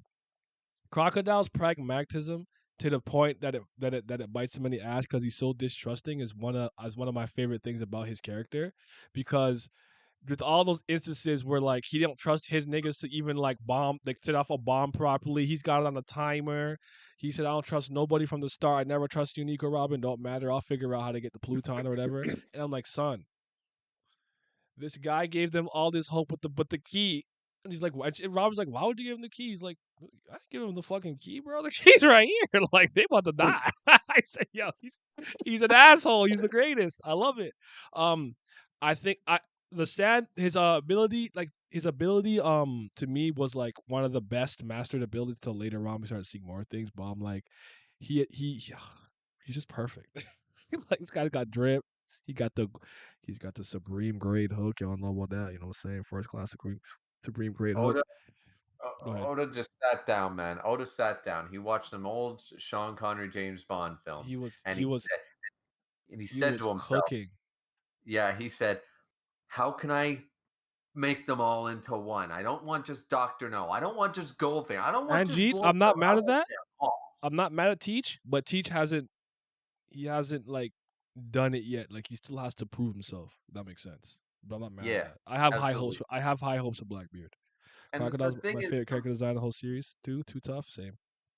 the Actually, I more think him and Law. I think Law is a really good design too. Though. Go ahead. the more we learn about Crocodile, the just cooler he becomes. And that's what I like I'm not saying like right out of the gate, he's still the one, in my opinion, the best villain in One Piece. But the thing is, as we learn more, it just makes him either more villainy or more badass or whatever. Like to find out, okay, he went toe to toe, or well, not toe to toe, but he tried to take Whitebeard's head back in the past. Maybe Whitebeard's the reason he got his hook hand. We don't know, but it's like, okay, so you were tangling with what you were trying to do. You were an up and coming rookie. That's why your bounty was frozen so early and stuff. And we find out, he's willing to work with Mihawk and stuff like that later on. And then his bounty is deserved later. And like just everything he does, and even his cover story with the fact that he's sitting there and he's like, no, I don't want to be with Miss Goldenweek. No, don't paint me as the Pirate King. I don't want to be the Pirate King. That's not what I'm after. You know what I mean? Like, I want something different now. Like his goals have changed. Unlike the ones stuck in the past, it's clear from his cover story that his goals of aspiration have not gotten lesser. They've just molded. They've changed and stuff, but he's still gonna try to be on top. I would argue he wants to be Pirate King. That's why that happened. Like that's what's deep in his heart. Despite him not going down that route deep in his heart, that's what he wanted. Like I want to get too into it later because I want to bring up an Impel down, but I really like the silver medalist talk about him because he even acknowledges where he falls in that hierarchy and ranking. So I think that he also sees himself as a bit of a loser. And I I'm and I sure he kind of does, especially since now he'll never get his revenge on Whitebeard for taking him out. You know, he'll never get. You know, there's. But that's Him what I and mean him and about. Moria did run back to paradise. You know. Yeah, exactly. My point. You know, they ran back because they just they couldn't cut it at the time or something. We don't know what happened to Crocodile yet, but yeah. So they're just. All I'm saying is he was an awesome villain in this arc when we got introduced as villain, and the more we learn about him, like Oda hasn't fucked up. The man's still cool, you know. I'm gonna pass the baton to Pat, but the only thing I'm gonna say real quick is, at the time, way back when I was reading it, because I wasn't used to this yet. I've seen it more often. It's not particularly special now, but it stood out to me. I'd never seen the main character lose twice in the arc like that. Yeah, I knew you were gonna bring it up. I wasn't accustomed to that. It was very. I said, "Yo, he lost again." Like when he's on the rooftop of the palace, I'm like, "Okay, it's time." I'm like, "Oh, it's not." No, it's not. I did see the 3 things he spotted in the air coming back down to hit him to rehydrate him, because I think you already set that up with the water, the Mizu, when he got hit with his first bar hound in the desert. But I always think about, if he succeeded, this guy has a Suna no Mi. He'd be in a desert island where it doesn't rain with a ancient weapon. He would have been virtually unstoppable. I'm not saying, I still think there's characters who'd be able to beat him in a when he has home court advantage, so to speak, but it would be hell on earth to do. Like I think he could take a lot of characters in the desert, personally speaking. Yep. This is the bad. Okay. Alabasta. This was, I want to say, the first arc in One Piece where it was like we were in one setting for an extended period of time, or longer than what we were used to. There was so many different pieces moving around. At first, when I was getting into it, so I was kind of overwhelmed. Like, first, we see Ace. I'm like, Luffy has a brother? And, at the time, we didn't know that they weren't blood brothers because they look so similar. I was like, he's a brother? He's part of Whitebeard's crew? And on top of that, he ate the flame fruit? Oh my God. That shit was so badass. But I really liked the moment when they were in the desert. And then Luffy is just listening to Vivi's like unrealistic hopes of what she can accomplish. And he's just like, you know what? I'm done. I'm not moving. And Vivi's like, what are you talking about? He's like, you think you can save everything by putting your life on the line and nobody's gonna die? And Vivi's like, yeah, what's wrong with that? Well, people die. And she's like, but I don't want anybody to die. And he's like, that's naive. This war's gonna happen. People are gonna die whether you like it or not. And then she starts Luffy, man. Yeah, she starts slapping on him. And then she's like, well, if I put my life on the line and it doesn't work out, what else can I do? And Luffy's like, well, how about putting your life on the line and trusting us to put our lives on the line with you? Are we friends? I'm like, he just has a way of saying things that just strike me to my core. I'm just like, this is what friendship is all about. What also what I like about it is, to me, is that Luffy's not naive. He's gullible, yes. He's an ape, yes, but he's not naive. I've never I think that nuance about his character is often missed. I think people think he's naive. I do not believe that. I think what he dealt with Ace and Sabo growing up showed him that, yo, niggas die every day, and that's it's war, it's unrealistic and whatnot, like, for real. Not to say we want to save as many lives as we can, but there will be casualties, and you need to sacrifice our life with yours. You're not enough. That's fair, but it's easy to see why people, like, just in general, it's easy to see why, because being naive and being gullible are very similar traits. They are different, I'll agree, but as I said, it's it's like saying that I don't know if this is a good comparison, but like frustrated and pissed off and stuff like that. It's like, well, they're not exactly the same, but they hold in the same vein. So I think that makes sense. That makes sense. You can be frustrated without being pissed. Yeah. No, that's actually really good, because I often say that, hey, I'm easily irritated, but I'm not quick to anger. But I do think they still have their differences in terms of diction. But I hear you. Like, Fair. It's just that in general, in this day and time, nuance is just lost. We just no one Yeah, knows. It's always one. It's like one spectrum or the other spectrum. You can never really have that in between times. So let my man's go to sleep. No, I'm good. I'm good. We're talking about Alabama. So I'm good. I'm good, Glam. How you doing, bro? But yeah, I'm with you though. But yeah, I don't think again. Luffy's not. He's not naive, but he is gullible. Hmm. I also Very. think Das Bones versus Zoro is his best fight. It just may be. Yeah. I'm not mad at Kaku. I could have the conversation, but I think especially in the manga, I'll say especially in the manga, I think Zoro versus Das Bones is Zoro's best fight. Yeah. But it's Really like how that fight is portrayed in the manga because I can I agree. see Zoro's growing frustration, and there's more veins in his head and his arms because he's just swinging the shit harder, trying to cut through him, and it's not working. Yep. I love it. I got it. Cut Mhm. through steel, man. Jaya, Jaya, that fight had a really I great got art that too. I A agree. tier. I'm not mad I at got that. Jaya in B tier. The reason that Okay. I'm putting it in the A is literally because of the Bellamy knockout. That for me Yeah. is enough for A. I'll be very honest. I know like I still like the stuff with cricket, Mamba cricket, and like him getting the goal, getting lost, the Southbird, the spider creeped me out. I got freaked out by that. Bellamy and everything, but Jesus Christ, that knockout punch on Bellamy, bro, that's one of Yeah. my favorite 5 moments in One Piece. So for me, it's an A. Ah, You asked me if I knew how to throw a punch.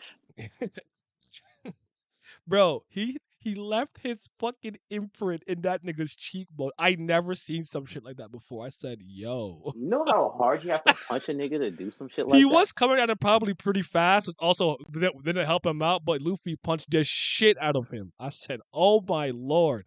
Sleep! Yeah. Go to No, dude. sleep. And then the I 100 million berry bounty thing came out, and then Zoro's 60 was also higher than the hyena Bellamy 55. Oh yeah. You're not that nice, bro.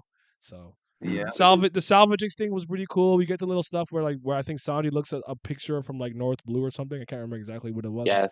A lot of little small He things like saw a that were picture of good. a woman. Yeah, Mhm. and it reminded him of his mother. Yeah. The The Blackbeard bar moment. scene. The Yeah, bar. the bar scene, the Blackbeard stuff, like all of it's really good. So um I I'm want to lit. put it higher, but all that stuff in the beginning with the fucking Salvage Brothers, the monkeys, I got you. Was just yes. but all that was I, doing was setting up Skypiea. So Yeah. now Skypiea, Yes. Yes. easily. terrible fucking art. Can't stand it. Oh no. I say Skypiea might be top 3. Oh Jesus. Well, it is. Oh Jesus. I'll be honest. It is for me. Hold on. Okay. Sorry, chat. I've been I'm thinking neglecting about it y'all. right now. It I'll might give be top 3. I'll give my case for Teach. He has real villainy with him being ambitious, power hungry, lustful. Other human traits I dislike Joker type overdone villains, which want to watch the world burn like Doflamingo. I'm with you on Teach. I think Teach is really good, and I have very high hopes for him. The problem with Teach really with me is like he hasn't had his arc to focus on him being the like main antagonist yet. I have to see that play out before I put him above and below whatever certain people. So for me, he hasn't done more than Crocodile yet, but I'm not mad at that. The Fire had the great art. Oh, I read that. Bellamy was the best. Like Blackbird introduction, the bar was great too. Yep, Scott Pia. All right, yeah. So Scott Pia, I usually fluctuate between second and third for me. Was my favorite arcs in One Piece. Um, I won't do too much because I'll probably talk too long. So I'll kind of just list off 3 things. When I was a kid, and I ran into Frieza when I was watching Dragon Ball. Frieza legitimately put like terror into my heart in the sense that I didn't think we could win. That's like I could feel the tension and like despair and like oh my god it's so like tense and everything, but like very rarely do am I like how do we fucking win, right? And Enero actually did that for me because he was doing his little god predictions and he was like lightning and they couldn't and I'm like he's a lightning Logia and I'm like I don't know what we're about to do. And he made Zoro, Wiper, and them look like they were child's play. And I said, "Oh my god, it's cooked." And then when I figured out, I'm like, Luffy, it's rubber. He's a natural enemy. Like, that is crazy. Then I started thinking at that point, I thought Logias were broken because I thought the only way to beat a Logia was somehow, some way, you have to have the elemental advantage or opposite to them in order to hurt them. I don't remember if the fourth movie was out around this time, but I remember even with Gasparde from the Dead Adventure, he had to throw flour on him when he was candy so we can like solidify him to hit him, you know? So I thought this was the only way to beat Logias for a while until we got with hockey and everything. So for a while I also put into my mind like the Logias are fucking unstoppable. Like they're so hard to beat. And I really thought that after he packed up Zoro, because he also like overpowered him. I think it's easy to miss. Like it's a bad matchup. You have fucking metal in your hand, lightning rod. I get it, but he also overpowered him. So I'm like, Yep, oh that he definitely man. did. Yeah, so Henry was a lot stronger than he looks. he stepped on him. Physically. Yeah. Stepped on him. Like, no, that's insane. I think that battle with Holy, um, Ohm, Zoro. Oh, am I forgetting? Wiper. I love that four way. I think it's really good. I thought it was really well. And then Scott Allen song. Oh yeah, it's so fucking funny, bro. Mantra, obviously, the introduction to observation hockey in this arc. I think this is the most visually distinct place in One Piece. I think it stands out aesthetically. It's beautiful. We're in the fucking sky, cloud sea, white sea. All that stuff was super good. Has so like the trials of orbs, everything. Cause you look at Satori, like Satori is not nice, and I'm like, Satori might be a problem. So many things like that, and then how important Dials became for like Usopp's and Nami's like general um fighting set and everything. Like I just think there's so much about this arc that for the detractors they never think about it. I do think people lazily always say this arc is just about adventure. It embodies One Piece, and I understand it and I get it, but I think it's a very lazy way of explaining why this arc is really good. So yeah. I'm gonna tinkle real quick, but keep talking. I gotta tinkle though. I shall step in to the limelight. Skypiea has every single thing that I adore about One Piece in one arc. And I don't feel like it overstays its welcome either. I don't think there was a single moment when I was engaged in Skypiea where I was just like, I want to leave. In fact, when the arc was over, I was like, I do not want to leave. I want to stay here a little bit longer. We're in the clouds. We got people with wings on their back.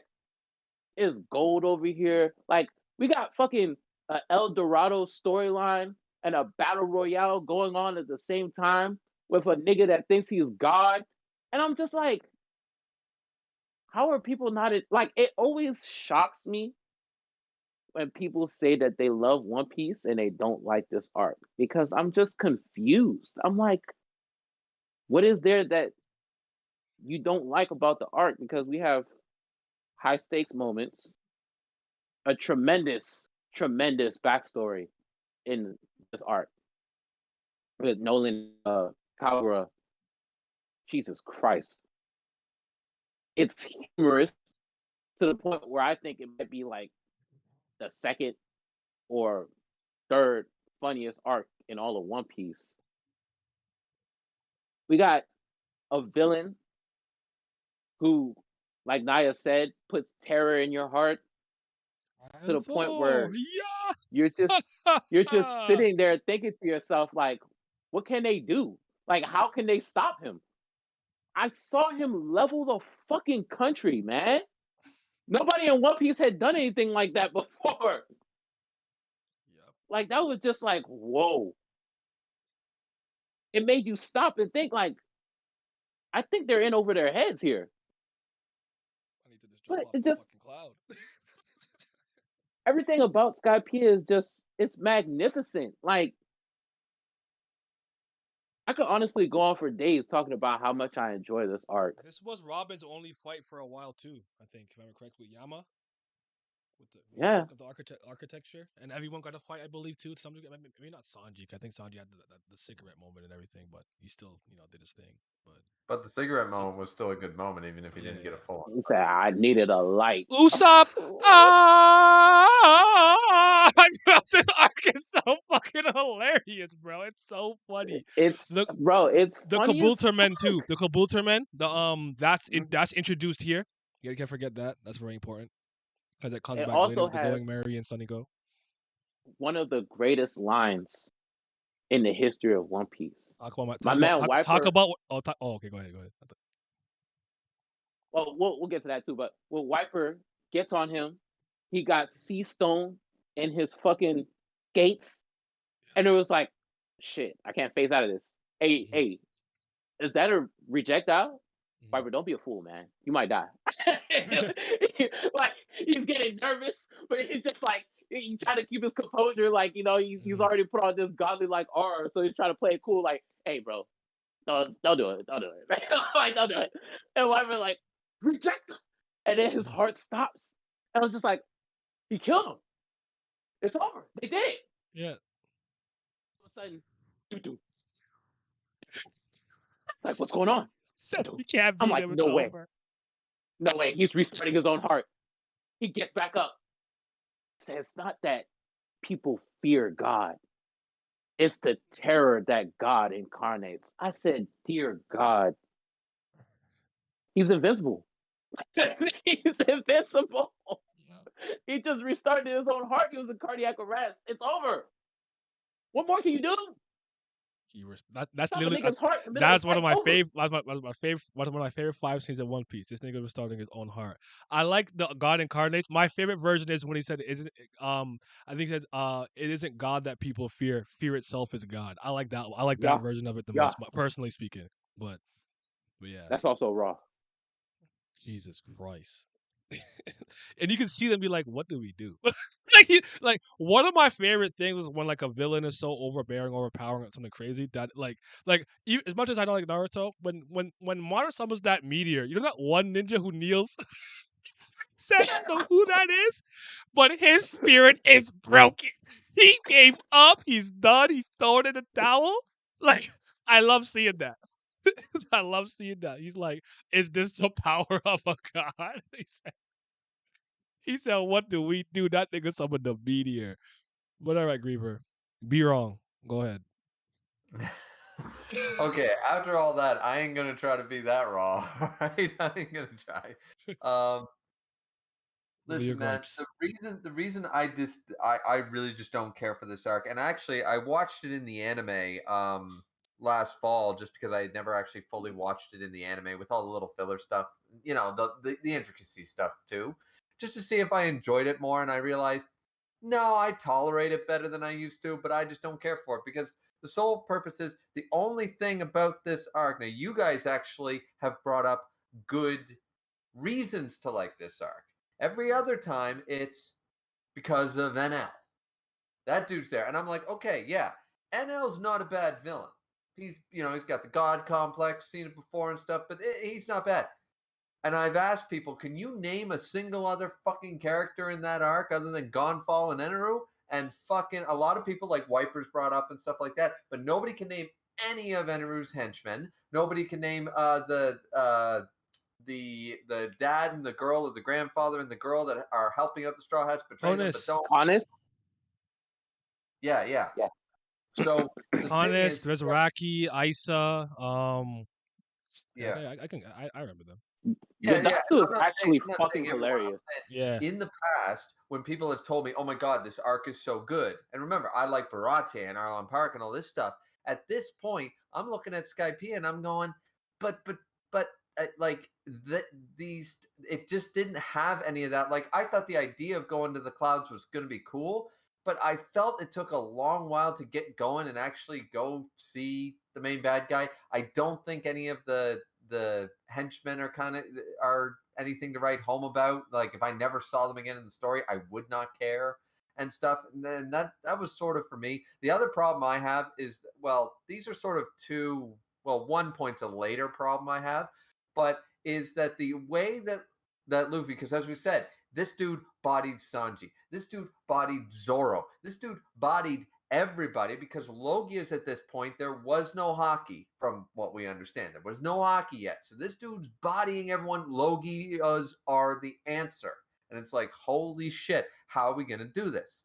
Now, the classic rubber thing, I was like, all right, Pikachu, rubber gloves, seen it before. Okay, fine dandy. The problem is that as an electrician, there is no such thing as an inductor. Everything's a conductor, just some things are worse than others. But everything on the periodic table, rubber, wood, everything is a conductor. This is a fact. You apply enough voltage to it, and it's going through or breaking it apart. 1 million volts, 1 billion volt attacks are destroying Luffy. I don't give a fuck. So that bothered the fuck out of me from that perspective for a long ass time.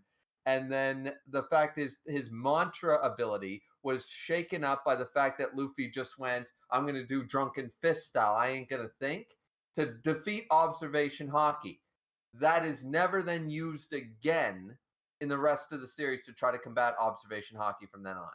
And I'm saying, it was a comedic moment. It wasn't serious.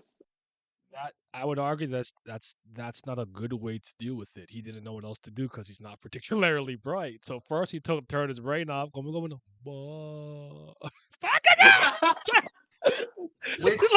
what are you doing? He's like, if I turn my brain off, I can't attack.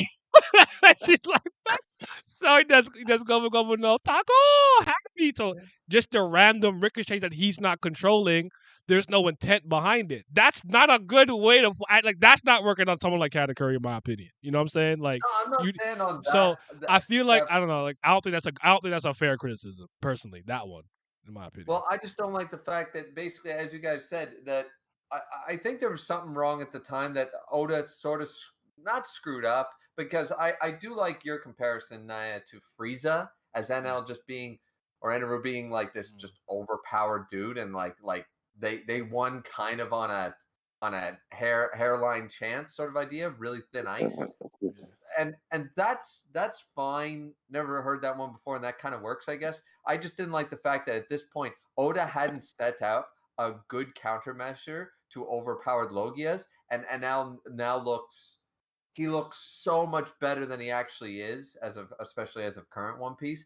And as I said, I just didn't care for the fairy verse and all this shit, and just traveling and battling these fucking guys. Like, I just, unlike the Baroque Works guys that I found were fun or cool or interesting, some of them, and some of their fights were cool, I was not interested in seeing the individual fights. I wasn't interested in the ruins. I wasn't interested. The best part of this was, for me, was the Nolan flashback. I love that shit. That was awesome. My favorite flashback in One Piece. That was some great shit. And then the ending of Skypiea, where they leave and stuff, was good, because then we got the shout out back to the dude's son Jaya and stuff, like, yeah, we rung the bell, we're here, blah blah blah. So there were, and I'm not saying there were weren't good moments. The Sanji fucking I needed a light moment. I mean, that's some peak Sanji shit right there and stuff. So there's some good moments. The rejectiles adding to Usopp's arsenal to make Usopp, because at this point, once again, there's no training of hockey. There's no this, that, the other thing. So how does Usopp improve as the characters get stronger? Add rejectiles to his arsenal and different dials so he can modify them and reuse them and stuff. That was a good way to make a Straw Hat that I didn't really care for. I like him better now, but I didn't really care for. Make him at least a little more battle worthy and stuff. So there were good points coming out of this arc. I just felt like it droned on. And at the time, I didn't separate Jaya from Skypiea, because it all felt like one arc. Because when we started the arc, it was all about go to this place, which we found out was Skypiea. They thought it was underwater. It was up in the clouds. But remember, before the bar scene and all that, that's where this all started. So this arc felt even twice as long to me, because at the time it wasn't really separated, and it's just like, okay, when are we going to get off this fucking cloud city and go back down to the sea? And I don't know. To this day, I've reread it. I like it better now, but I find like it's a bit of a slog to get through. Like, once they get up there and until they get to Eneru, I'm not really that excited. It's just me. I will say this. This has probably my favorite conclusion of any One Piece arc. Because after you get the backstory of Kagura and Nolan, you see how the separation of the island going into the sky and then them not meeting again has caused a discord of wanting between the two sides generations later, where they're not fully understanding like what happened. Like Nolan was supposed to come back, he never did. They went to the Civil War waiting for him to come back, and it didn't happen. And then Nolan was branded as a liar, saying that he never really went to no island over here like this. And Cricket and later Wiper on, meet so badly one day. Yeah, Wiper gets told that Luffy was told of this story that their ancestors were told about, and he realizes like, yo, Luffy is gonna be the one to like bridge the gap between our families. And he's like, ring it, Straw Hat, ring the light of Chandra. And he hits him with that Gumano golden rifle. Dog. The way that anime did it was so beautiful. You know what's sad about it? What? The remake, the episode of Skypiea, did not deliver. It didn't deliver at all. Yeah. Unfortunately. But the original anime, yeah, bro. Even the no Ogon soundtrack. He's like, no damn music. it, the electricity is getting discharged and he breaks the Raigo. I say, yo, Luffy's different, fam. It's just straight silence. All you hear is the bell. Dong. Then after that, oh son, can you hear it? And he got fucking Cricket crying, Wiper looking on, because he knows that the message has finally been sent. Yep. I'm just like, bro, this is one of the most beautiful things I've ever seen. Fuck just anime and manga. Like, this is the most beautiful shit like ever. That 400 years later little ancestral connection, like it just like, it did my heart good, man. It did my heart good. Like, yeah. I even like that when it goes to the G8 arc in the anime when they come down on the floating octopus. That was actually fun. That shit was so awesome. funny. Yeah, that shit was fun. I love that gif of Luffy behind the guy doing the peace sign. Jonathan, he needs to be fucking canon, man. I don't care what Oda has to do to make that happen. Condriano. But yeah, man, I could talk about Skype all day. We don't get anywhere if we don't move on. So I will let you guys go first because you know I like this arc a lot. So if anyone has any heat with Long Ring Longland, get it off your chest now because I'm about to praise it. Look, Chopper, it's your cousin. Fuck the Davy back fight and its made up goddamn rules. Next. I give Long Ring Longland a B. I think it's really good. What do you give it? I give it a D. Fuck that arc. The only good thing about it was Aokiji at the end. Why isn't everything in D tier? Why isn't everything I'm D tier since they aren't Kunera? You okay, Virgo? You drunk? You're out over there? I think he's trying to say, why isn't everything D tier since it isn't Kubera? I believe that. I know. No, I know, but I'm tired of having this conversation with niggas.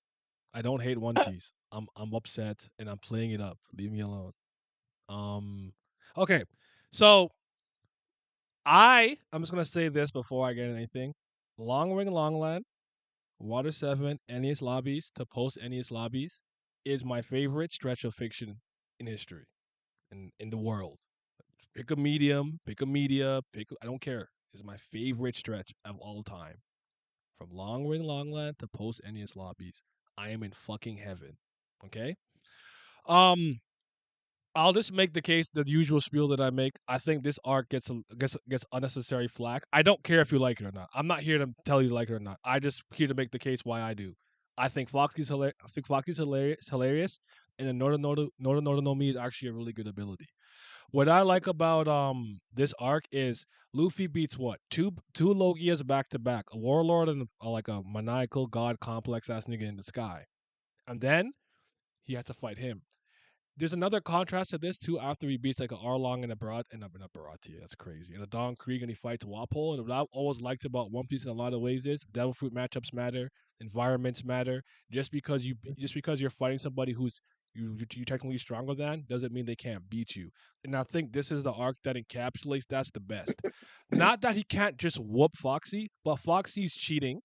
Luffy doesn't do well against cheating because he's a little gullible. He has a good ability, and he's manipulating the rules, and he has home court advantage because he's fighting him kind of an inch on his ship, and he's using all of those things to give him a hard time. But what I always think people miss about this arc is the stakes are just as high as they've ever been. How could I say that? I know you niggas hate Chopper and you think he's the worst character ever, or whatever, but you know what Nakama means to Luffy specifically and how much he cares about each and every single person on that crew. It would literally crush him and kill him and hurt him if he fucking lost Chopper in that sense. It meant a big deal for him to get Chopper back in that. I know he animates Chopper and Robin, but that's a fucking big deal. And I don't like when people downplay stuff like this, where it's like, oh, this doesn't have some like immediate impact on the entire universe of One Piece. It's not important. The stakes were just as high as they've ever been. And this is why I have a hard time talking about One Piece with a lot of people these days, because they have no concept of nuance. All they do is high diff, low diff, this is that, he's trash, he lost because of this. And I'm like, this is why I don't talk to you guys about One Piece. And I stay in my little bubble over here because I can't speak about this anymore. The actual minutia of this conversation are completely lost, and I can't stand that. Aokiji stuff's really good.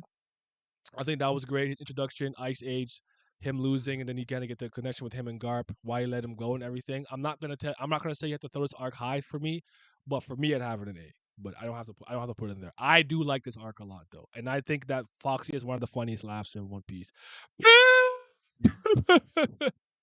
I'll, I like when he's depressed too. Like Luffy will ignore him, they'll get sad and they try to cheer him up. Plus, no sword styles in the anime was really good with Zoro. First time I see him not use, like you do a Tatsumaki with no sword, and I like when him and Sanji team up to like, all right, oh cook. I was like, that when they're done playing around, I'm like, all right, I like that. Is that the first time we saw a power shoot? I don't remember, but anyways, go ahead. I just want to quickly say that I think you and I have actually talked about this before now, because I don't think anybody brought up that point about Chopper and the stakes were high. I would agree 100% with you that this mattered, and it mattered to the crew and stuff.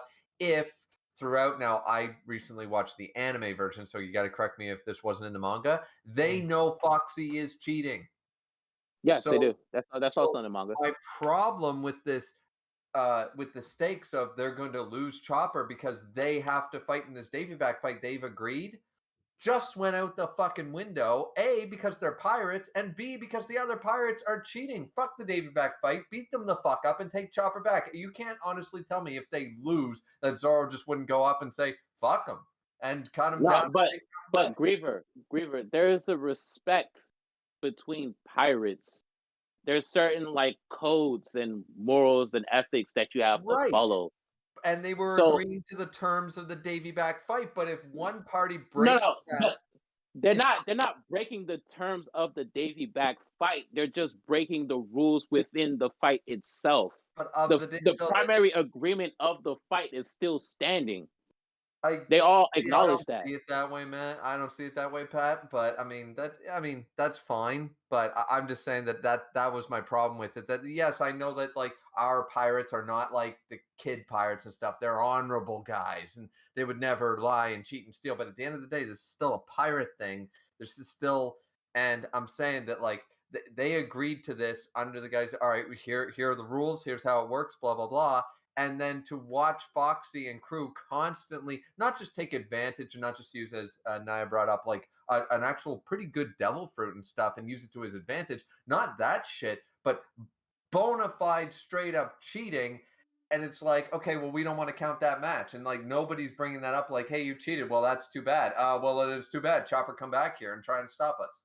Like, maybe it's too bad that you took Chopper by cheating, you know, like, what I did, like, that's what I didn't like about that they were basically not pacifying, but they were almost, it's like I can't think of the word, but they were placating like these Davy back dudes. They were like the Foxy crew, like doesn't really matter. It felt to me like it didn't matter what happened. If they had lost the Davy back fight, then they were just going to fight straight up. So so it lost consequence on me because, as Naya pointed out, there's no way Chopper is ever leaving. There's no way Robin's ever leaving. There's no way anybody's leaving with these guys. So even if they lose, something's going to happen and they're going to get them back. Like, I never felt like this was for keeps. And so it just felt like a gag filler arc to me and moving on, But that was my problem with the stakes of the fight. I mean, for Afro me, Luffy, that's Raw. And then you when get the it first comes inclination of to Robin being dangerous or not, or possibly untrustworthy, which leads into the next arc, which is why I think the Aokiji Kuzan part's pretty important. Go ahead though, sorry.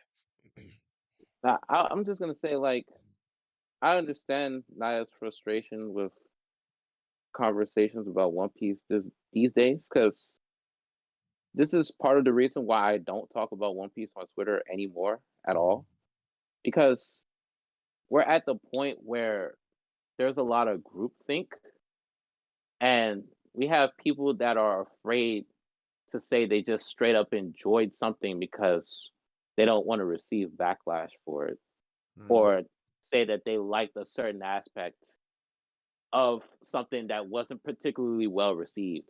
Like, I understand fully well that. Or I'd argue, Pat, they come up with a contrived reason for why they liked it, and just like, listen, man, I just liked it. It's okay. Yeah, You don't have just to justify it. Like, yeah. I fully understand that Davy Backfight is not really high on a lot of people's lists.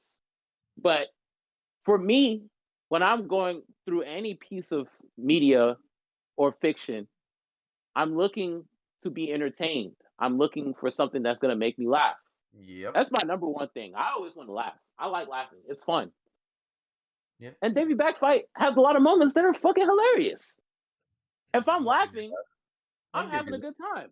So the arc's not bad to me because there was a lot of stuff in it that I thought was fucking funny. Like when Zoro and Sanji are getting cheated on in their matchup, and Nami's yelling at the ref, and the ref looks the other way. That shit is funny as fuck. Like, he knows that they're cheating, and he doesn't care. Yeah. Or when Luffy and Usopp are getting ready for the final match, and Usopp's like, "Oh nah, you should put this on. It's a fucking afro. That's funny as shit." Like, and do you ever the first translation we got, the power of the blacks? Power of blacks. That shit is funny as shit. I mean, Pat, that's no different from what we just discussed about Skypiea. The best I could offer you guys why I don't like it is nitpicks. But I'm not trying to come up with some super smart 4D chess reason as to why I don't like Skypiea. I'm not that entertained by it. It is against the grain, but it's not because I want to be special on the internet. It's because I'd rather read a different arc of One Piece. Let's move on. You know what I mean? So it's the same for people, I think, as you just said, that are if you enjoy Long Ring Longland, all right. I mean, if you've got reasons to enjoy it, fine. If you were entertained more than I was, great.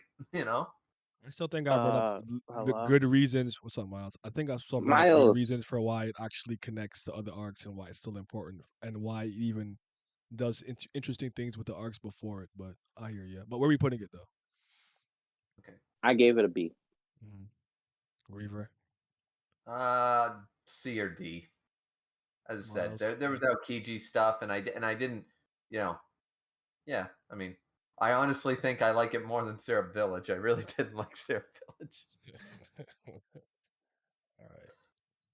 All right then. I just came because I just want to. I've no real desire to talk about One Piece. I just want to say, Griever, you have to be careful because I think you're conflating how yourself with the characters. Oda's intention probably was never for you to think that there was tension within the arc. It was more so for Chopper than you as the reader. You may not have felt that Chopper, there was no tension or whatever, and this was all kind of just shits and giggles because it's the Straw Hats and they're allowing these things to happen. But Chopper isn't aware of the things that you're aware of. Dramatic irony. Chopper's a new pirate. He doesn't understand what's going on. In Chopper's mind, this is serious shit, and it was for him to get acclimated to the new environment that he's in. Oh, Chopper, sure, Miles. I'll agree with you there. Yeah. But I'm saying as a reader, So I it's felt no tension or worry for my characters because I knew they were all going to be fine. yeah, but that was never meant to be the case. I mean, as I said, I was just responding to Nayad's part about the fact that this was important. There were stakes in the arc, and I acknowledge, yeah, there would have been, but I didn't feel like they were high tension stakes. It was more of a response than anything else. But yeah, Why are you putting Water 7, man? S? What? Why are we asking? That should be a consensus. You never know. There's always a weirdo. There's always a weirdo. I mean, I'll This argue. should I'm a be a weirdo. I'm a consensus. weirdo for the debut fact fight. You know, it's always a weirdo. You never know. Cause I'll throw it straight in the ass. Cause like I told you guys, this is the greatest stretch of fiction to me, from debut back fight to post Ennius lobbies. My favorite thing about Water 7 is actually Iceberg. Iceberg's my favorite thing about Water 7. I think he's one of the greatest examples of an in arc character that is utilized to its fullest, but still has a little bit of a trickle down effect that permeates the other parts of the series through Cutty Flam, aka Frankie. Frankie's traveling with the straw hats and everything, him helping him build a Sunny Go is how he stays involved somewhat to some degree. I'm not saying he's super important in that sense, but I think this is how you do it. I thought he was super impressive from the get go. Tyrannosaurus, fucking rat, goat, mayor of the city, fucking Khalifa was saying a sexual harassment. Him telling Luffy, "Oh, you're the captain? Yeah, y'all about to die. It's not serious." Because like Luffy's like freaking out about basically freaking about the going married and everything. And he was so unimpressed with Luffy's like demeanor as a captain. It's like, bro, end of the day, this is a fucking ship, not a person. You will die. I cannot fix this. And what I think is extra brilliant about this, because a lot of people don't put this together. I had a video about it. I ended up deleting it because I thought I could make it better, and I never ended up remaking it. But this arc, pretty much not embodies, but it kind of reflects the ship of Theseus thought experiment. I don't know if you guys ever heard of it, but sometimes it's called the Warrior's Axe, or like sometimes they say, I think for kids they might use a sock. But it's essentially the concept of you have like a ship that has a lot of sentimental value to you. It's expensive, it's important, you like it a lot, right? And let's say through the course of 15 years of sailing, at some point, every single part of that ship has been repaired and replaced with new materials and new part. Is it the same ship? Yes or no? Because you can argue, you just start from the rudder or the keel, whatever, the spine of the ship, you remake it in the same way as the merry-go, but it's not the same ship. And plus, with the added stuff of the Kabulter this was introduced in Skypiea. Reaver, looking at you, right? Right? It comes full circle. So I'm like, nah, man, this shit is brilliant. Like I can go into all the other things, like I love Kaku jumping off and Zoro waking up and like Usopp. Well, no, it's too square. It's it's not Usopp. But him being like, you're not a carpenter, you're not a shipwright. The double entendre of him masquerading as one actually being a CP9 agent. The big is it Aqualunga, the huge wave, the Aqua part. Laguna. There we go. Like all like I can go through all of that, but like the things that I kind of started with are the things that I'm the most impressed about this arc. I'll leave all this stuff for you guys to speak about.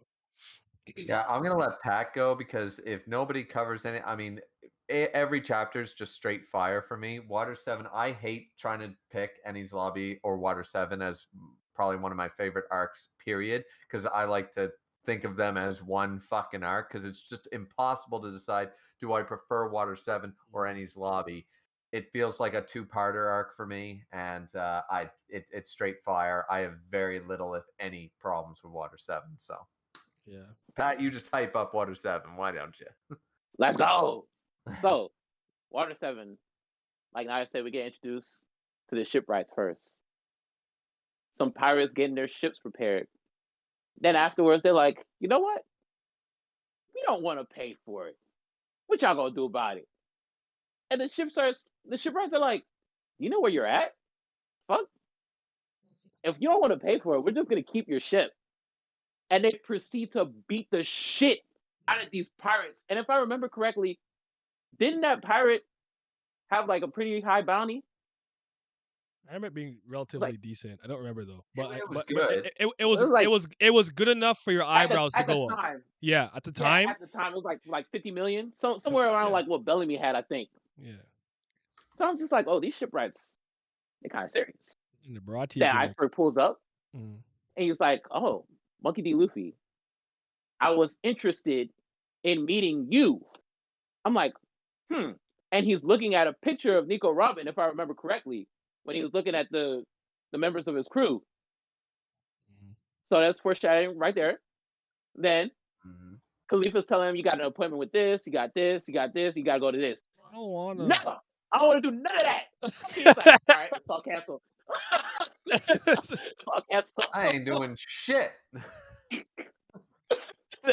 He was like, I'm Iceberg, and this is my pet mouse, Tyrannosaurus. What? Like, I can't even get a read on him. He's doing so many different things. He's so great, bro. He figured it out. He solved the mystery. He's so raw. He does not get the respect he deserves. Iceberg is one of the 5 best characters of One Piece. I don't care. Water 7 has so many different pieces that is just truly enthralling to follow. You have the backstory of Frankie, Tom, Iceberg. You have a fucking murder mystery where Iceberg was shot. They don't know if he's dead yet. Robin's missing. The whole town thinks that the Straw Hats are responsible, so they're chasing after him. So Robin's missing. Usopp and Luffy just got into a big fight. I'm going to backtrack. Actually, let me backtrack. Usopp gets the money stolen from him that they need to repair the ship. And being the kind of person that he is, tries to get it back on his own to not be a burden to the crew, and ends up getting his ass whooped even worse than before. The rest of the crew, that was hard to see, man. It was hard. I felt so bad for him. Yeah, I really did. That's where I finally actually I went, okay, Usopp isn't like, because I expected him to blame it or run away or whatever. He was just he's like, and he cursed his own weaknesses and stuff. It was a good character building moment for Usopp and for readers to acknowledge him as more just a guy who runs away, you know? Yep. And then Luffy, Zoro, Sanji, and Chopper find Usopp laying in a pool of his own blood. They ask if he's still alive. Chopper's like, yeah, just barely. They pull up in the fucking Frankie house, kicked the fucking door down, and told all them niggas in there, get ready to have every bone in your bodies broken. And beat the shit out of every last one of the members in that house. They go back to the ship. They're trying to make Usopp not feel the guilt of losing the money, which in turn is making it worse because he's already feeling guilty. And then it's just like, like that soft, sweet killing sickness that someone has for you when you already feel down. You don't want to hear that shit. And they're like, we could just get another ship. And I want people to understand, Usopp did not throw a fit over the Mary just because it was given to him by Kaya. That's not why he was upset. I've always hated that argument. Yeah, no, it's a portion of it. Obviously, it's important, but that's not the yeah.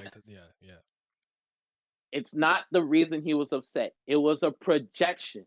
He felt that they were discarding the Mary because it couldn't go on, and in turn projected himself onto the Mary and felt that if he wasn't able to keep up with them, one day he would be discarded as well. And he wasn't there when Luffy was putting his foot down for the Mary in front of Iceberg because he was getting the money stolen from him. So he didn't know that Luffy also felt as strongly about the Mary like he did. And then, obviously, if you've ever been into a situation where you're in a room full of men getting into an argument, things get said that people don't mean. Sometimes and then, runs high in our veins. Bro. Yes. Sometimes when you get into an argument and somebody says the wrong thing, you just start fighting. That's just what happens. Yep. Damn straight. Just literally all it was. So Been yeah, there we many fast times. track. Usopp's not in the crew no more. Robin's missing. The whole crowd, the whole city hates their guts. Sanji is off doing Lord knows what because he runs into Robin in the middle of the street. And another thing, when Sanji said a man always forgives a woman's lies, obviously he's not fucking talking about every single woman on the face of the goddamn earth. He's being chivalrous, which is what his personality is, and he knows that Robin is hiding something. Yes. Like, again, they don't understand nuance. They don't understand these type of things. Like they just, like he means that, like, so a girl's like, any lie they tell him is okay. Like, you guys can you guys, like, think about the context of the situation and what you know in hindsight. Robin When wanted to stay on the goddamn ship with them. She didn't think it was possible because the government was after, so she rather sacrifice herself before she was discarded by them. Maybe the same way she always was during the shit. She was 8, I think, and she was yeah, 30 then. So what? I can do math, whatever. 20 something years of her running from the world government, right? So I still didn't give you a concrete number, but yeah. So um. I actually like that moment a lot with Chopper when he's like squeezing the water out of his shirt. It's a really good moment. I hate when people like try to make it something more than it really is. It kind of reminds me a little bit of the Wano moment. I'm not a Wano fan, but the moment with Black Maria, and I'm like, so yeah. many people misunderstand why that scene's really good. Well, I think it's one of those things where when you look at a line nowadays, like people need to remember, like as I said, like there's subtext and there's also context every single time. Like every situation is not going to be black and white. So when a character says something that sounds black and white, they are applying that black and white statement to the current situation, even though it seems like it's not a blank check to write across every single situation they get in tomorrow, the next day, and the next day. It's right now, this is the rules I'm laying down. So when he says you always forgive a woman's lies, he's talking about Robin in this situation, in this moment. And that's so obvious, and people just miss it. Dad always Just I says this, don't and I believe understand it where more we and more got every to this day. But he point. says reading comprehension is at an all-time low. He's not wrong. Yeah, you beat me to it. Like everything has to be fucking spelled out for someone to understand it nowadays. Mm-hmm. I don't get it. It should be easy to put two and two together when you know the character, I you know what's legitimately going don't on, think these you hear people are him say smart. I something. really think they're stupid. It's not a joke. Like, I really think they're dumb. As condescending as it is, a lot of Manga got really popular and a lot of things got lost. Also, the berry bounty on Buddy was 36 million, and he was Mikazuki, the captain of the big helmet pirate gang. Yeah, so like around Arlong then. So Yeah, that's so a probably what it was. 36 million berry bounty dude got his ass whooped I thought it was a with little bit no. higher, but it was still impressive enough because they're like, if you Yeah. don't pay, we'll just keep the shit, bro. Like, it's still raw. It is still raw. So Ennis lobbies is obviously going in S. Yeah, and he's lobby. As I said, I can't separate the two because the hype moments are hype. The storyline is just it's here's part one and part two of the I agree same. with you because, like, I always say, like, my favorite part of One Piece is the Water 7 saga. I don't Right. really. It's difficult for me to separate these two, but I actually would argue that I feel the same way from the Davy back fight to post Ennis lobbies. I think they seamlessly transition into one another, because with the Davy fact fight, it's because the dissension that Kuzan caused about Robin that rears its head in Water 7, and then from Water 7 on the Rocket Man we go straight to Ennis lobbies, and Ennis lobbies we go back to Water 7 just to get like the ending parts of what's going on, and then the Yeah. finality with Garp and everything. So to me, it's like one seamless saga that goes into one another. Cool if you hate Davy back that much, you start with Water 7 to post Ennis, sure. But then I think that you're now removing the part where you got the first inclination that Robin is a little more suspicious, or something more is going on there, whatever. So yeah. Ennis I've lobbies, I don't know, bro. I it has my favorite scene of all time in it. I want to live. Please take it back I to sea want to with live you. a good one. It is my favorite scene of. I still can't read. I can't read, play, or watch this scene without getting goosebumps and like have and getting like a little like emotional. I can't do it. It's been how many? It's been like a decade plus since the first time I experienced this scene, and I still get emotional every time I hit it. It's just I feel like you can. And I think Rob Lucci versus Luffy is the best fight in One Piece still to this day. Yeah, Yeah, it's I won't probably argue against it. But you know who the MVP of this arc was? Me. it's Pimp just a ship, Smoke bro. No, it's not. Sanjay. Yes, sir. Look, Talk about the first of gates. all, Talk about the gates. Oh, justice. I'm gonna get to that. But Usopp is chained to Zoro. He's handcuffed to Zoro. He's getting in his way. Sanji pulls up, and Zoro starts smiling. Why? Because he knows this fuck nigga ass wolf is about to get handled. They get the cuffs. Usopp's sitting there like, damn, what can I do? And Sanji's like, look, you've been on the crew with us for how long? Obviously, you're not a brawler, bro. Stop trying to think you can take down people in a fight. I'll do what you can't do, and you do what I can't do. I'm like, bro, those were the words that Usopp needed to hear to understand that he still has usefulness in the Straw Hat crew. Also, sorry, real quick. This, if I remember correctly, too, I don't know if I'm thinking of manga or anime. I think it's the first time they straight up address him as Usopp in that moment. They were playing along with the Soka King thing, but when Sanji said that, he said, "Think, Usopp," and then you go under the mask to see like this. What I'm talking about. Art and literature need to fucking go in a symbiotic relationship, bro.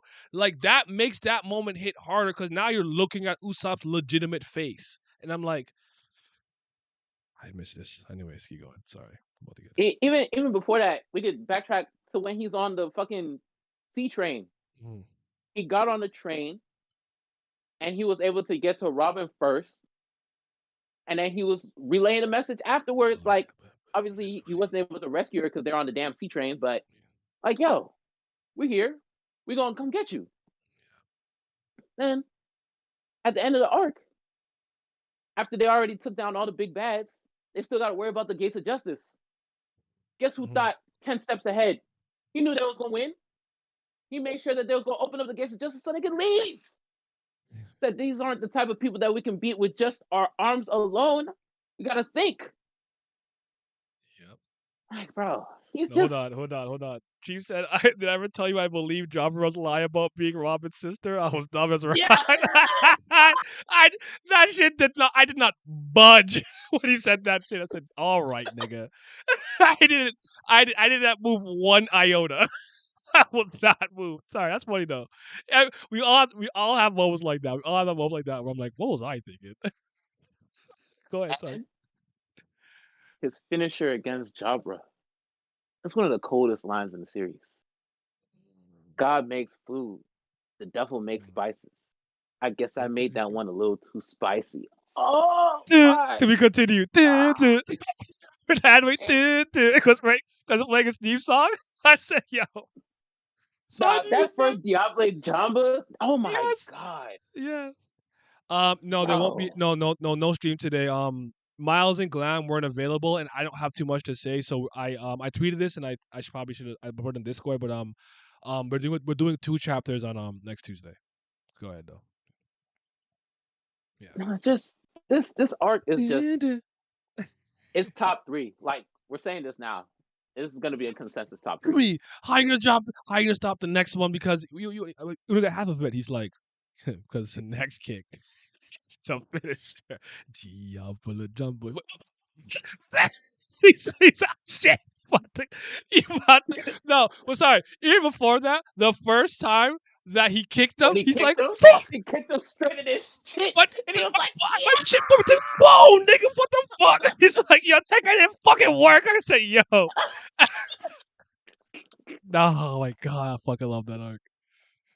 And I don't like when people downplay. A lot of people downplay the fact that he was able to beat Jabra. They act like Jabra was some sort of scrub.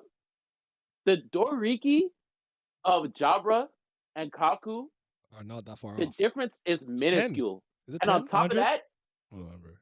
That's not a lot. I can't remember exactly. On top of that, though, Jabra was the only one in the CP9 that could do Tekai while moving. While moving. Yep. It was the only one. Cha-pa-pa. But yeah, man. Yeah, that fight's incredible. Sanji beat his ass pretty quick, but that was really good. I like Kaku versus Zoro a lot too. It's my second favorite fight for him. It's a really good fight. I really like the part where he gets to say Polly's line. Yeah, by the way, you're fired. Yeah, I said, yo. But them getting all their little new forms and stuff was really cool. Also, the Rocket Man part up until there was really fun. I love the part where they're like, "Where's Luffy?" And Luffy's been gone, and he's just running through Marines. He's just like literally Dynasty Warrior, just folding thousands and thousands of Marines on his way to find Robin. It was really good. So, the Soke Gang, the song, Soke no King no Shimade. Shimade, Umareta Eta Orewa, orewa. Hyakpa Gatupata Tyakuchu. I love that song. hyakuju. Lulu Lulu la la la. la Lulu. And then even when he's like singing it out loud, he's there singing at the fucking top. I'm like, this guy's singing the song out loud. I respect it. I respect it. I always have to add this. I felt extra bad, and I was extra motivated to see the Straw Hat save Robin because I didn't trust her, and I felt bad about it. So one of the I remember another I fucking hate. I will say I hate Water Seven to some degree, like the saga, because I cried like 55 times, but I was like. I don't think I cried enough when I read it. But I remember I watched the anime when Robin this is Water Seven when Nabi tells Luffy when he's stuck between the two buildings about Robin didn't betray them. She's actually gonna die for them. He's like, "What are you doing? You're playing around." He's like, "I won't let her die." And I've always liked that fanfare when it goes doom doom, doom doom doom doom doom doom doom. I'm like, this is moving me. I'm crying. I'm like, why am I crying? Like I don't know what happens already. Like, that's... Yeah, what you doing? Zoro comes about the goddamn chimney. He's like, what the fuck? Dropping point. Chopper takes him up. Aqua Laguna comes. Yeah, just Sniper Highland is in your heart. Sniper Highland has to be real. Deserves to be real. I hope it's real. In some way, shape, or form. It'd be really cool. But so far, so many of Usopp's lies at the beginning of the story have been coming true. true. So In some way, I shape, or would form. I believe Griever, chime in before we keep going. My brother, chime in, man. try In these what? Sorry. lobbies, chime in. Come in.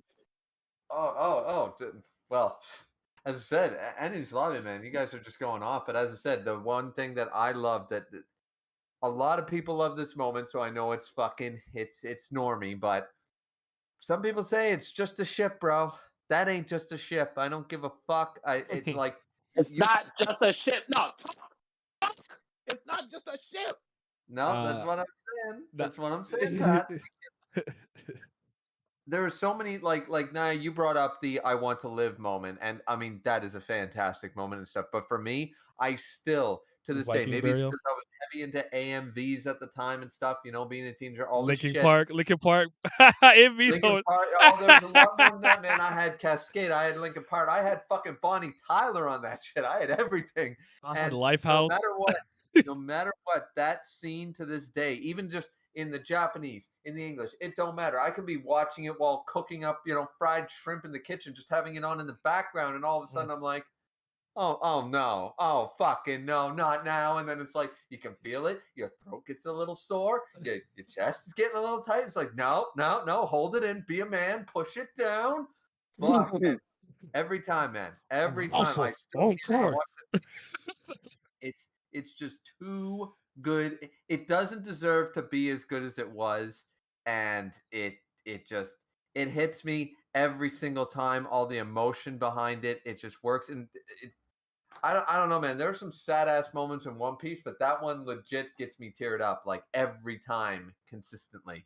And also, and leading up to all of that, you have, as you were saying, one of the best fights in One Piece, easily, if not the best fight, with Rob Lucci and stuff. And you've got just all this build up towards Robin being an actual member of the crew officially. Like, this is her official, like, her rejoining cements her as an official Straw Hat sort of idea. Because we didn't know she was the only one who joined that Luffy didn't ask or go after at this point. So it's like, wait a minute, like, does she really count? Does she not? That's a good point. That's a good point. But this is where Luffy went after her and said, "Do you want?" And then she asked, "Can take me with you?" And he's like, "All right, let's do this, motherfuckers." And so that's where Luffy went to get his crewmate. She just didn't join out of convenience anymore. So So much came through in this arc. It was fantastic. Never felt like it was going on too long. All the fights. I even like the weird Nami fight against what's her Khalifa? yeah, Yeah. I actually think that that's okay. Like in Alabasta, I like Nami that has fight. to fight on her own, and she Hmm. actually has to showcase that she can do some shit, you know? So they're just everything was good. Usopp was, of course, not my favorite character still to this day, but in this arc, he shows the fuck up, you know, and stuff. So it's just like, yeah, anything that was sort of like, you know, I could take it or leave it was just on fire completely. It was just way too good. And then as Naya said, like if you look at it from the Aokiji moment all the way to Post Enies Lobby as this being one arc or one big saga, this was the culmination of all that tension and all that shit basically finally hitting home. And it was, yeah, I love it. It's one of my favorite arcs. Like Also, just outside of One Piece, just in general. Yeah. it would be remiss of me to not bring up the point of Robin's backstory, which is one of the most emotionally gripping things I've ever seen. Yeah. But in the flashback, when they ask, when Robin asks Olivia, "Are you my mother?" Hmm. and Olivia tries to deny her because she's trying to keep her safe from the government, Just and then do it. it's one of those traits that Oda has where he's depicting different ways to approach a certain brand of what's the word that I want to say, a certain brand of a relationship where, like, obviously in Nami's backstory, when How long? Belmera could easily have denied Nami and Nojiko, but instead she chose to embrace them no matter what, even though it was going to get her killed. And in this situation, you have Olivia denying Robin, trying to protect Robin. And it's like you look at both of those situations and like you can't really tell if Contrast there's there. a better way to go about it. Yeah, there's like you have different varying sides of the same coin, Yeah. and then in the end, you're just like they both handled it the way that they felt was best. That's a good point. I actually never thought about that. Actually, that's a good point, Pat. I never looked at it that way. There's a lot of parentage going on here in Yeah, different ways, like step parents, blood parents, all that stuff. And it's interesting to see how they all handle their deaths, sometimes due to their children, like Dr. Hirlock, adopted father of Chopper. Then you had, adopted for Nojiko and Nami, and stuff like that, and the way they went about protecting their kids and putting their life on the line for it. And yeah, good point. I like that. Yeah, very good arc. I want to point out a couple and of things. Oh, wait. Before you go, you wouldn't be Naya if you didn't talk about the first time Luffy went Gear Second. You have to do it one time, please. I love hearing about it every time. All right, man. Listen, bro. Listen, man. Let's Look, go. look, look, man.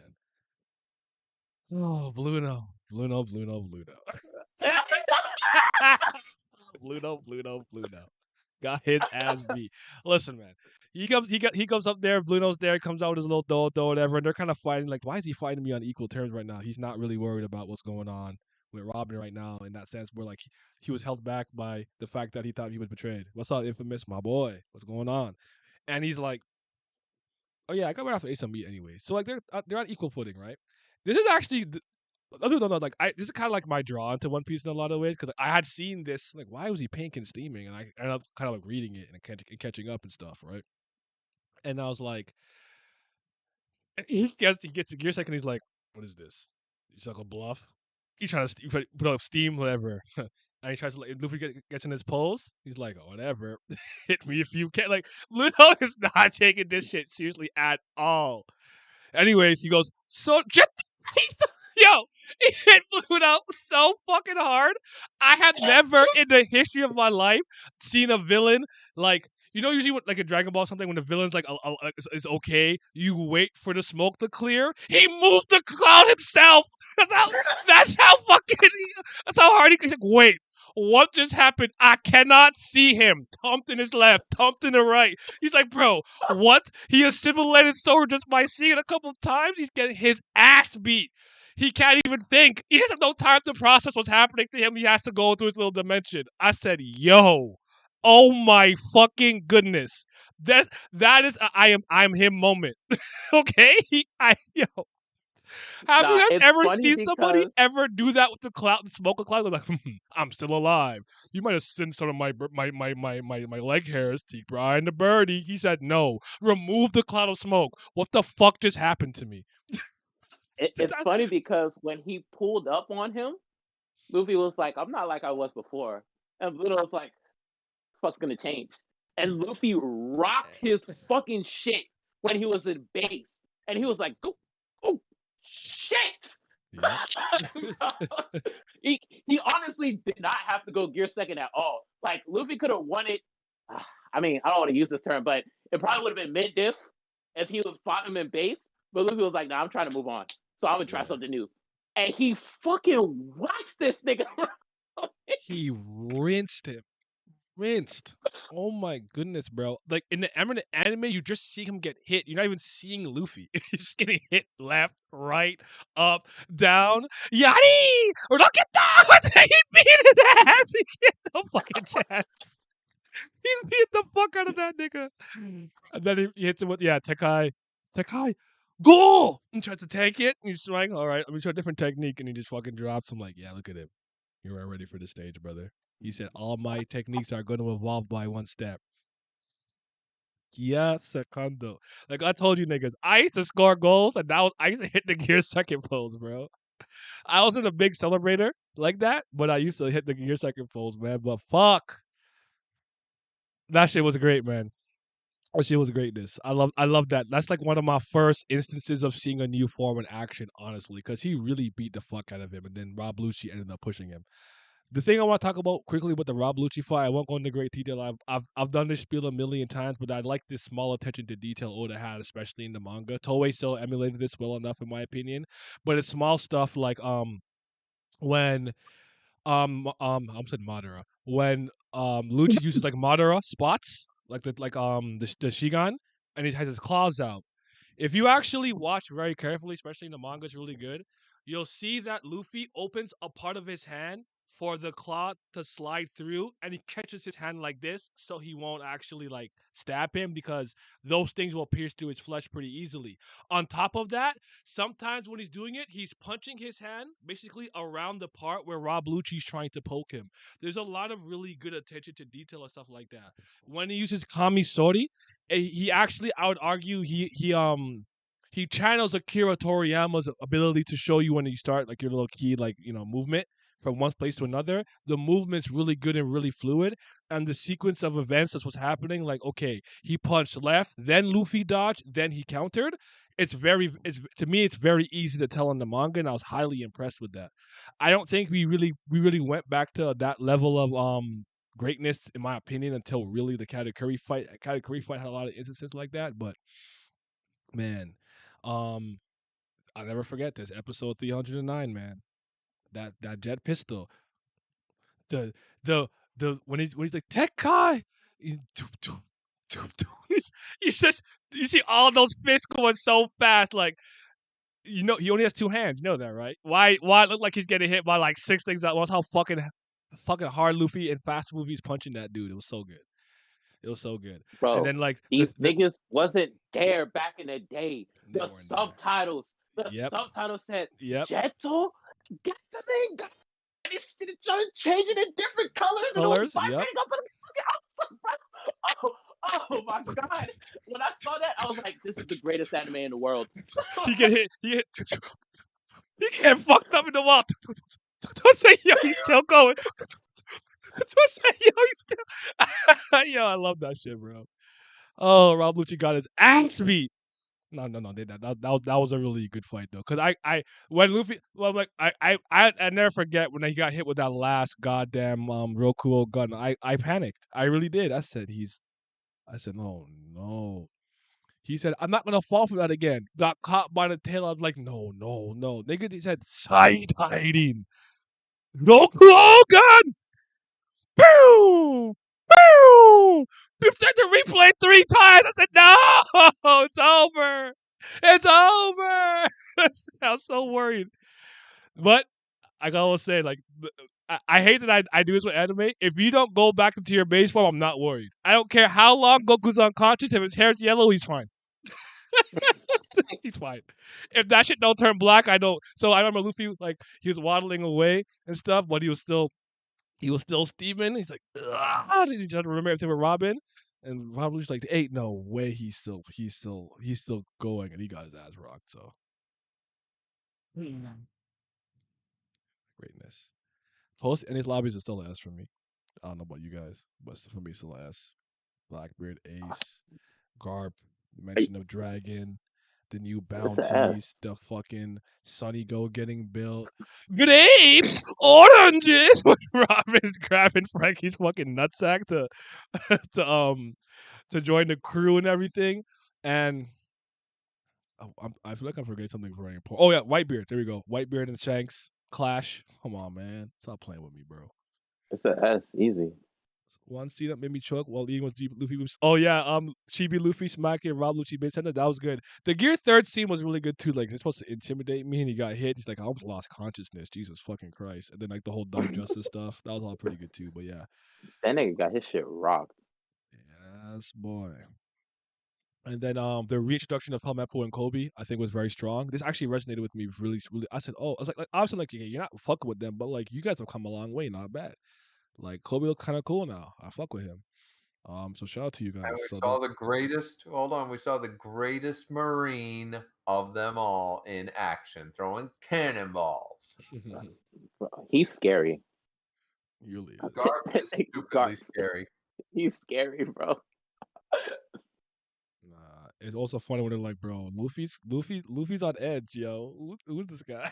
Why Luffy scared? Luffy's like, Bro, yo, he gave him a regular punch, and Luffy said it hurts. I said, what? What? This man can't be damaged by blunt attacks, and he fucking hurt him with a normal punch. And Zoro's punched him, he going, said it. you can't be hurt by that. yo. Sanji and Zoro like, what? It hurts. He did. Yep. Drag. Yeah, that was that. Yeah, it's good. I like the end of that arc and everything, man. It wraps up really well. Thriller Bark. This is contentious for a lot of people. I don't have heat with Thriller Bark, and I think it has a very strong end with Kuma, and the Udis' shock, and nothing happened. Like I think it ends very strong. I can understand you have some reservations and problems with the build up to that point, but I also like Gecko Moria from the standpoint that he embodies incredibly powerful pirates that had their spirits broken in the New World and ran back to paradise to find some type of way to scheme. But scheme and find a way to like become Pirate King without kind of just going at it head first with nothing but belief. And I think this series showcases that if to be Pirate King, you have to want it, believe in it, and go with it with earnest and go forward. Not try to find these like workarounds or whatever the case is. If that makes sense.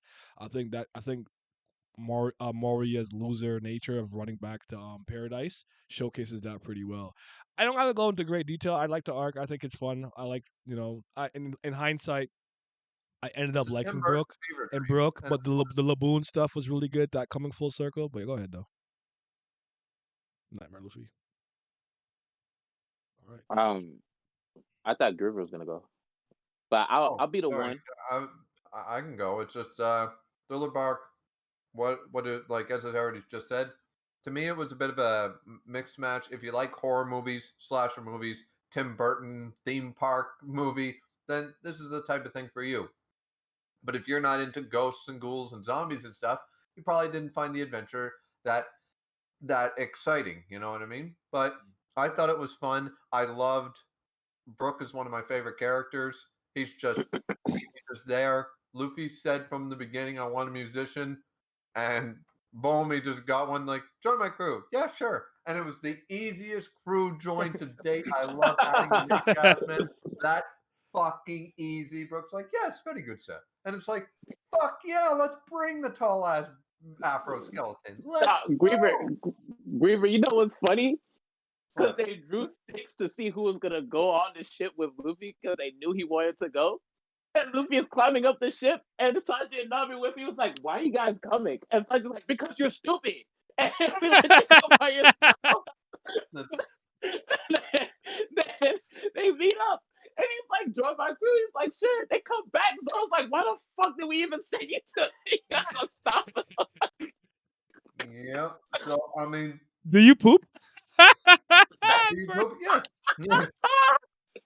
Oh, Brooke is not only a delight and just a great addition to the crew, but Thriller Bark once again didn't outlive its usefulness. It was a little bit of fun. We got fun with some characters and there's some cool stuff, Ryuma versus Zoro and stuff like that, and the whole team That up Shishi thing. so hits different. Yeah. Oh, So God.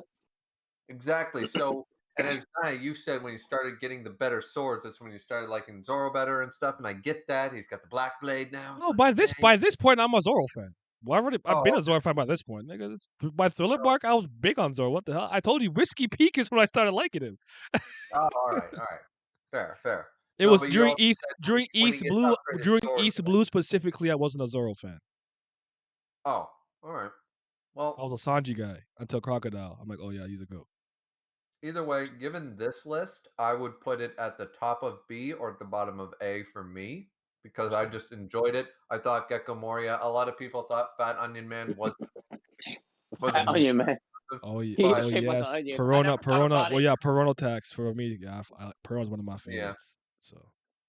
So I was good with it. Mm. Now, Uh, I'm a put my cape on. And I'm gonna say this. I think people are harsh on Thriller Bark because they're coming down from a water 7 high. and I Yep. understand I that to honestly some think degree. that's what the biggest thing.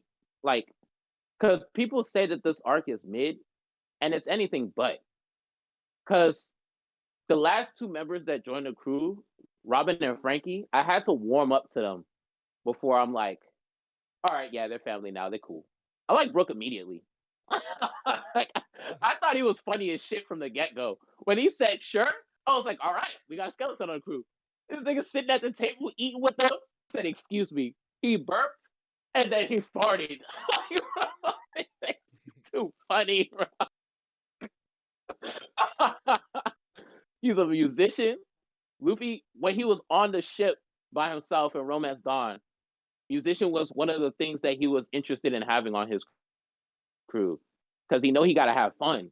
Like they ain't got no fucking Switch or a Steam Deck or whatever.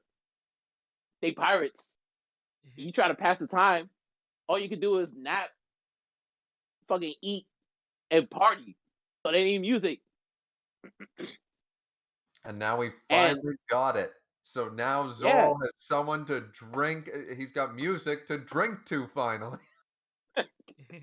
nah, this arc, fucking, I think it's one of the 3 funniest arcs in One Piece with Impel Down Skypiea. Like, it's just so many moments where I'm losing my head, laughing my ass off. Like when Usopp's like, I'm always negative. That shit is fucking comedy, my That guy. Like, works. I was rolling on the floor laughing. When Luffy put a fucking zombie back into the grave. Yes. I love that. I But love that. every Just zombie beyond movie needed to funny. learn. He He's said, like, go back in there, little undead nigga. I said, what's up? he said, yo, he's just like, this shouldn't be happening. Like, he doesn't understand the concept of zombies. The guy He's like, pops no, back out the I grave. don't want to deal with zombies right now. Push him back into the ground. Stay there. It's an old man with a big wound. I'm like, nigga, what? It's a zombie. Yeah, He got the fucking. he guessed it wrong every time. I remember, it was like, oh wait, is it that old man with the wound or zombie? Like, oh, that shit was so fucking funny, bro. And they fucking see this Care Bears. Care Bears bite him. He's like, yush. And then he punched the shit out of the dog. And Perona's negative ghosts go through Frankie and Luffy. And Zoro's like, this happens because you guys don't take anything serious. And they go through Zoro. He's like, I wish I'd never been born. Sanji's laughing at this nigga. Be like a sea anemone or something like that. Oh, shit was good, man. Where you think that the monster trio saw kills me every something time? real funny. Oh, the way. Oh yeah, what did they say? A meat carrying lovely woman with a swordsman. They're like, huh? Meat talking sword. So I said, beautiful lady. I said, in no way. That's what woke them up. That was good. That was good. And the little mice, the little sneaky ass mice, the spider mice. That was, yeah. Meat woman swordsman. Yeah, that was good. I like this arc, It's man. just through I like this arc. Thriller arc. Through the Bark is a really good arc, and nothing happened is top 5 moment to this day. Yeah. And I like the Nikyo no Mi. It's one of my favorite devil fruits. So Yeah. It's like if I laid a hand on him now, I'd look bad, wouldn't I? did we say top of B? Sorry, what did we say? I said A. Oh, okay. Cool. I said A or B. I'm good No with either. I got no problem with A. Oh, Awesome. Sabaody. And it's still got nothing happened. Yeah. It's just ooh, man. Sabaody. Yeah. That's for me. The body? Yeah. Yeah, I Of was course. about to say Of that's course. yeah. Yeah. We don't even have to think about it. Yeah, I don't think Sabaody. there's Bruh. Sabaody. Okay, let's talk. What, listen, supernovas, law. We're not used to like Hawkins. But most importantly, bro, ep- I think episode 403, but bro, my favorite Marine, my guy, may his Seiyu rest in power, Borsalino, Kizaru, the yellow monkey. I think yellow monkey goes by yellow Yes, monkey, Yellow Monkey. bruh. I love that nigga so much. I'm like, he's a light Logia. He said, yeah, he was kicked at the speed of light. I said, this guy, he might be the one. This guy's moving me. I didn't dislike the ice guy, but him, he might be him. And then like I never Bro, fell off him again. But I really, really, really, really, really, really love this in the anime specifically. They did a good job of showing how fast he is. Cause man, DS Drake is still looking looking at the up. part where he kicked a poo, he doesn't react to Kizaru coming to kick him in his fucking blood clot. Like I couldn't believe it. I said, "Yo, he's still fucking over there. He's he's over here, bro. Like, what are you doing?" I said, "Oh no." Then Hawkins, you just look at Hawkins, just hits him with a little pew. He's like, "Oh, you guys are some bagemono da." Yata no Kagami. Nanina? and One! Dude. And two! Looked at Hawkins. Boom! Three. I said, yo. Yeah. and the Damn. best thing about him flexing is that it just showed off how badass Oh, Rayleigh was at the Kashine. same time. Mm-hmm.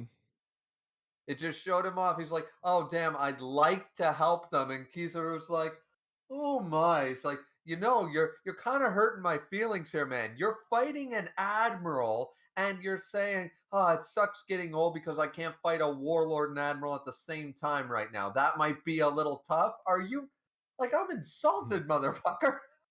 I Yeah. love it. Wakainu Surun Janai. Do not pluck the young sprouts before they bloom. Yes. This man showing off all types of hockey, showing up the dark. He's not called just the right hand or something. No, no, no. His epithet, the Dark King, implying this is the shadow of the Pirate King. If it weren't for Roger, this man could have been him. He could have stepped into that role, and no one would have said, boo. This man is so good. It was awesome. If you really punched the fuck out of that celestial dragon, and that moved me tremendously. And Oh, anime, and He punched Rayleigh that nigga into the he punched manga. him into manga in black and white. Exactly. You Yup. love to see it. Yup. And, Oh my and don't forget, we also got we got some MILF material going on there with Shaki. Rayleigh's wife. Yeah, She's like 60 plus. She got to be Gilf, but I feel that she's she's 60 plus, and she's also dating Rayleigh, so she's married to the man, the myth, the legend. Plus, she's a former empress. dang. Let's go. Dang, him toying with them is really particularly a bit sadistic. The new voice actor is trying, but I'm sorry, the old one still got it. I actually haven't heard. I don't know if I've heard the new one yet. I don't remember if I heard it yet. But he'd be hard to emulate. But you know, it is what it is. Where they fight too. Kizaru looking at his watch while there's an explosion at the back. Yeah. Moshimo Sentamaru. eh. He's like, why isn't that working? That's for hacking, bro. It's for tapping people's fucking den mushies. Yeah, man. I actually like when Zoro's about to body 1-2 and Bonnie's like, what the fuck is up with these niggas? She's like, yo, oh no, I Nah, need the you. No. fact that he asked this nigga if he was lost, I don't want to hear that shit from Zoro. The audacity of this nigga, man. The Kami stuff and everything. Yeah, that was all good, man. It was really good. I'll never forget when someone had a higher bounty than Luffy. I'm like, I saw what he just did. And ain't no fucking way. Who's this kid, nigga, bro? Who's this guy? I was so offended. I feel like I don't know what it was. I'm like, you would have thought Oda like suplexed my sister off the fucking roof. I was so offended he did that. I said, yo, after what we just did, how are we not the top dogs? What's going on? But then you learn about the civilian damage and everything. Okay, yeah, I actually I can respect that. But you know, And don't kid never became him. So fuck that guy. He sucks. And don't forget the big moment, one of the huge moments, man, where, hey, can you tell us what the One Piece is? Is it real? What's going on? Mm-hmm. Shut the fuck up. I'll quit being a pirate right now. And that is what cemented Rayleigh to teach the man. Because he's like, yeah, this guy, he knows what's up. It's all about the adventure, man. Live a I want to fun be the life. greatest swordsman. LOL is like saying I want to be the greatest artist and never touching a pencil. Dude barely fights any sword users. I feel it. But yeah, that's a really important moment too. I learned a lot about Luffy in that moment, so I respect that. The slave auction stuff, that was powerful. I want to talk about Duval's. This is very quickly the first instance of like the how of Conqueror's hockey and everything when Luffy kind of knocking out Duval's like weird fighting bull thing he was on, and him having the face of Sanji's wanted poster was fucking handsome, and then he restructures his face. All of that stuff was pretty good, and then they're coming back to help them out later. I like that, and then them I think them and Kuma maybe defended the Going Man during the time skip. Maybe just Kuma. Maybe I'm misremembering that, but Sabaodi's powerful. It's a powerful connecting arc, and then obviously it ends with the real Kuma coming and separating the entire crew. And if I don't know how new some of you guys are, but Oda went on a 2-week break after he did that shit. So we had to let that stew for 2 weeks. He's not a good person. I want you guys to know that. He's very mean. He made the main character fucking lose. And remember at the time, because I was reading it back then, I was worried about and Zoro, honestly. like Too. I was sitting there going, and a lot of people said now they didn't believe it was possible that he just straight up killed the Straw Hats, but Luffy doesn't know that. We have no idea what Kuma's powers can do at that point. Mm-hmm. What the fuck did Yeah, he do? we were lost Gone. because he did Luffy it to straight up. Perona, and we didn't see her afterwards in that arc. No, it was pretty devastating. You just wiped out the main cast, except for the main character, just to say, "Yeah, we got you. You're fucked now." And we don't even know what happened. We didn't know it was the transport fruit. You know? And Yep. also, one thing that people don't remember during the fight with the pacifistas, Zoro gets hurt, and obviously he hadn't fully recovered. And Luffy's like, Zoro, were you really so hurt that you couldn't dodge that? Like he's genuinely shocked that Zoro's not holding his own right now. And Sanji's like, bro, leave him alone. We have to worry about this shit right now. Because Sanji's the only one. Sanji and Brook know. Yeah. Sanji and All right, Robin Brooke too. knows too. I forgot about that. Brooke knows. Robin as well. Yes. But yeah, man. Yeah, it's like he's showing genuine. Like I hate when people say that all Sanji cares about is woman. Because when Zoro was fucking on the ground, he's trying to get Luffy's attention away from it to keep the secret, between them. And also, when Usopp was in peril when they were running away from the pacifistas, he left Nami's side to go help him. Mm-hmm. Like you guys don't fucking look at the shit that's on paper. I don't get it. It's about agendas and propaganda, bro. It's not about actually discussing the nuance of the story in that sense. Agendas are fine here and there, and I get it. You have some fun. No one say not to do that, but they don't. Again, as far as I'm concerned, a lot of discourse also about One Piece these days are just people parroting their favorite content creators or honestly, Yeah, I yeah. sometimes give it too much credit to, like, I guess YouTubers or whatnot. They'll just parrot some nigga on Twitter with a lot of followers that they respect for some reason, and I just don't understand some of y'all niggas. But yeah, what the fuck was I gonna say? Yeah, that was so good. But I should have Koi, and I'm like, why did I hurt him? I said, what's going on? I was like, I asked so many questions. It's hockey. I'm like, oh, okay. I'm like, there's a lot of Luffy really, tried to yeah, punch that nigga, and his fucking fist just lit off like he yeah. was on a slip and slide. Mhm. So yeah. Amazon Lily. Uh, Um, It's a A. It's a A. It's it's a A. B. It's the It's a highest B tier for of me. A. Okay. What do you mean? Who put this fucking cat in my way? No matter what I do, I will always be forgiven. Why? Because I'm beautiful. Shushi. Oh The my problem with god. today's society in one fucking panel, man. That slightly reminded me of the Family Guy joke. Was like, excuse me, you can't watch porn in here. And it's like, oh, it's okay. I'm transgender. Oh, my apologies. Keep doing whatever you want all the time, whenever. And he walks away. Right. I Yeah. said, damn. We're Yeah. not gonna go. I'm not gonna go in a whole spiel as to why.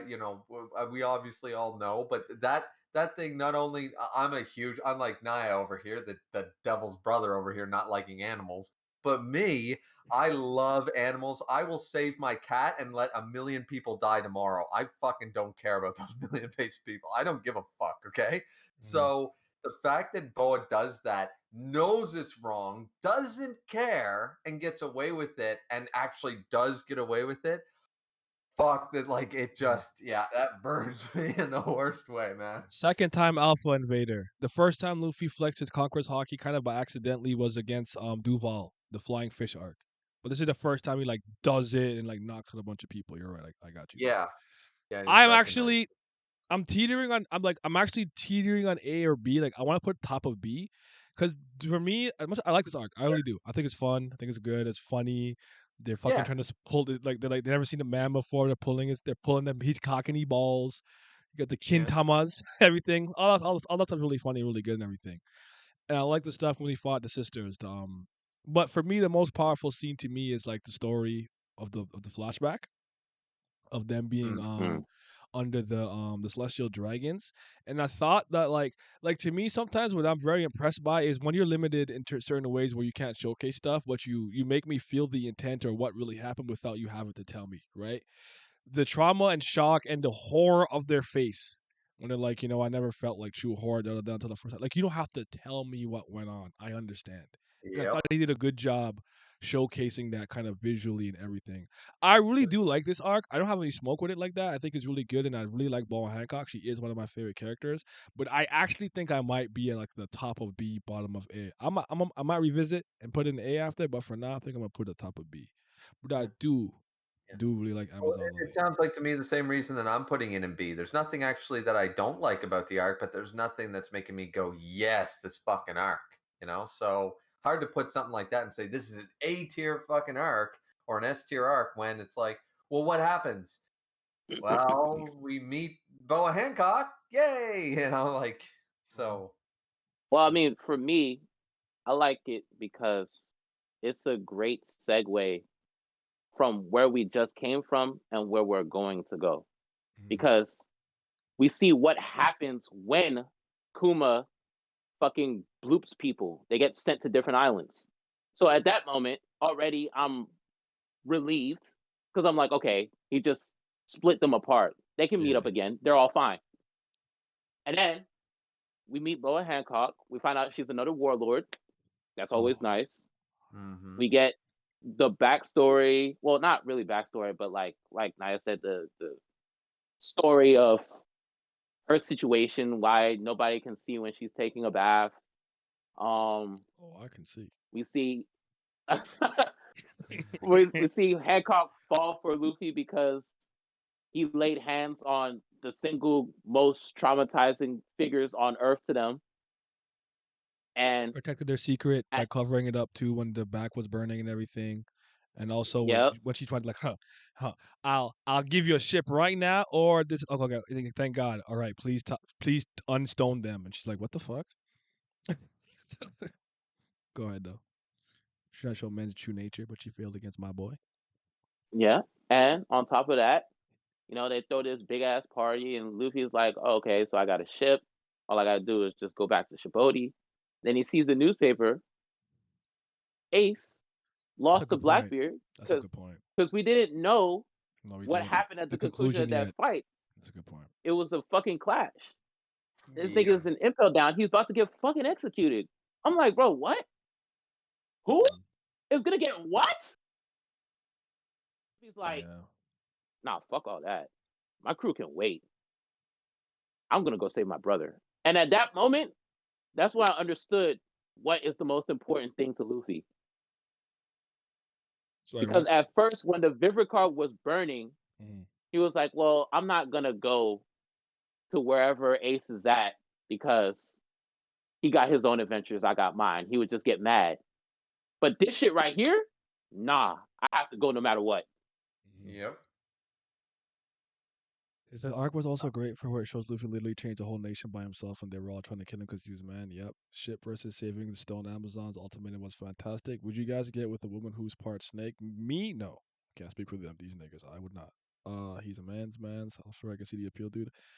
I know we passed it, but die can tie. Yep. That was My good, question, man. I got a counter question. How fat is that ass? That's gonna change. That's gonna be the deciding factor. All right. I'm not mad at it. You're asking the important question. What's up, Morgan? How you doing, bro?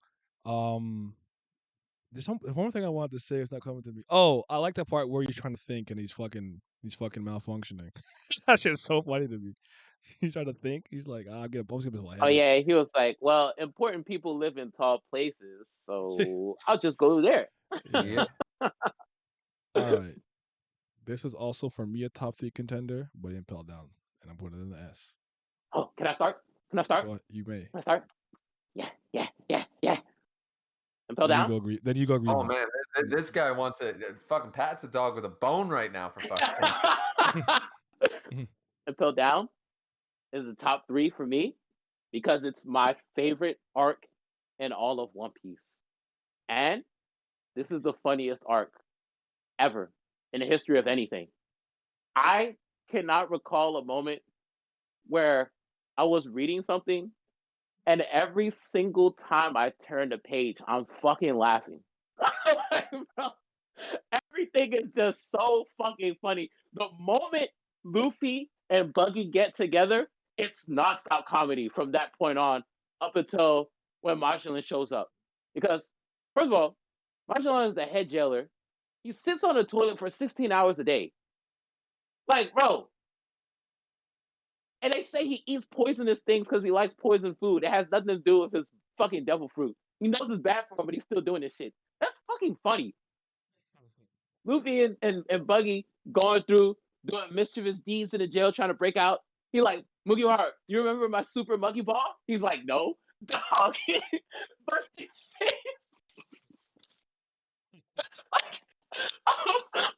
Now he gotta find a pad on his shoulder because I'm not just thinking about it. Like he's genuinely so hurt that this nigga don't remember that shit.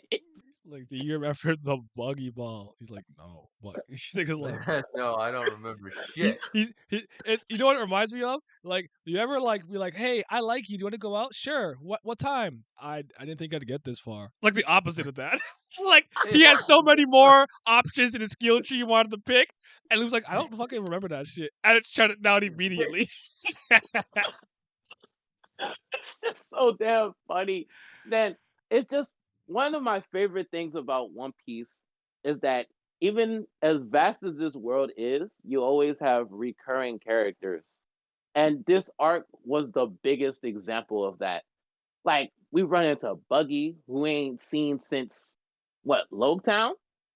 Yeah. Then we run into in a Mr. major 2. sense, but we had seen him like when Ace was on the ship, when you got Alvida and stuff, and Mr. 3 was him Oh for yeah, one yeah, point. yeah, yeah. We had seen him throughout side I stories saw and him in stuff, cover serials. but the first time we hadn't really seen him like really for real was Arcs Town. And then fucking we meet up with Mr. 2. We left on really good terms with Bon Clay, so I'm happy to see him again. We meet Mr. 3. Like, bro, he's just like, oh, Galdino's here too. Then we just going. I also love the structure of Impel Down and how every different floor, it was like going to a different island. They were so vastly different. Like the first 2 floors, I think, are like regular, and then like Oda read level Dante's Inferno before he wrote this arc, man. Holy fuck. yeah, level 3 is like what, a desert, and then level 4 isn't like what, ice hell, and then level 5. That's 5. 5's Ice Hell. Cause that's when Oh, Luffy's level in the 5 is cage. ice hell, and level 4 is fire. Okay, yeah. Yeah. And then we 6 is got the a Forgotten 5.5 Mhm. where it's like niggas partying with Ivankov in jail, and then you got a level 6 for the worst criminals in history that were just so terrible they had to be erased from it. I'm just like, bro, the structure of this jail is just fucking genius. And it's an underwater prison at that. So nobody can even get out if they wanted to, because most of these guys are devil fruit users. And if they get out, they drown. Shiki, go to Lion Shiki. Yep. I know. I get your point though. It's tight knit, but he could Yeah, literally fly. So like he's like a bit of an outlier too. So. but now we in this jail, and then like everything's going smooth. Like, you know, they're struggling a little bit, but they're getting rid of these guys pretty handily. And Marjolin fucking pops up right in front of Luffy. And I'm just like, oh shit. 'Cause at the time we didn't know that there was a level 6. So we're thinking it's just one more floor to go. And he's gonna meet up with Ace.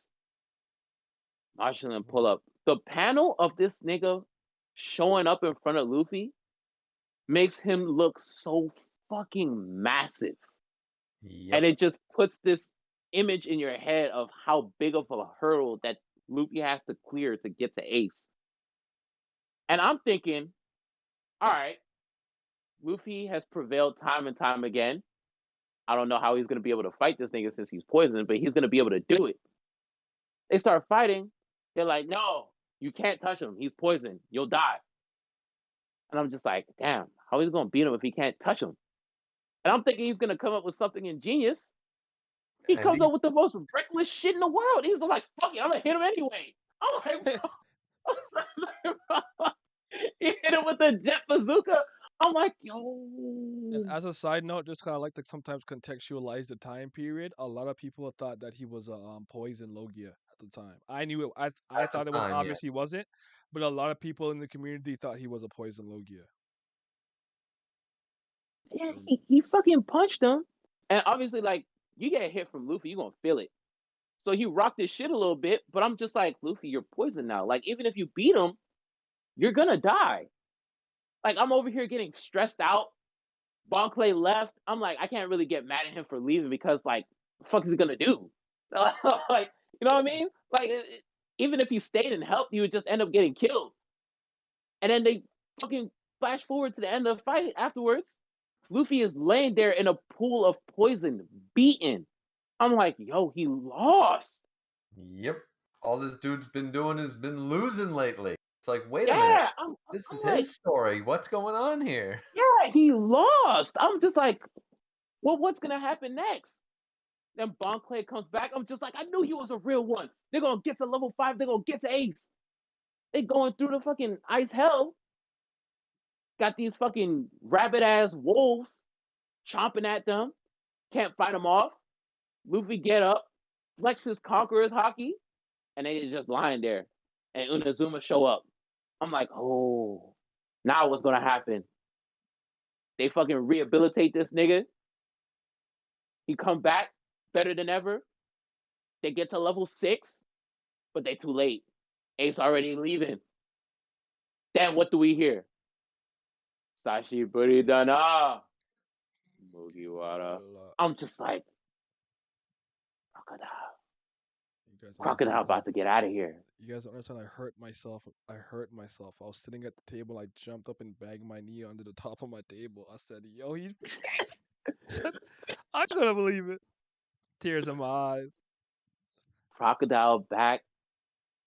Jinbei asked to get free too. Luffy looking at him, he like, yeah, free that nigga too. They about to bust out this joint. Yes, sir. They about to bust out the joint. Who in their way? Hanya Ball. Hanya Ball getting their way. Luffy over here fighting Hanya Ball, knocking him down. Hanya Ball get back up. He knock him down again. Hanya Ball get back up. Luffy like, bro, get out of my way. I'm trying to save my brother. And Hanya Ball's like, excuse me? A pirate trying to save someone? Mm. What type of backwards ass logic is that? You know why this jail is here? Because pirates like you put terror in other people's families. So for me to hear you say something like that, that ain't justice. And then guess what happened next? Blackbeard show up. Like, shut that shit up. Cave his fucking head in. At this point in the story, I don't dislike Blackbeard. I actually kind of like him. Yeah, he beat Ace and put Ace in prison, but I was like, hey, it was a fair 1v1. He won that shit. The winner gets to do whatever. So I was chilling. But then Blackbeard show up and they're like, it's Blackbeard. And then Luffy's like, that's Blackbeard? And I'm like, oh, that's right. Luffy doesn't know the name to the face. He knows Blackbeard, but he doesn't know that he is Blackbeard. So he pulls up on him. He's like, you're Blackbeard? And he's like, oh, I guess I didn't introduce myself last time. Yeah, that's right. I am Blackbeard. You're lucky that your brother came to me instead of me getting to you. Because if it wasn't for that, it'd be your execution. And Luffy's like, well, how about you try me right now then? He goes gear second immediately, and he rocked his fucking shit off. Nah, the anime, when I saw that, oh my god. I bring up the anime a lot because my first experience with One Piece was the anime up until Marineford, and then I started reading it from then on. But nah, when he rocked him, oh my god, I got up on my seat. I'm like, yeah, that nigga is shit, Luffy, let's go. They start getting into a fight. Jinbei's like, nah, no, before that. Blackbeard grabbed Luffy and slammed his ass on the fucking ground and almost split his goddamn skull. Nigga bleeding, screaming in pain. I'm like, what? Crocodile's like, hey, nah, I fought this nigga. That's not supposed to happen. Yeah, he's bleeding from getting slammed? The fuck just happened? Me too, I'm over here like, oh shit. I know his devil fruit cancels out other devil fruits, but damn. To hurt him like that was just kind of scared me. But then Jinbei is like, think, you came here to rescue Ace. You ain't come here to pick a fight with Blackbeard. You gotta focus. Priorities. Then they trying to get out. Marshall get in their way again. Mr. 3 make fucking candle armor for Luffy. And it protected him. He was like, scared. Luffy really He killed said, me. thank you. I never thought I could look this cool in my life. Man couldn't believe it. He said, yo, I'm so fucking raw. Look at this shit. And Jinbei, I really love him. Before he's even in that, Jinbei is there, as you just said, Pat, already establishing this early on that he's gonna be the counselor of the group, the dad of the group, before it's even known how important Jinbei is gonna be later on. This man already setting up Luffy. All right, listen, we have priorities. You need to calm down, blah, blah, blah. Taking assess of the situation and making sure that people stay focused. Already stepping into that advisory role that Jinbei now fleshes out perfectly at this point in the story. And it's this early on. And then a lot of people forget Blackbeard and his crew actually ran into Majin when they were in Impel Down. And got folded. And folded. they got fucking bodied. Each and every last one of them. Majin was like, who the fuck are y'all niggas? Y'all breaking into jail? I don't got time for this shit. He He done fucking up. bodied all of them. If it wasn't for Remember, if it wasn't for M Bison with a sword, went over. They all would have died. Magellan not only took out our main character with to use the power scaling terms like mid to low diff, and then did the same thing to the arguably main antagonist of the series in the same fucking arc. This man said, fuck Goku and fuck Frieza in the same arc and bodied them both. Like, what the fuck? Who is this dude who shits on a toilet for half a day? Venomoto. I love Magellan. I love that name. He's so good. And he's so relatable because a lot of people said, well, why does he keep eating the poison? Like, that is relatable as shit, man. I can't, like, I love to have a beer and a donair all the time. I know it's going to run through me the next day, but I don't stop ordering donairs, motherfucker. I'm still going to eat. It reminds me of people who are lactose and just consume cheese. I'm like, that's not me, bro. I don't want those problems. Yep.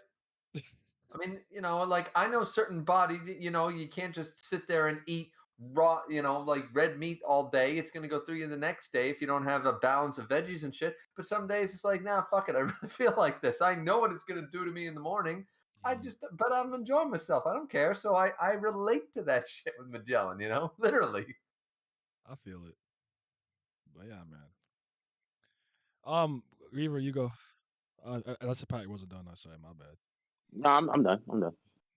Oh, yeah, Impel Down. Pat's covered all the greatness that it is. It not only brings together some of my favorite characters, Crocodile, Jinbei, all that shit, right? Bon Clay, all this greatness, introduces us to some good shit. The strain, Ivankov talking about the strain. We have been hearing now time and time again that Gear 2nd and Gear 3rd are bad for Luffy's body. He's exceeding past his limits, and it's not good.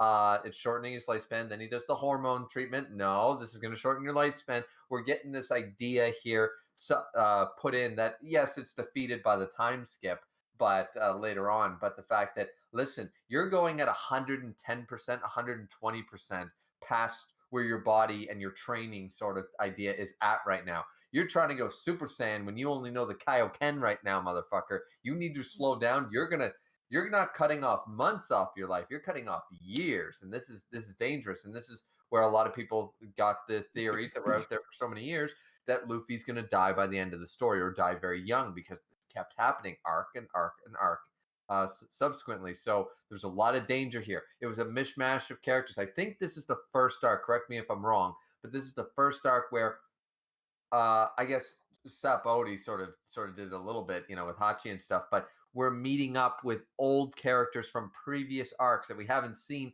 since their respective arcs.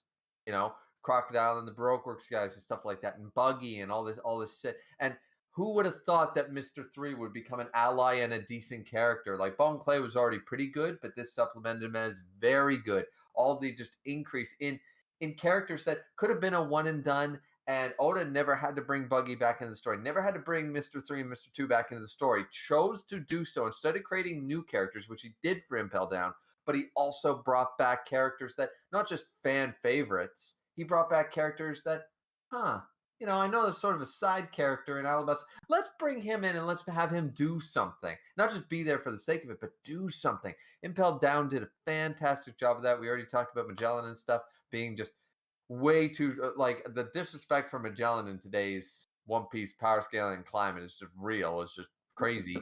But yeah, I love this arc. It sets up so much greatness. As I said, all the great characters and stuff. It's just good. You got that Dante's Inferno vibes from the different levels of hell. Yeah, I don't think it misses. And if it does miss, I don't know where the fuck it misses. It's S tier.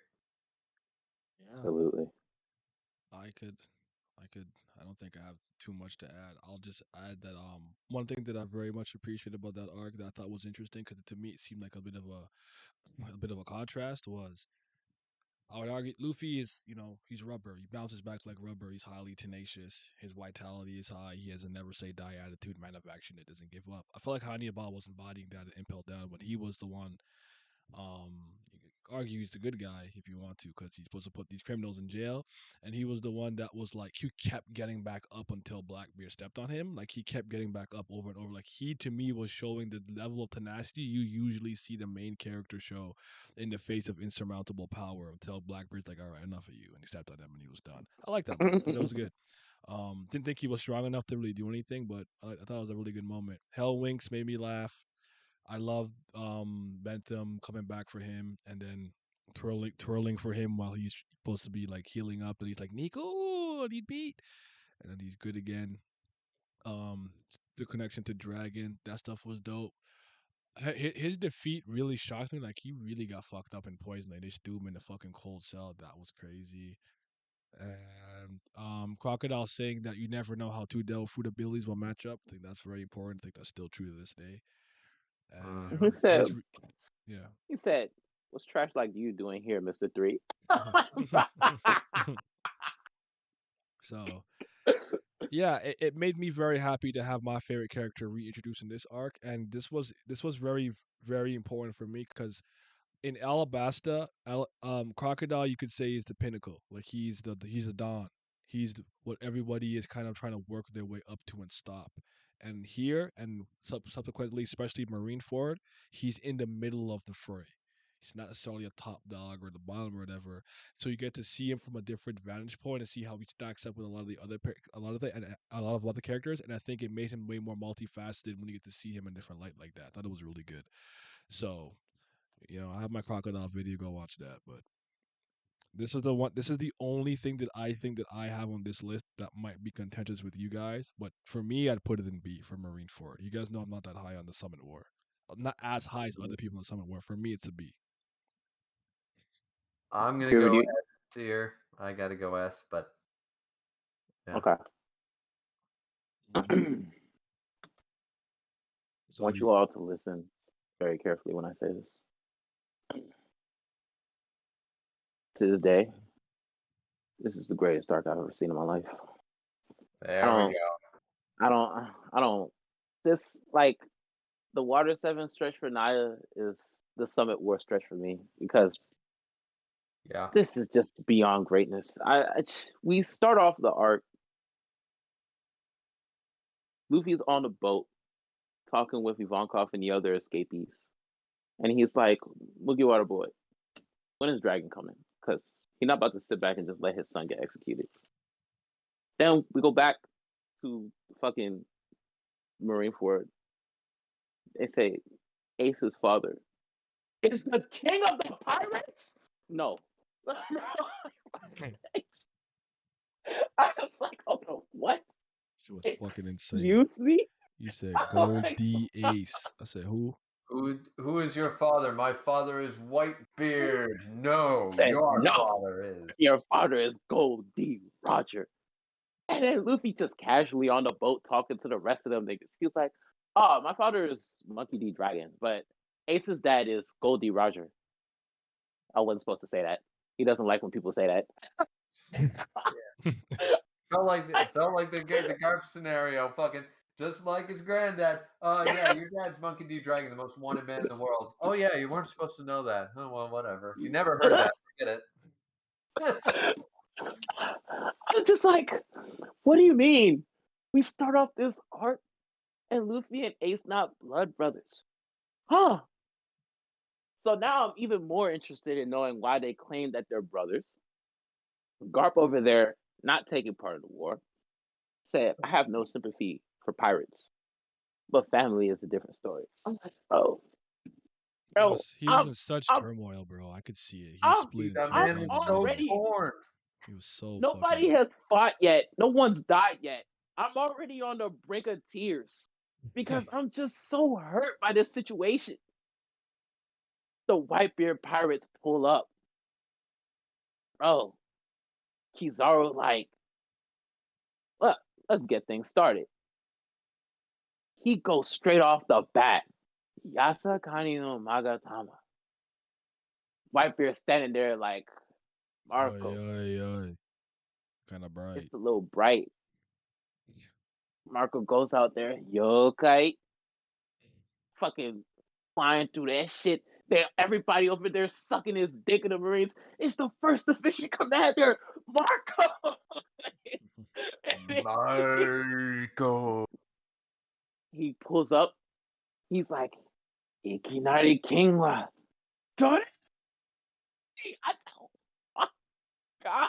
He started off like this. Ooh. Throughout this entire arc, there's just so many moments that capture the essence of war. You have trickery, you have loyalty, camaraderie, you have rallying. I'm just like, bro, the stakes are so high right now, it's getting difficult for me to breathe. Akainu trick squad, I'm thinking squad about to get sent to the next dimension. Whitebeard gets on his knees and hugs this man, apologizes for not being a good enough father to the point where his mind and heart wouldn't be swayed by other people's words. He said, y'all saying that I brought my sons out here to die? Gets into his little stance, breaks the ice walls? Gouda. There's the lane for all y'all to escape. If y'all want to leave, y'all are free to do so. But if y'all stay, we're going to war. I'm like, oh my God, he just rallied the troops. Just turn an unfavorable situation into the best possible situation imaginable. I'm like, He said rally cry, entire party, stop. attack power up 10%. I Yep. was ready to go fight at Marine Fort when Whitebeard did that shit. I Oh, swear nah, to I'll God. watch on the Dendemushi, but yeah, y'all got it though. Then when Luffy pull up with the rest of them through the sky, nigga drop down, come straight to Whitebeard, talking shit. Said, I heard about you. You want to be king of the pirates. Me? I'm gonna be king of the pirates. I'm like, bro, he's the one. He's the one. I swear to God, if I wasn't introduced to Yusuke Urameshi first, Luffy would be my number one MC because he's just that guy. He's completely talking out his ass at that point. And it don't matter. It's still good. It's still good. Obviously, Marineford has so many moments. I'm not gonna keep touching on all of them, but at the very end, when Ace is killed right in front of Luffy, and in his dying moments, Ace thanks everybody for loving him. My heart shattered into a million pieces. And That's one of the saddest. Broke, man. Luffy broke. He did it. That's one of the saddest I farewells thought he I've was gonna ever have a seen. like a ultimate hockey form transformation or something, and he just mentally broke down. I'm like, this is He just actually a lot mentally- better. This is actually better. I think. It worked And it's so well. And when you get the crazy ASL because flashback, you understand that. You understand why a bit more. Go ahead. it's crazy because Ace dies, and at that point, I'm emotionally unavailable. Like, I was just like, fuck. I was really angry. I was so mad. We lost everything. And then they're still fighting. I'm like, bro, wait, what? The war's not over? They're still fighting. I'm just like, bro, what are we doing? They already accomplished their goal. What more is there to do? And Blackbeard pulls up. At this point, I'm viscerally angry because I'm pointing fingers. I'm like, if it wasn't for you, Ace would still be alive. Yeah. And he ups the ante on me by making me even more pissed off with that disgraceful behavior that he put in front of Whitebeard, talking all this shit. And when Whitebeard rocked him one good time, he's like, no, I'm still your son. You're not going to really kill me, are you? I'm like, bro, is this nigga serious? Like, no. Pat, you forgot a moment before that. You forgot the moment that has divided the community on whether it's greatness or just words. You forgot Vice Admiral Garp, where are you going? If you better hold me down, Sengoku, because if you let up for 1 second, I'm going to go murder Akainu. And I took that at his fucking word, and I hold to it to this fucking day. Akainu is so lucky that Sengoku didn't want Garp to murder his ass, because unlike Whitebeard, Garp wasn't having no heart attack, and he didn't give a fuck about being a Marine any longer those few minutes. And he would have gone apeshit. There was no heart attack and Squardo stab on Garp at that point. Garp was about to fucking teach him why Rayleigh, Whitebeard, and Garp were still respected up here. That man was about to be destroyed. And we believed him back then anyway. The community. Garp. Nah, look, the reason the community is divided is because they can't fucking read. And they have no reading comprehension. Because in the middle of the fight, Whitebeard tells his entire crew, don't worry about Garp. He's just an old soldier from an old era. He's fucking projecting. Yep. He knows at this point his health is failing him. Him and Whitebeard and Garp are from the same era. Yep. The difference between the two, Garp is still healthy. Yep. He knows if this nigga gets involved, their chances of winning drop from like 20% to like 5%.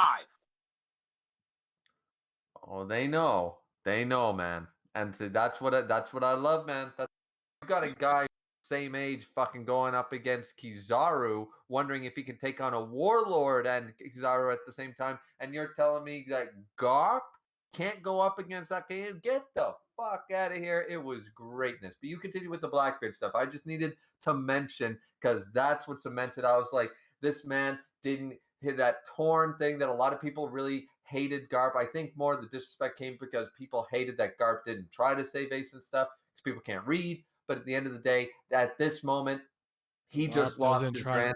Garp didn't try to save Ace, but lets Luffy hit him to go save Ace. Like, I don't have time for this shit. They're stupid. Yeah, they don't know how to fucking read. They're retarded. I don't have time. I can't do it. The fact that Garp didn't get involved already was helping the pirates. Like, that was the whole point. I don't like stupid people. One Piece fans have no brain cells. I'm not playing with them no more, bro. I don't have time for this. He obviously helped in his own way. Obviously. Yes. Clearly. He did it. Not even implicit. Explicit. Y'all just dumb. I'm tired of this. But this man had just lost his grandson. For all intents and purposes, we know Ace was his grandson too. And he was going to go. And if nobody believes, I don't get where it comes from. How the fuck? I don't care which admiral. None of the admirals, if Garp is pissed off and wants to kill them, because he'll go out, he'll commit suicide to go do it. He's not saying, I'm going to go do it like it's no diff. He's just saying, I'm going to go do it. And I don't know why you wouldn't believe the strongest Marine at his fucking words. I don't give a fuck. It was awesome. It was greatness. And then as Pat said, then Blackbeard comes in showing even more disrespect. And it's just like, Jesus. Nah, that behavior was truly disgraceful. I really don't like when characters start begging for their lives in hopeless situations, because I'm a prideful person. I would never beg in a situation like that. Nope. I would go down swinging. And he made his fucking bed. He already fucking killed a member on their crew. This whole war started because he did that shit. And Whitebeard already has one foot in the grave. And even then, with all these advantages in his favor, he's still shamelessly begging for his fucking life, even though he has the advantage. Like, that shit was just so disgusting to me. I love it. So if anyone wants to know why I hate Blackbeard, there you go.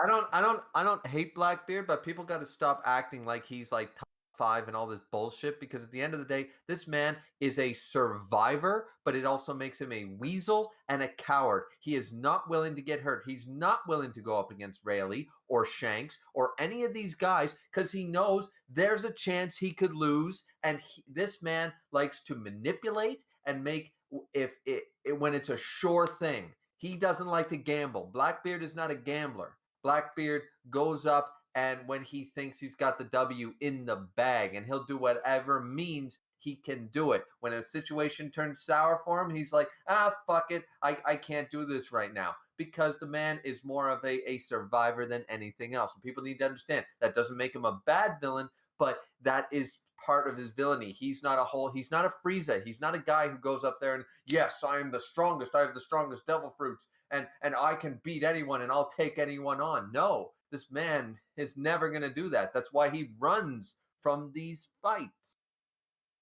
Because he knows there's a chance he can lose. I respect it. Yeah.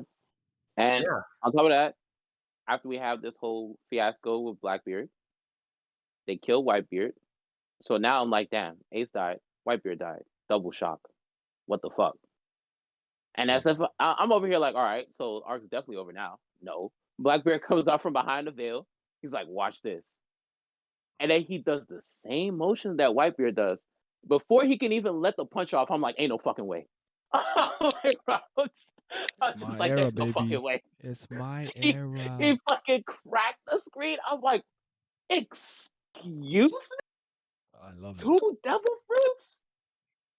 I was just in shock. Here with the Axel. 2. And I'm thinking, okay, Whitebeard dead. Blackbeard came when he came to get Ace dead. They're still fighting. I'm like, bro, when is this war gonna stop? And that's when Kobe's nuts drop. He pops up in front of Akainu, and he's just like, we already accomplished what we came here for. There's no need for further bloodshed. And Akainu's like, I don't know you. I will melt you. Move. He's about to punch him, and right before Kobe gets melted to hell, Shanks pops up. I'm just like, bruh. I have come to end this war. And no one fucking argued with him. No one can convince me that this isn't the best arc I've ever seen in my life. It was so From good. beginning, middle, end, I was enamored with every single part of it. It's ridiculously good. This man shows up. Remember, 43 Whitebeard crews, the warlords, all the admirals, the Marine Force, Blackbeard with all his new crew just attained 2 devil fruits, 2 mighty devil fruits. You all gonna sit the fuck down. In comes one ginger with a scar and one arm, and a ginger shows up and says, y'all gonna stop. And they fucking listened. It was fucking awesome. And after Teach proclaiming, this is my era, Zay. No, it's not. Okay, yeah, you're right. It's not yet. I'm beasting by. Fucking boom. Gone. It was good, man. All right. All I'll say is I'm not a fan of how hockey was handled, and it brings it down a lot for me. I think everything else that was said here was well said. I don't hate this arc. I just don't like it as much as most people do. That's all. So the only reason these guys had it in S, the only reason that it's on top of A is because I said B. I'd probably put it in B. B is crazy now. I'm not gonna I like Impel Down a million times more than I like Marine Force. I understand your gripes personally on like the execution of story elements, but narratively, I don't see how you could put it below an A. Like the way it impacts the universe and everything going forward. No, I'm talking about for you personally. Oh, I don't know, man. I can't. It just feels like a very reserved war to me. Like because Oda just could not go all out, and it bothers me. I can't explain it. I don't know. I can't explain it, but I wanna get. Well, I mean, yeah, we weren't even halfway through the story yet. Yeah. Post-war stuff is with the ASL flashback, I believe, back on Amazon Lily, and then they go do the little 3Y. That's also an S. 3D 2I, right? Yeah. Yeah, that's also an S. That's going an S? Yeah, yep. I gotta agree with Pat because for one thing, we have the moment when Luffy, this is after Luffy's break, and remember, it's not Zoro or Usopp or Sanji that saves his ass from himself. It's going to be his Nakama one day. It's Jinbei who can't stand, who stops him, who says, once again, showcasing his role before we even knew it was gonna be a possibility that this man was destined to be a Straw Hat. Jinbei's the one who saved Luffy from himself, from his mental anguish, from this is Luffy spiraling. This is Luffy at his worst, like we've talked about the fact that he was gullible and all this stuff. But nah, man, at this point, he doesn't have any optimism. He doesn't have any, like, I can win. He is defeated. He is broken, and Jinbei's the one to pull him out. No one else does it. He doesn't do it for himself. He doesn't do it for anybody. Jinbei's the one to get a hold of him and bring our main character back, make him realize what he's still got. And it's a beautiful thing to showcase, just showcasing this man who we know as the dude who fought against Ace at this point, you know? Like, who is this first son of the sea who's showing up and giving the fatherly fucking advisor to the king advice? Want time after time again. It's just golden. And we know that Zoro's training with Mihawk now, so we're like, all right, we're cooking. I always laugh when people just come in tier maker and they see something they don't like and just question it. It's so funny to me. First of all, I never take these that seriously. Second of all, it's a group tier list. So if I say something is S and someone says it's like B and someone says it's A, it gets averaged out to an A. I don't. That's how I usually do it. I am not high. I am personally the one that's not high on Marineford. They both had it in S because I had it in B. It went in A. But Right.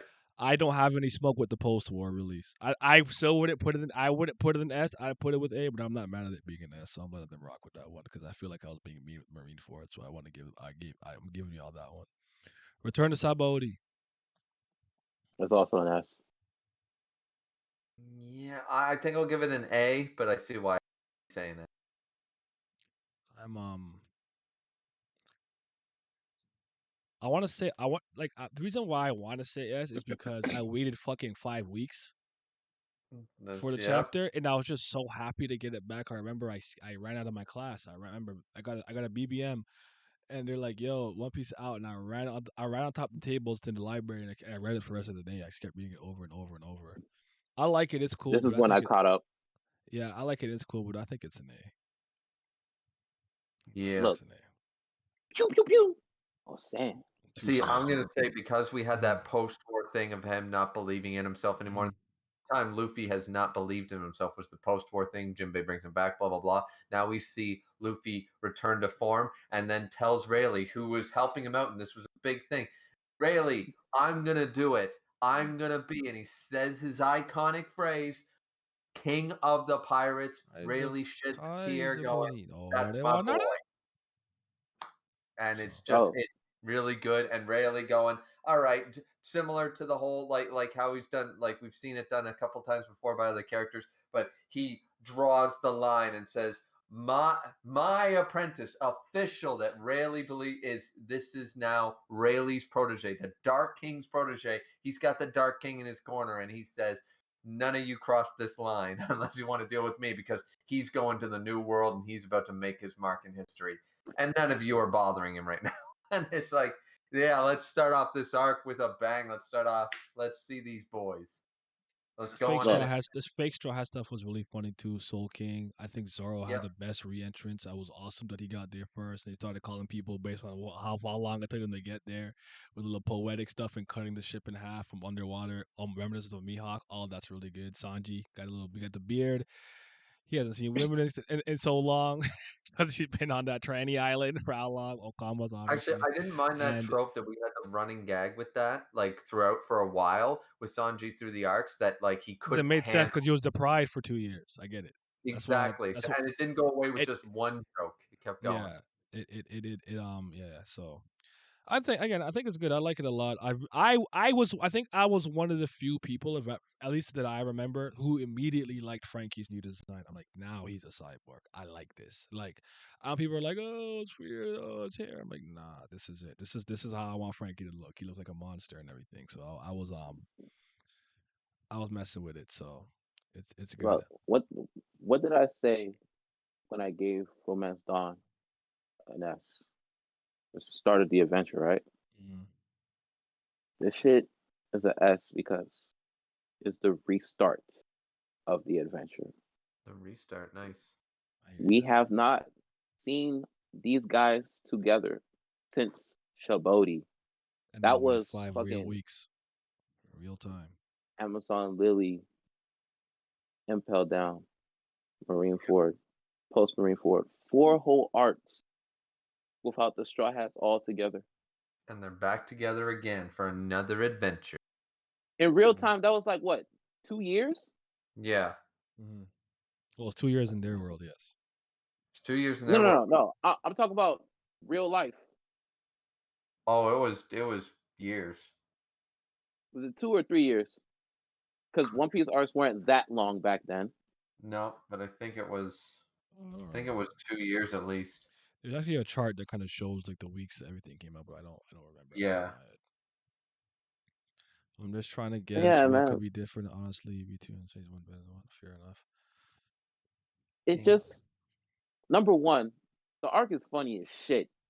Like, Chopper comes back and he thinks he sees Zoro and Sanji.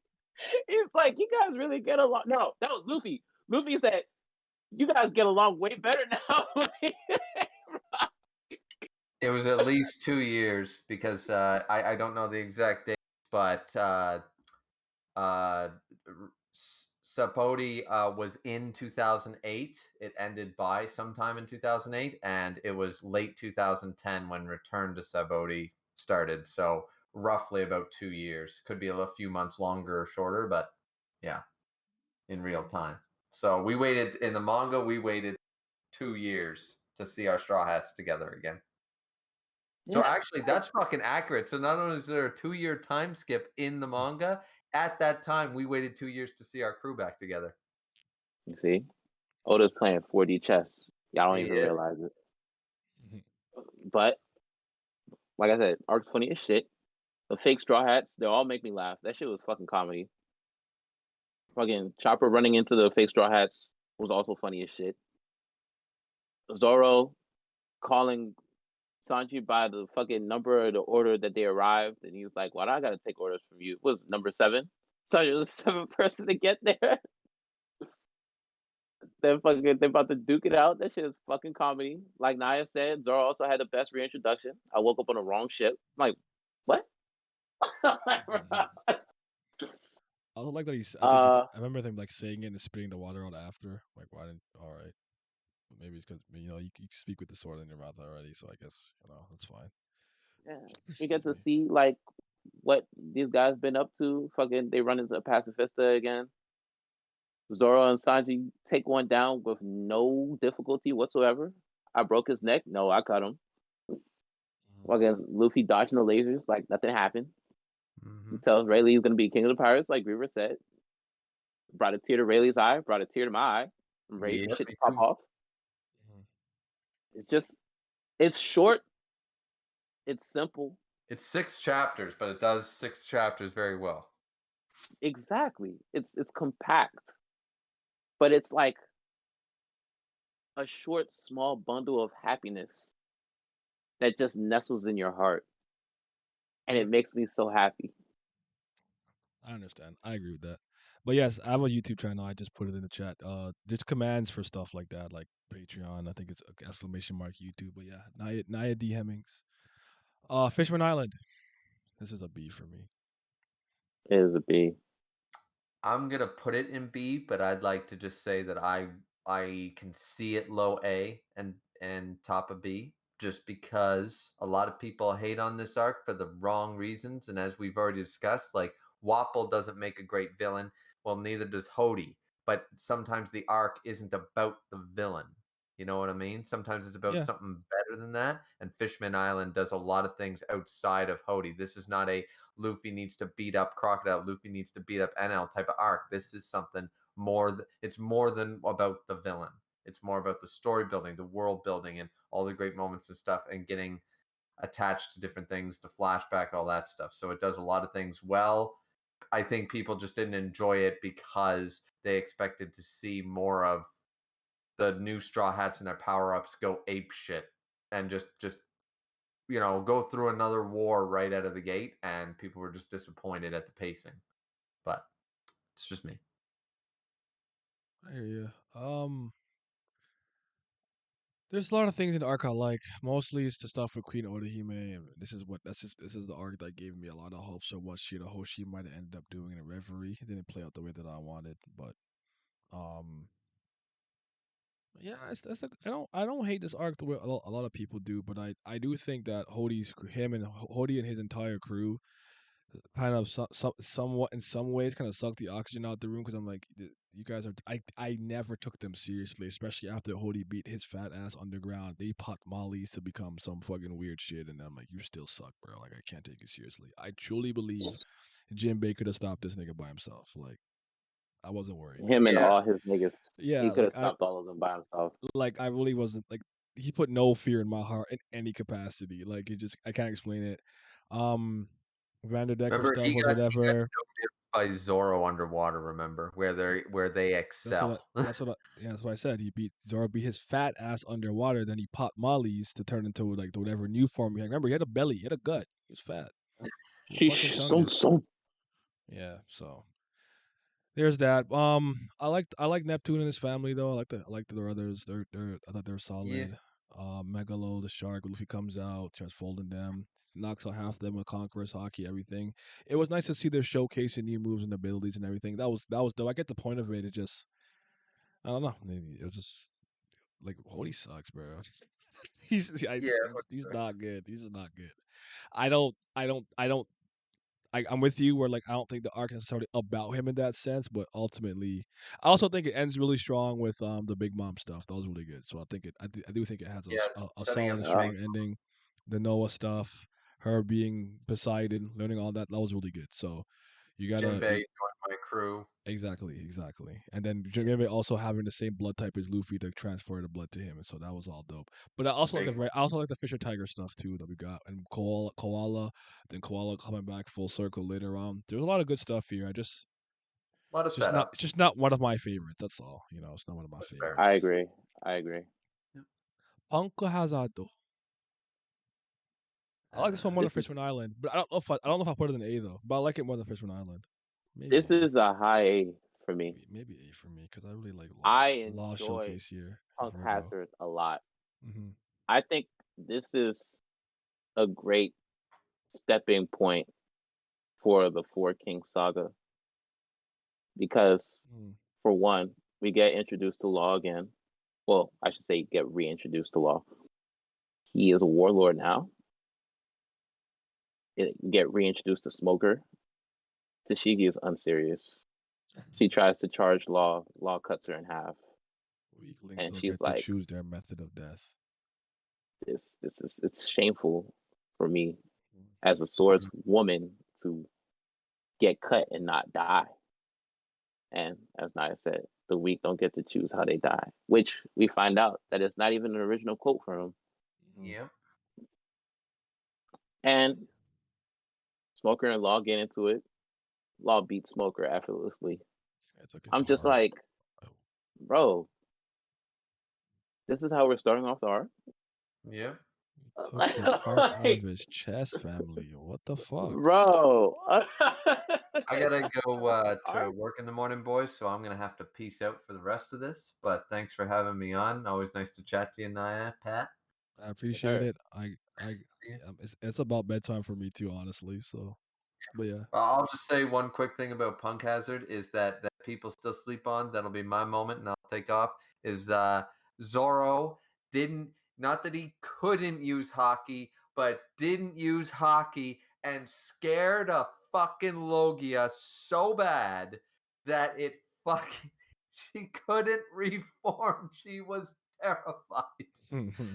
This man cut her, didn't damage her, and she was so scared of his aura alone without hockey. That shit was raw. That's one of Zoro's most slept on moments. That is just peak Zoro. Like, this man is going to be a conqueror one day. It confirmed it for me since then. Even everyone said, no, Zoro and Sanji never gonna have conquerors. Talking, no one else in the Straw Hat Crew gonna have it. I was like, if no one, like, at the very least, the first mate's gonna have it, man. So yeah, that cemented it for me. It was a really good arc. But anyways, I gotta take off. We'll chat to you two later on. Yes, all sir. right. You're No, I'm not that's gonna say true. much more. That's true. Akainu and Aokiji made the Ice and Fire was pretty good. This arc, I I think I'm deciding it. I'm gonna decide to put it in A because I think in hindsight it becomes more important when you think about Momonosuke's reintroduction in Kinemon and how it ties into Wano and everything. So in the dragon, so I think it has an elevated sense of importance. Like you kind of recontextualize a lot of stuff. So I think it's a lot better. But I really enjoyed Law, Virgo, and stuff. Smoker trying to get his heart back, getting his heart back so he can fight Virgo, and he cut the island into the gears are turning, gears are moving, and him and Luffy teaming up. The body switching stuff was very funny, and then Robin being like, "Please stop, Frankie, stop He making said, never don't do or speak say as anything Chopper in ever Chopper's again. body." Yeah, we also got to see, and I know this is specifically anime only, but with Smiley, the was it what was it? Was it Sada Sada no Mi model axolotl? I don't remember what it was called. I don't remember what animal phylum classification it ended up using, but the Smiley though, when it got beaten, you saw it kind of like the devil fruit reincarnation cycle just a little bit. That was rather interesting. I kind of like that. Yeah, so I have an A. It's a good arc, man. I think it's one of the better time skips arc personally. I'm actually not gonna be as harsh as you guys probably think with this, but for a long time, Dressrosa, while I didn't think was bad, I still don't necessarily think it's bad. I have issues with it, but for a long time it was my least favorite arc in One Piece. But I'll still give it a B. I'll say this: the anime makes it damn near unbearable. And I'm a One Piece anime apologist. I think it gets a lot of unnecessary flack, and it does a lot of things really well that people overlook. But this arc, it ain't one of them. It's like it's just so much dragging on. They use the same opening for too long. Even when Luffy has his Gear 4 reveal, he kicks off his fucking sandals to go in Gear 4, and then when he kicks Doflamingo, he has his He has sandals his on. on, I'm just yeah. I'm just like, yeah, y'all niggas just giving up. And I think I So, understand why so many people probably hate Rebecca, because I do think she's fucking insufferable in the anime. For the like, and it reminds me of Bakugo. Like when I read Bakugo, it doesn't bother me, but after you hear him, like, shut the fuck up, bro. Oh my god. and the art for this current stretch of One Piece in the anime is just not the best. Mhm.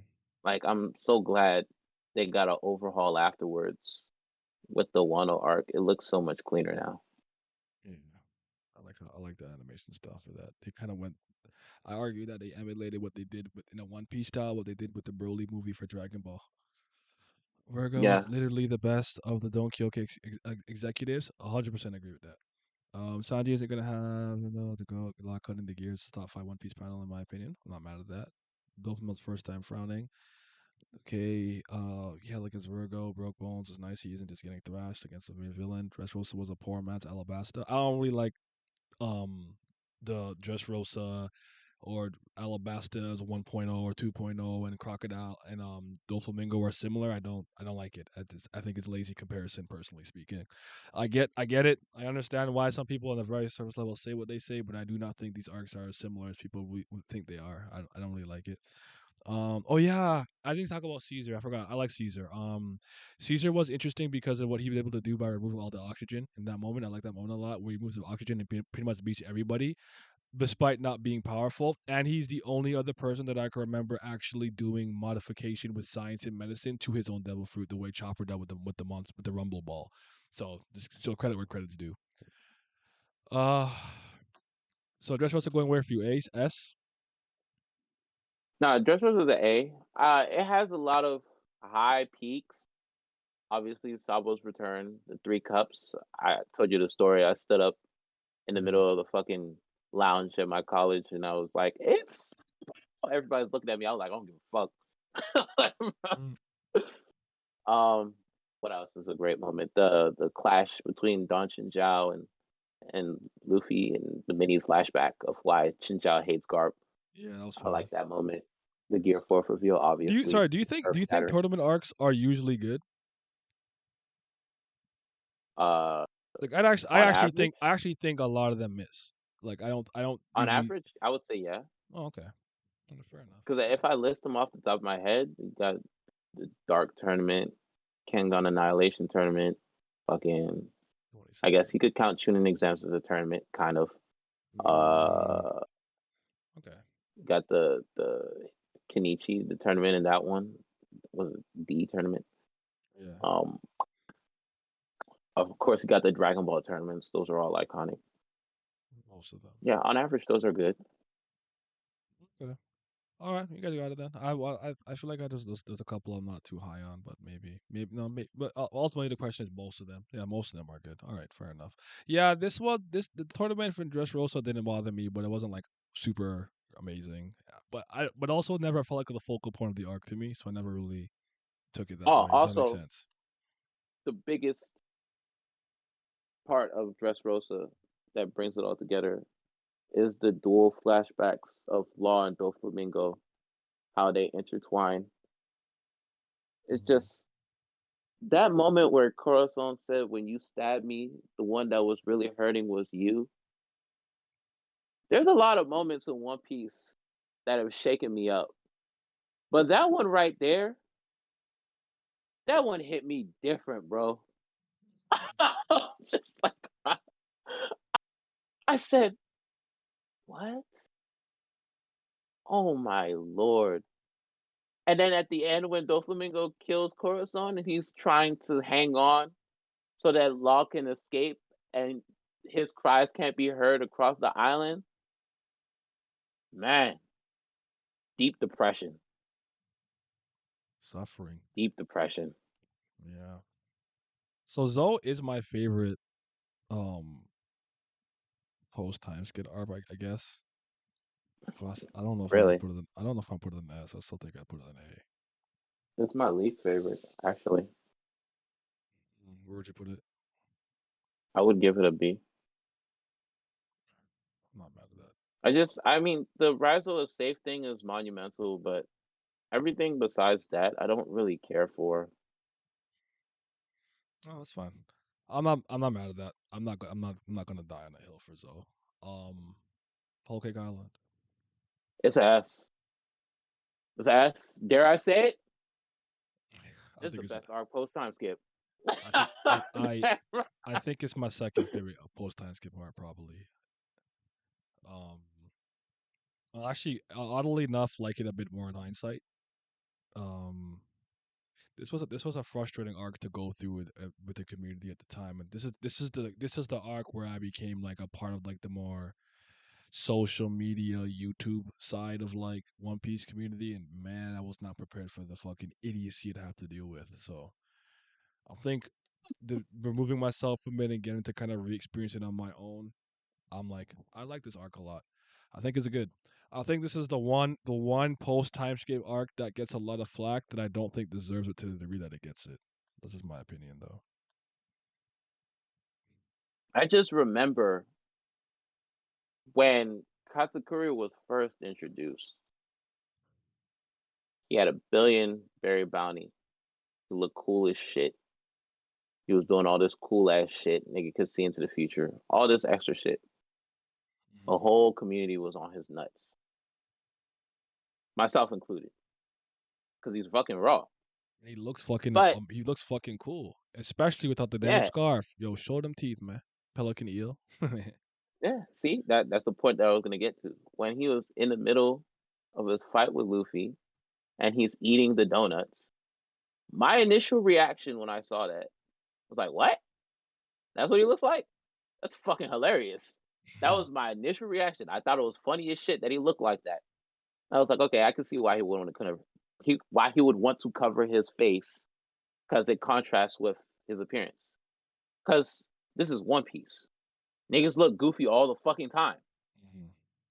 It's a wacky, imaginative show with so many different builds and character designs.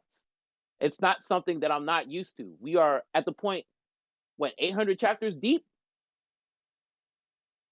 Imagine my shock when I get on social media and see people complaining, whining, and flat out distressed, saying Oda ruined him as a character. Why he make him look like that? I'm like, I'm sorry? How do That's what you read 800 chapters of this shit and let something like this get to you. I think what I realized with this arc was people's complete lack of understanding of character arcs, and character progression, character development, static versus dynamic characters. I'm like, oh, they have no idea. They're under the impression that if a character doesn't completely evolve after certain things, or like they go on a traditional character development path, that it's not good. I've constantly heard people like criticize certain characters in video games and stuff because they don't develop, and I'm like, I don't think people know what a static character is, and there's nothing. Like I said, it's not to say it's a good thing that they're static, but there's nothing inherently wrong with your character being static or dynamic. What do I always say? Execution is key. How did you execute? There's nothing wrong with a character that doesn't grow in that sense, because they change the world and the people around them with that. And I've always found it funny because this is when I had to hear King of Lightning say dumbass shit like micro character development, for me it was obvious that as a Sanji fan, he he was just tired. I think what I noticed with a lot of the Zoro and Sanji debate, especially during this arc, I think Sanji fans got so tired of getting bullied by Zoro fans, they started to say dumb shit to kind of in an attempt to bolster Sanji and bolster their point. They started saying shit like micro character development. I'm like, Unfortunately, if you don't take that shit and shove it deep up your ass where no one can see it, I'm gonna get mad because that's not real. What are you talking about? So, but keep going. yeah, I'm just so lost at how recurring themes, appearances, plot points happen in a series that is 1,000 chapters deep, at the time 800 chapters deep, happen in this series. And people find the nerve, audacity, gall to complain. They're not legitimate complaints. Like, I can see if you're upset about the fact that the fight has been going on for so long. That's a legitimate complaint. Because we're just like, damn. Like, I know shit has to be resolved, but we could do it in a more efficient manner. Yes. I'm fine with that. But to say the character is ruined because he doesn't look cool? Are you an idiot? Oh man. I'll never read a series where Mr. MC Mr. Stretchy mad, lame ass power. I mean, it's fine. And then the biggest thing that pissed me off, and it pissed me off for like 3 straight years, and that's when I swore off talking One Piece on Twitter, because just there's no getting through to them, no matter how you fucking explain it. I understand. Niggas said that Sanji had to apologize for striking Luffy. I'm like, how? Again, how can you follow this series for so long and not understand these characters? Sanji's been with Luffy since the East fucking Blue. He knows that if he just says, yo, I'm not coming back, it's not gonna work. This is fucking Monkey D. Luffy we talk about.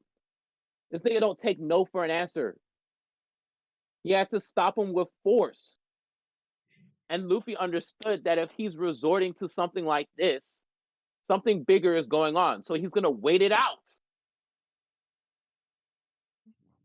Talk about some Sanji has to apologize to get back into the fucking crew. Luffy knew that he didn't want to fucking leave. They don't know. They don't. Man, I hated that argument so much. Because I had to say that shit so many times. It's like, oh my god. It's like I said, and sometimes the only way to break it down for some of these niggas is that I have to use the KD LeBron example. On a very surface level, it looks similar. When you peel back the layers of the onion, it's not the same. Usopp quit and they accepted his resignation. Like I couldn't with it. I kind of want to talk about, like, I think Katakuri was really well done here. I don't think he was. I think he fumbled just a slight bit with him, but I think he did a mostly good job with him. I like that fight. I think it's actually really well done in the anime and manga. I like there's one sequence that I'm trying to remember where I think Luffy he does a leg sweep and Katakuri jumps and attacks him with his mochi leg, and Luffy kind of dodges it, but it was a really good seamless sequence of events in terms of I really love when I could look at a page and my eyes flow seamlessly in combat, and I can tell who did what first. Oh, you punched and you ducked and you countered with a left hook, but he blocked it.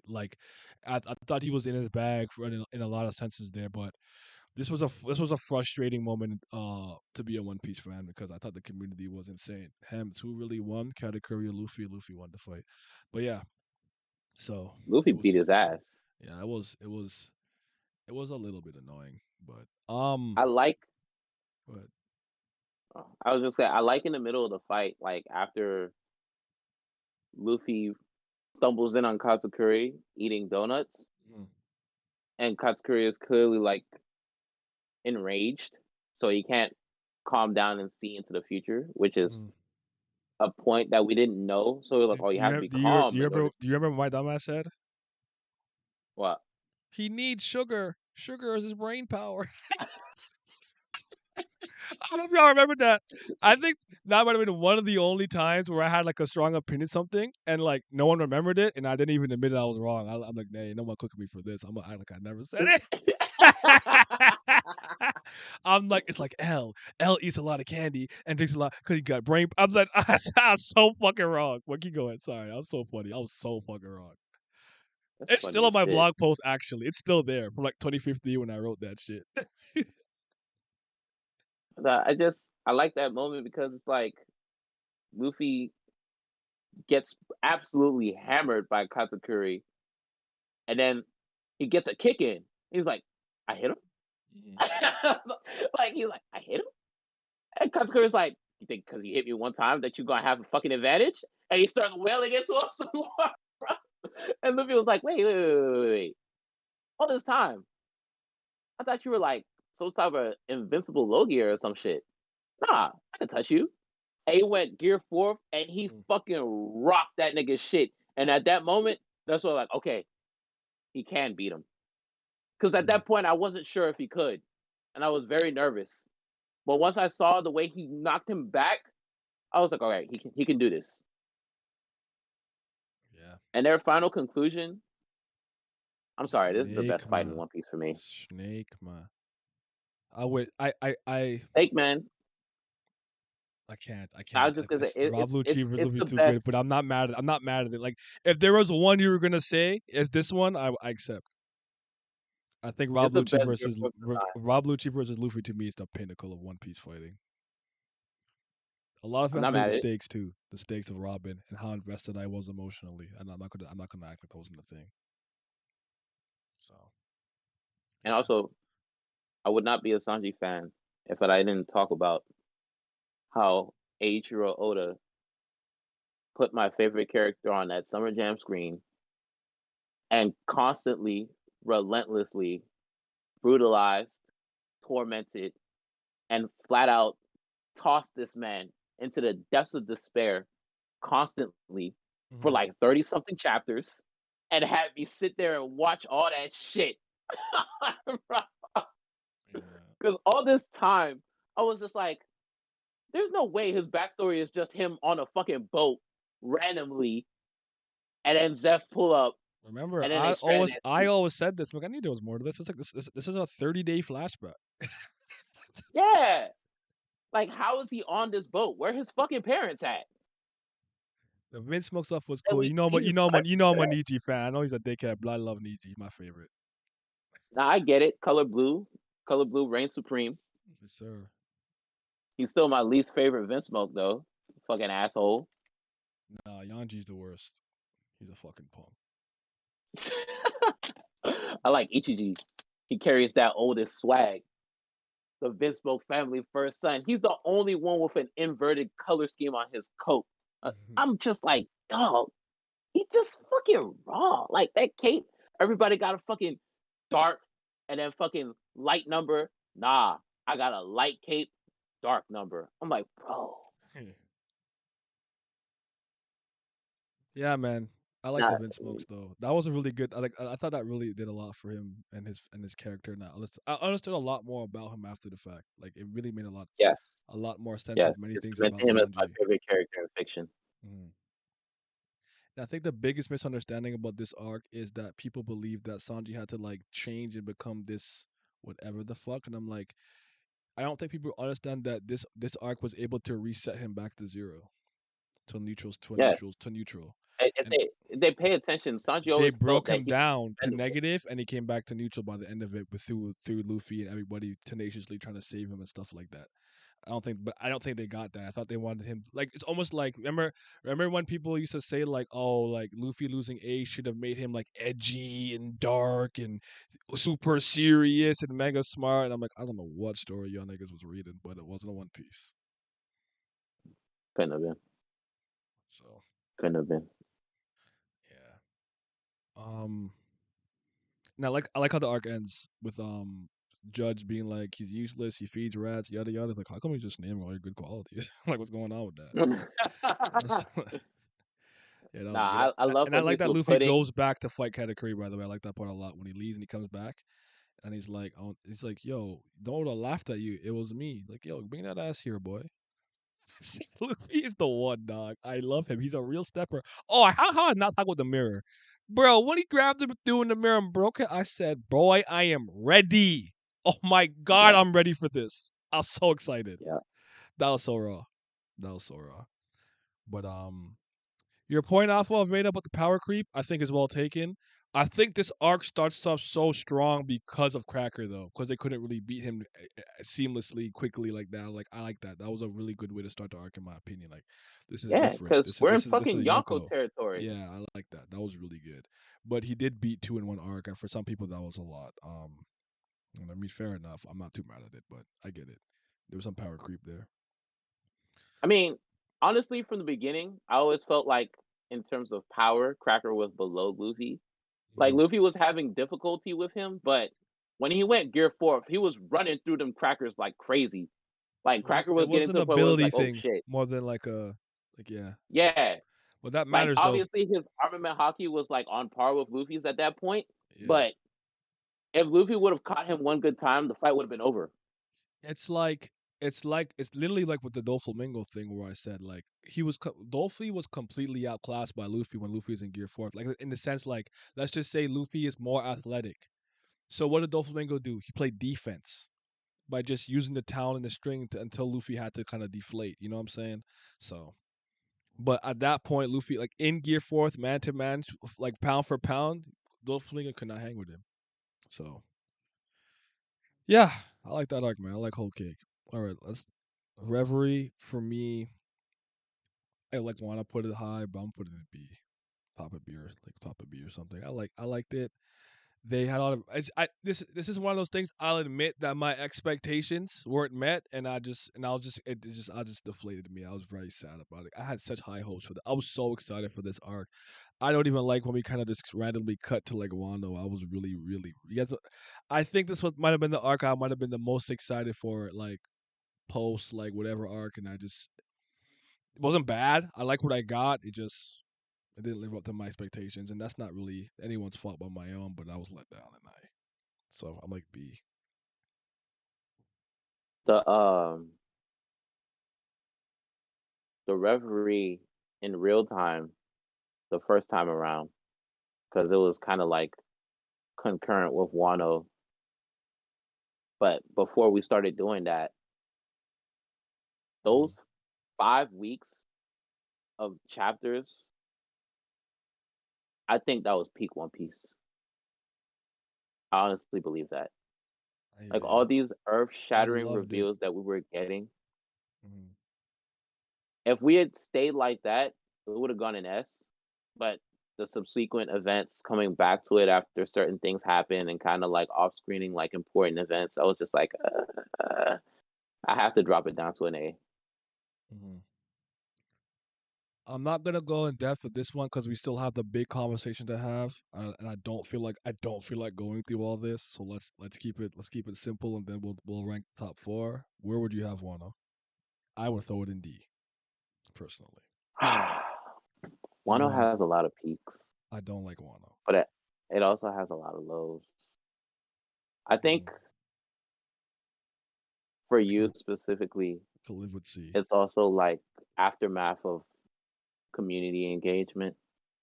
It's at all-time lowest Mm-hmm. with like the way they perceive the series, discuss it, think piece it. Mm-hmm. But taking into a fact that this is the culmination of the previous arcs before it, I like the way everything kind of comes full circle with the fact that we're finally facing Yonko on even terms. Um, the Roger backstory, I think, is one of the best That was actually in really One good. Piece. I really did enjoy that. It also gave me some clarification because I was like, what is Shanks being a pirate for? Because ever since I found out that he was on a crew, I was like, so he must know what the One Piece is then. But we find out that he actually stopped one island short. So I'm just like, oh, okay. I think Odin is a great character. I know you don't really care for him. Yeah. Could he have been handled a little I thought better? he I was agree with I thought that. he was trying too hard with him. He didn't give me a chance to just like him organically. You had to make him the coolest fucking Chad, big dick, fuck all the bitches at 2 years old, kill a boar at 1, and like still it was a lot for me. I'm not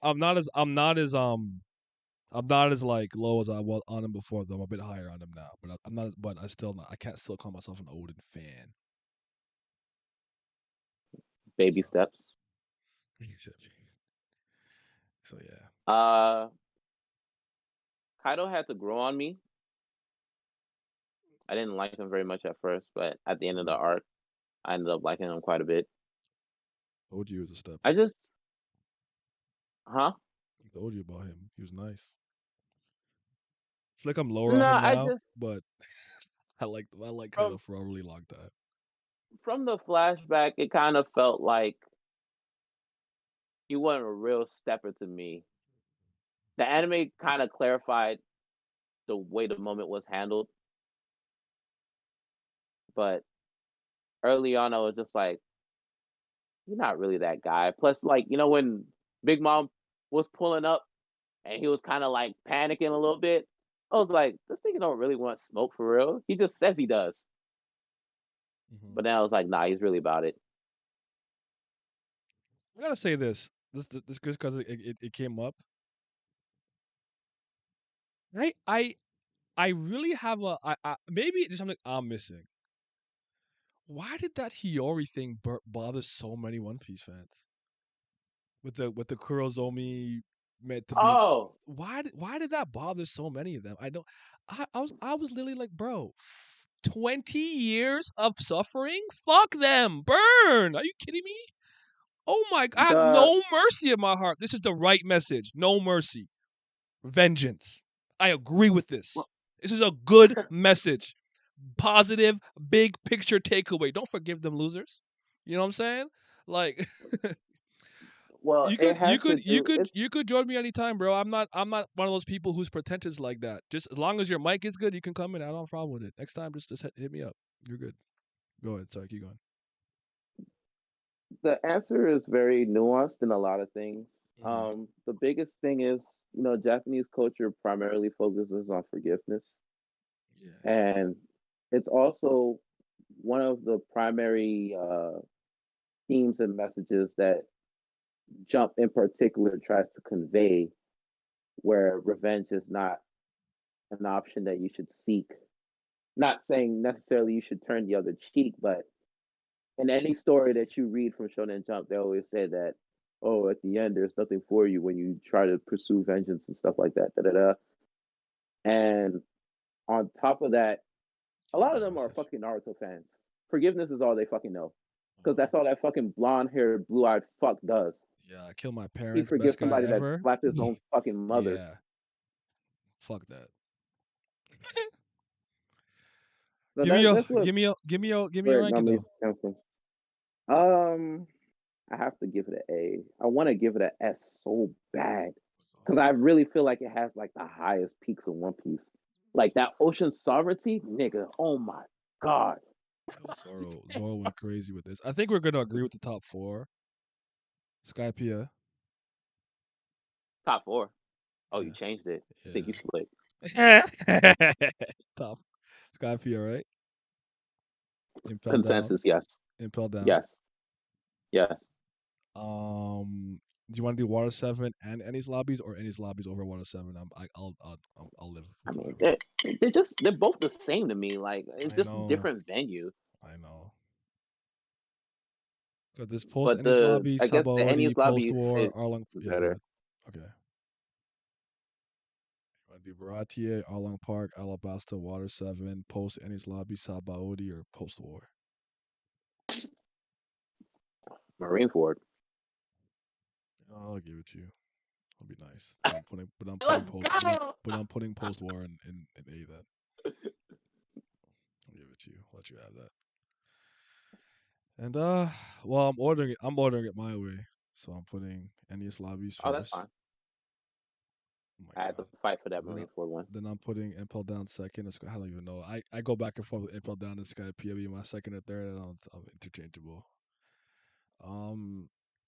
In A, I want to put Water 7 first. Then everything else I don't really care. Baratia could stay there. Oh, I'm supposed to put some crocodile respect. You know what I'm saying? But yeah, there you go. I'll post this so everyone could yell at me on Twitter and call me an asshole and say I'm an idiot, like they always do. I've been here for I've been here for 5. This is the longest stream I've done all year. It's been a while since I did a stream this long, but we'll be back, people. I appreciate y'all. I'm sorry I couldn't do Kubera today. I didn't have too much to say about Kubera, and Glam and Miles weren't really around like that, and I didn't feel like trying to carry this by myself and struggle. So I said I'll just do a double reaction next week.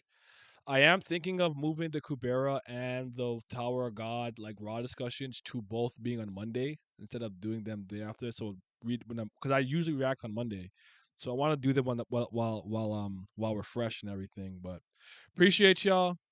I got work. I got work at 4:30, bro. I gotta get up. So yeah, Oh I'm man. safe. By the way, part 9 chapter in around 10 days. Oh, food, JoJo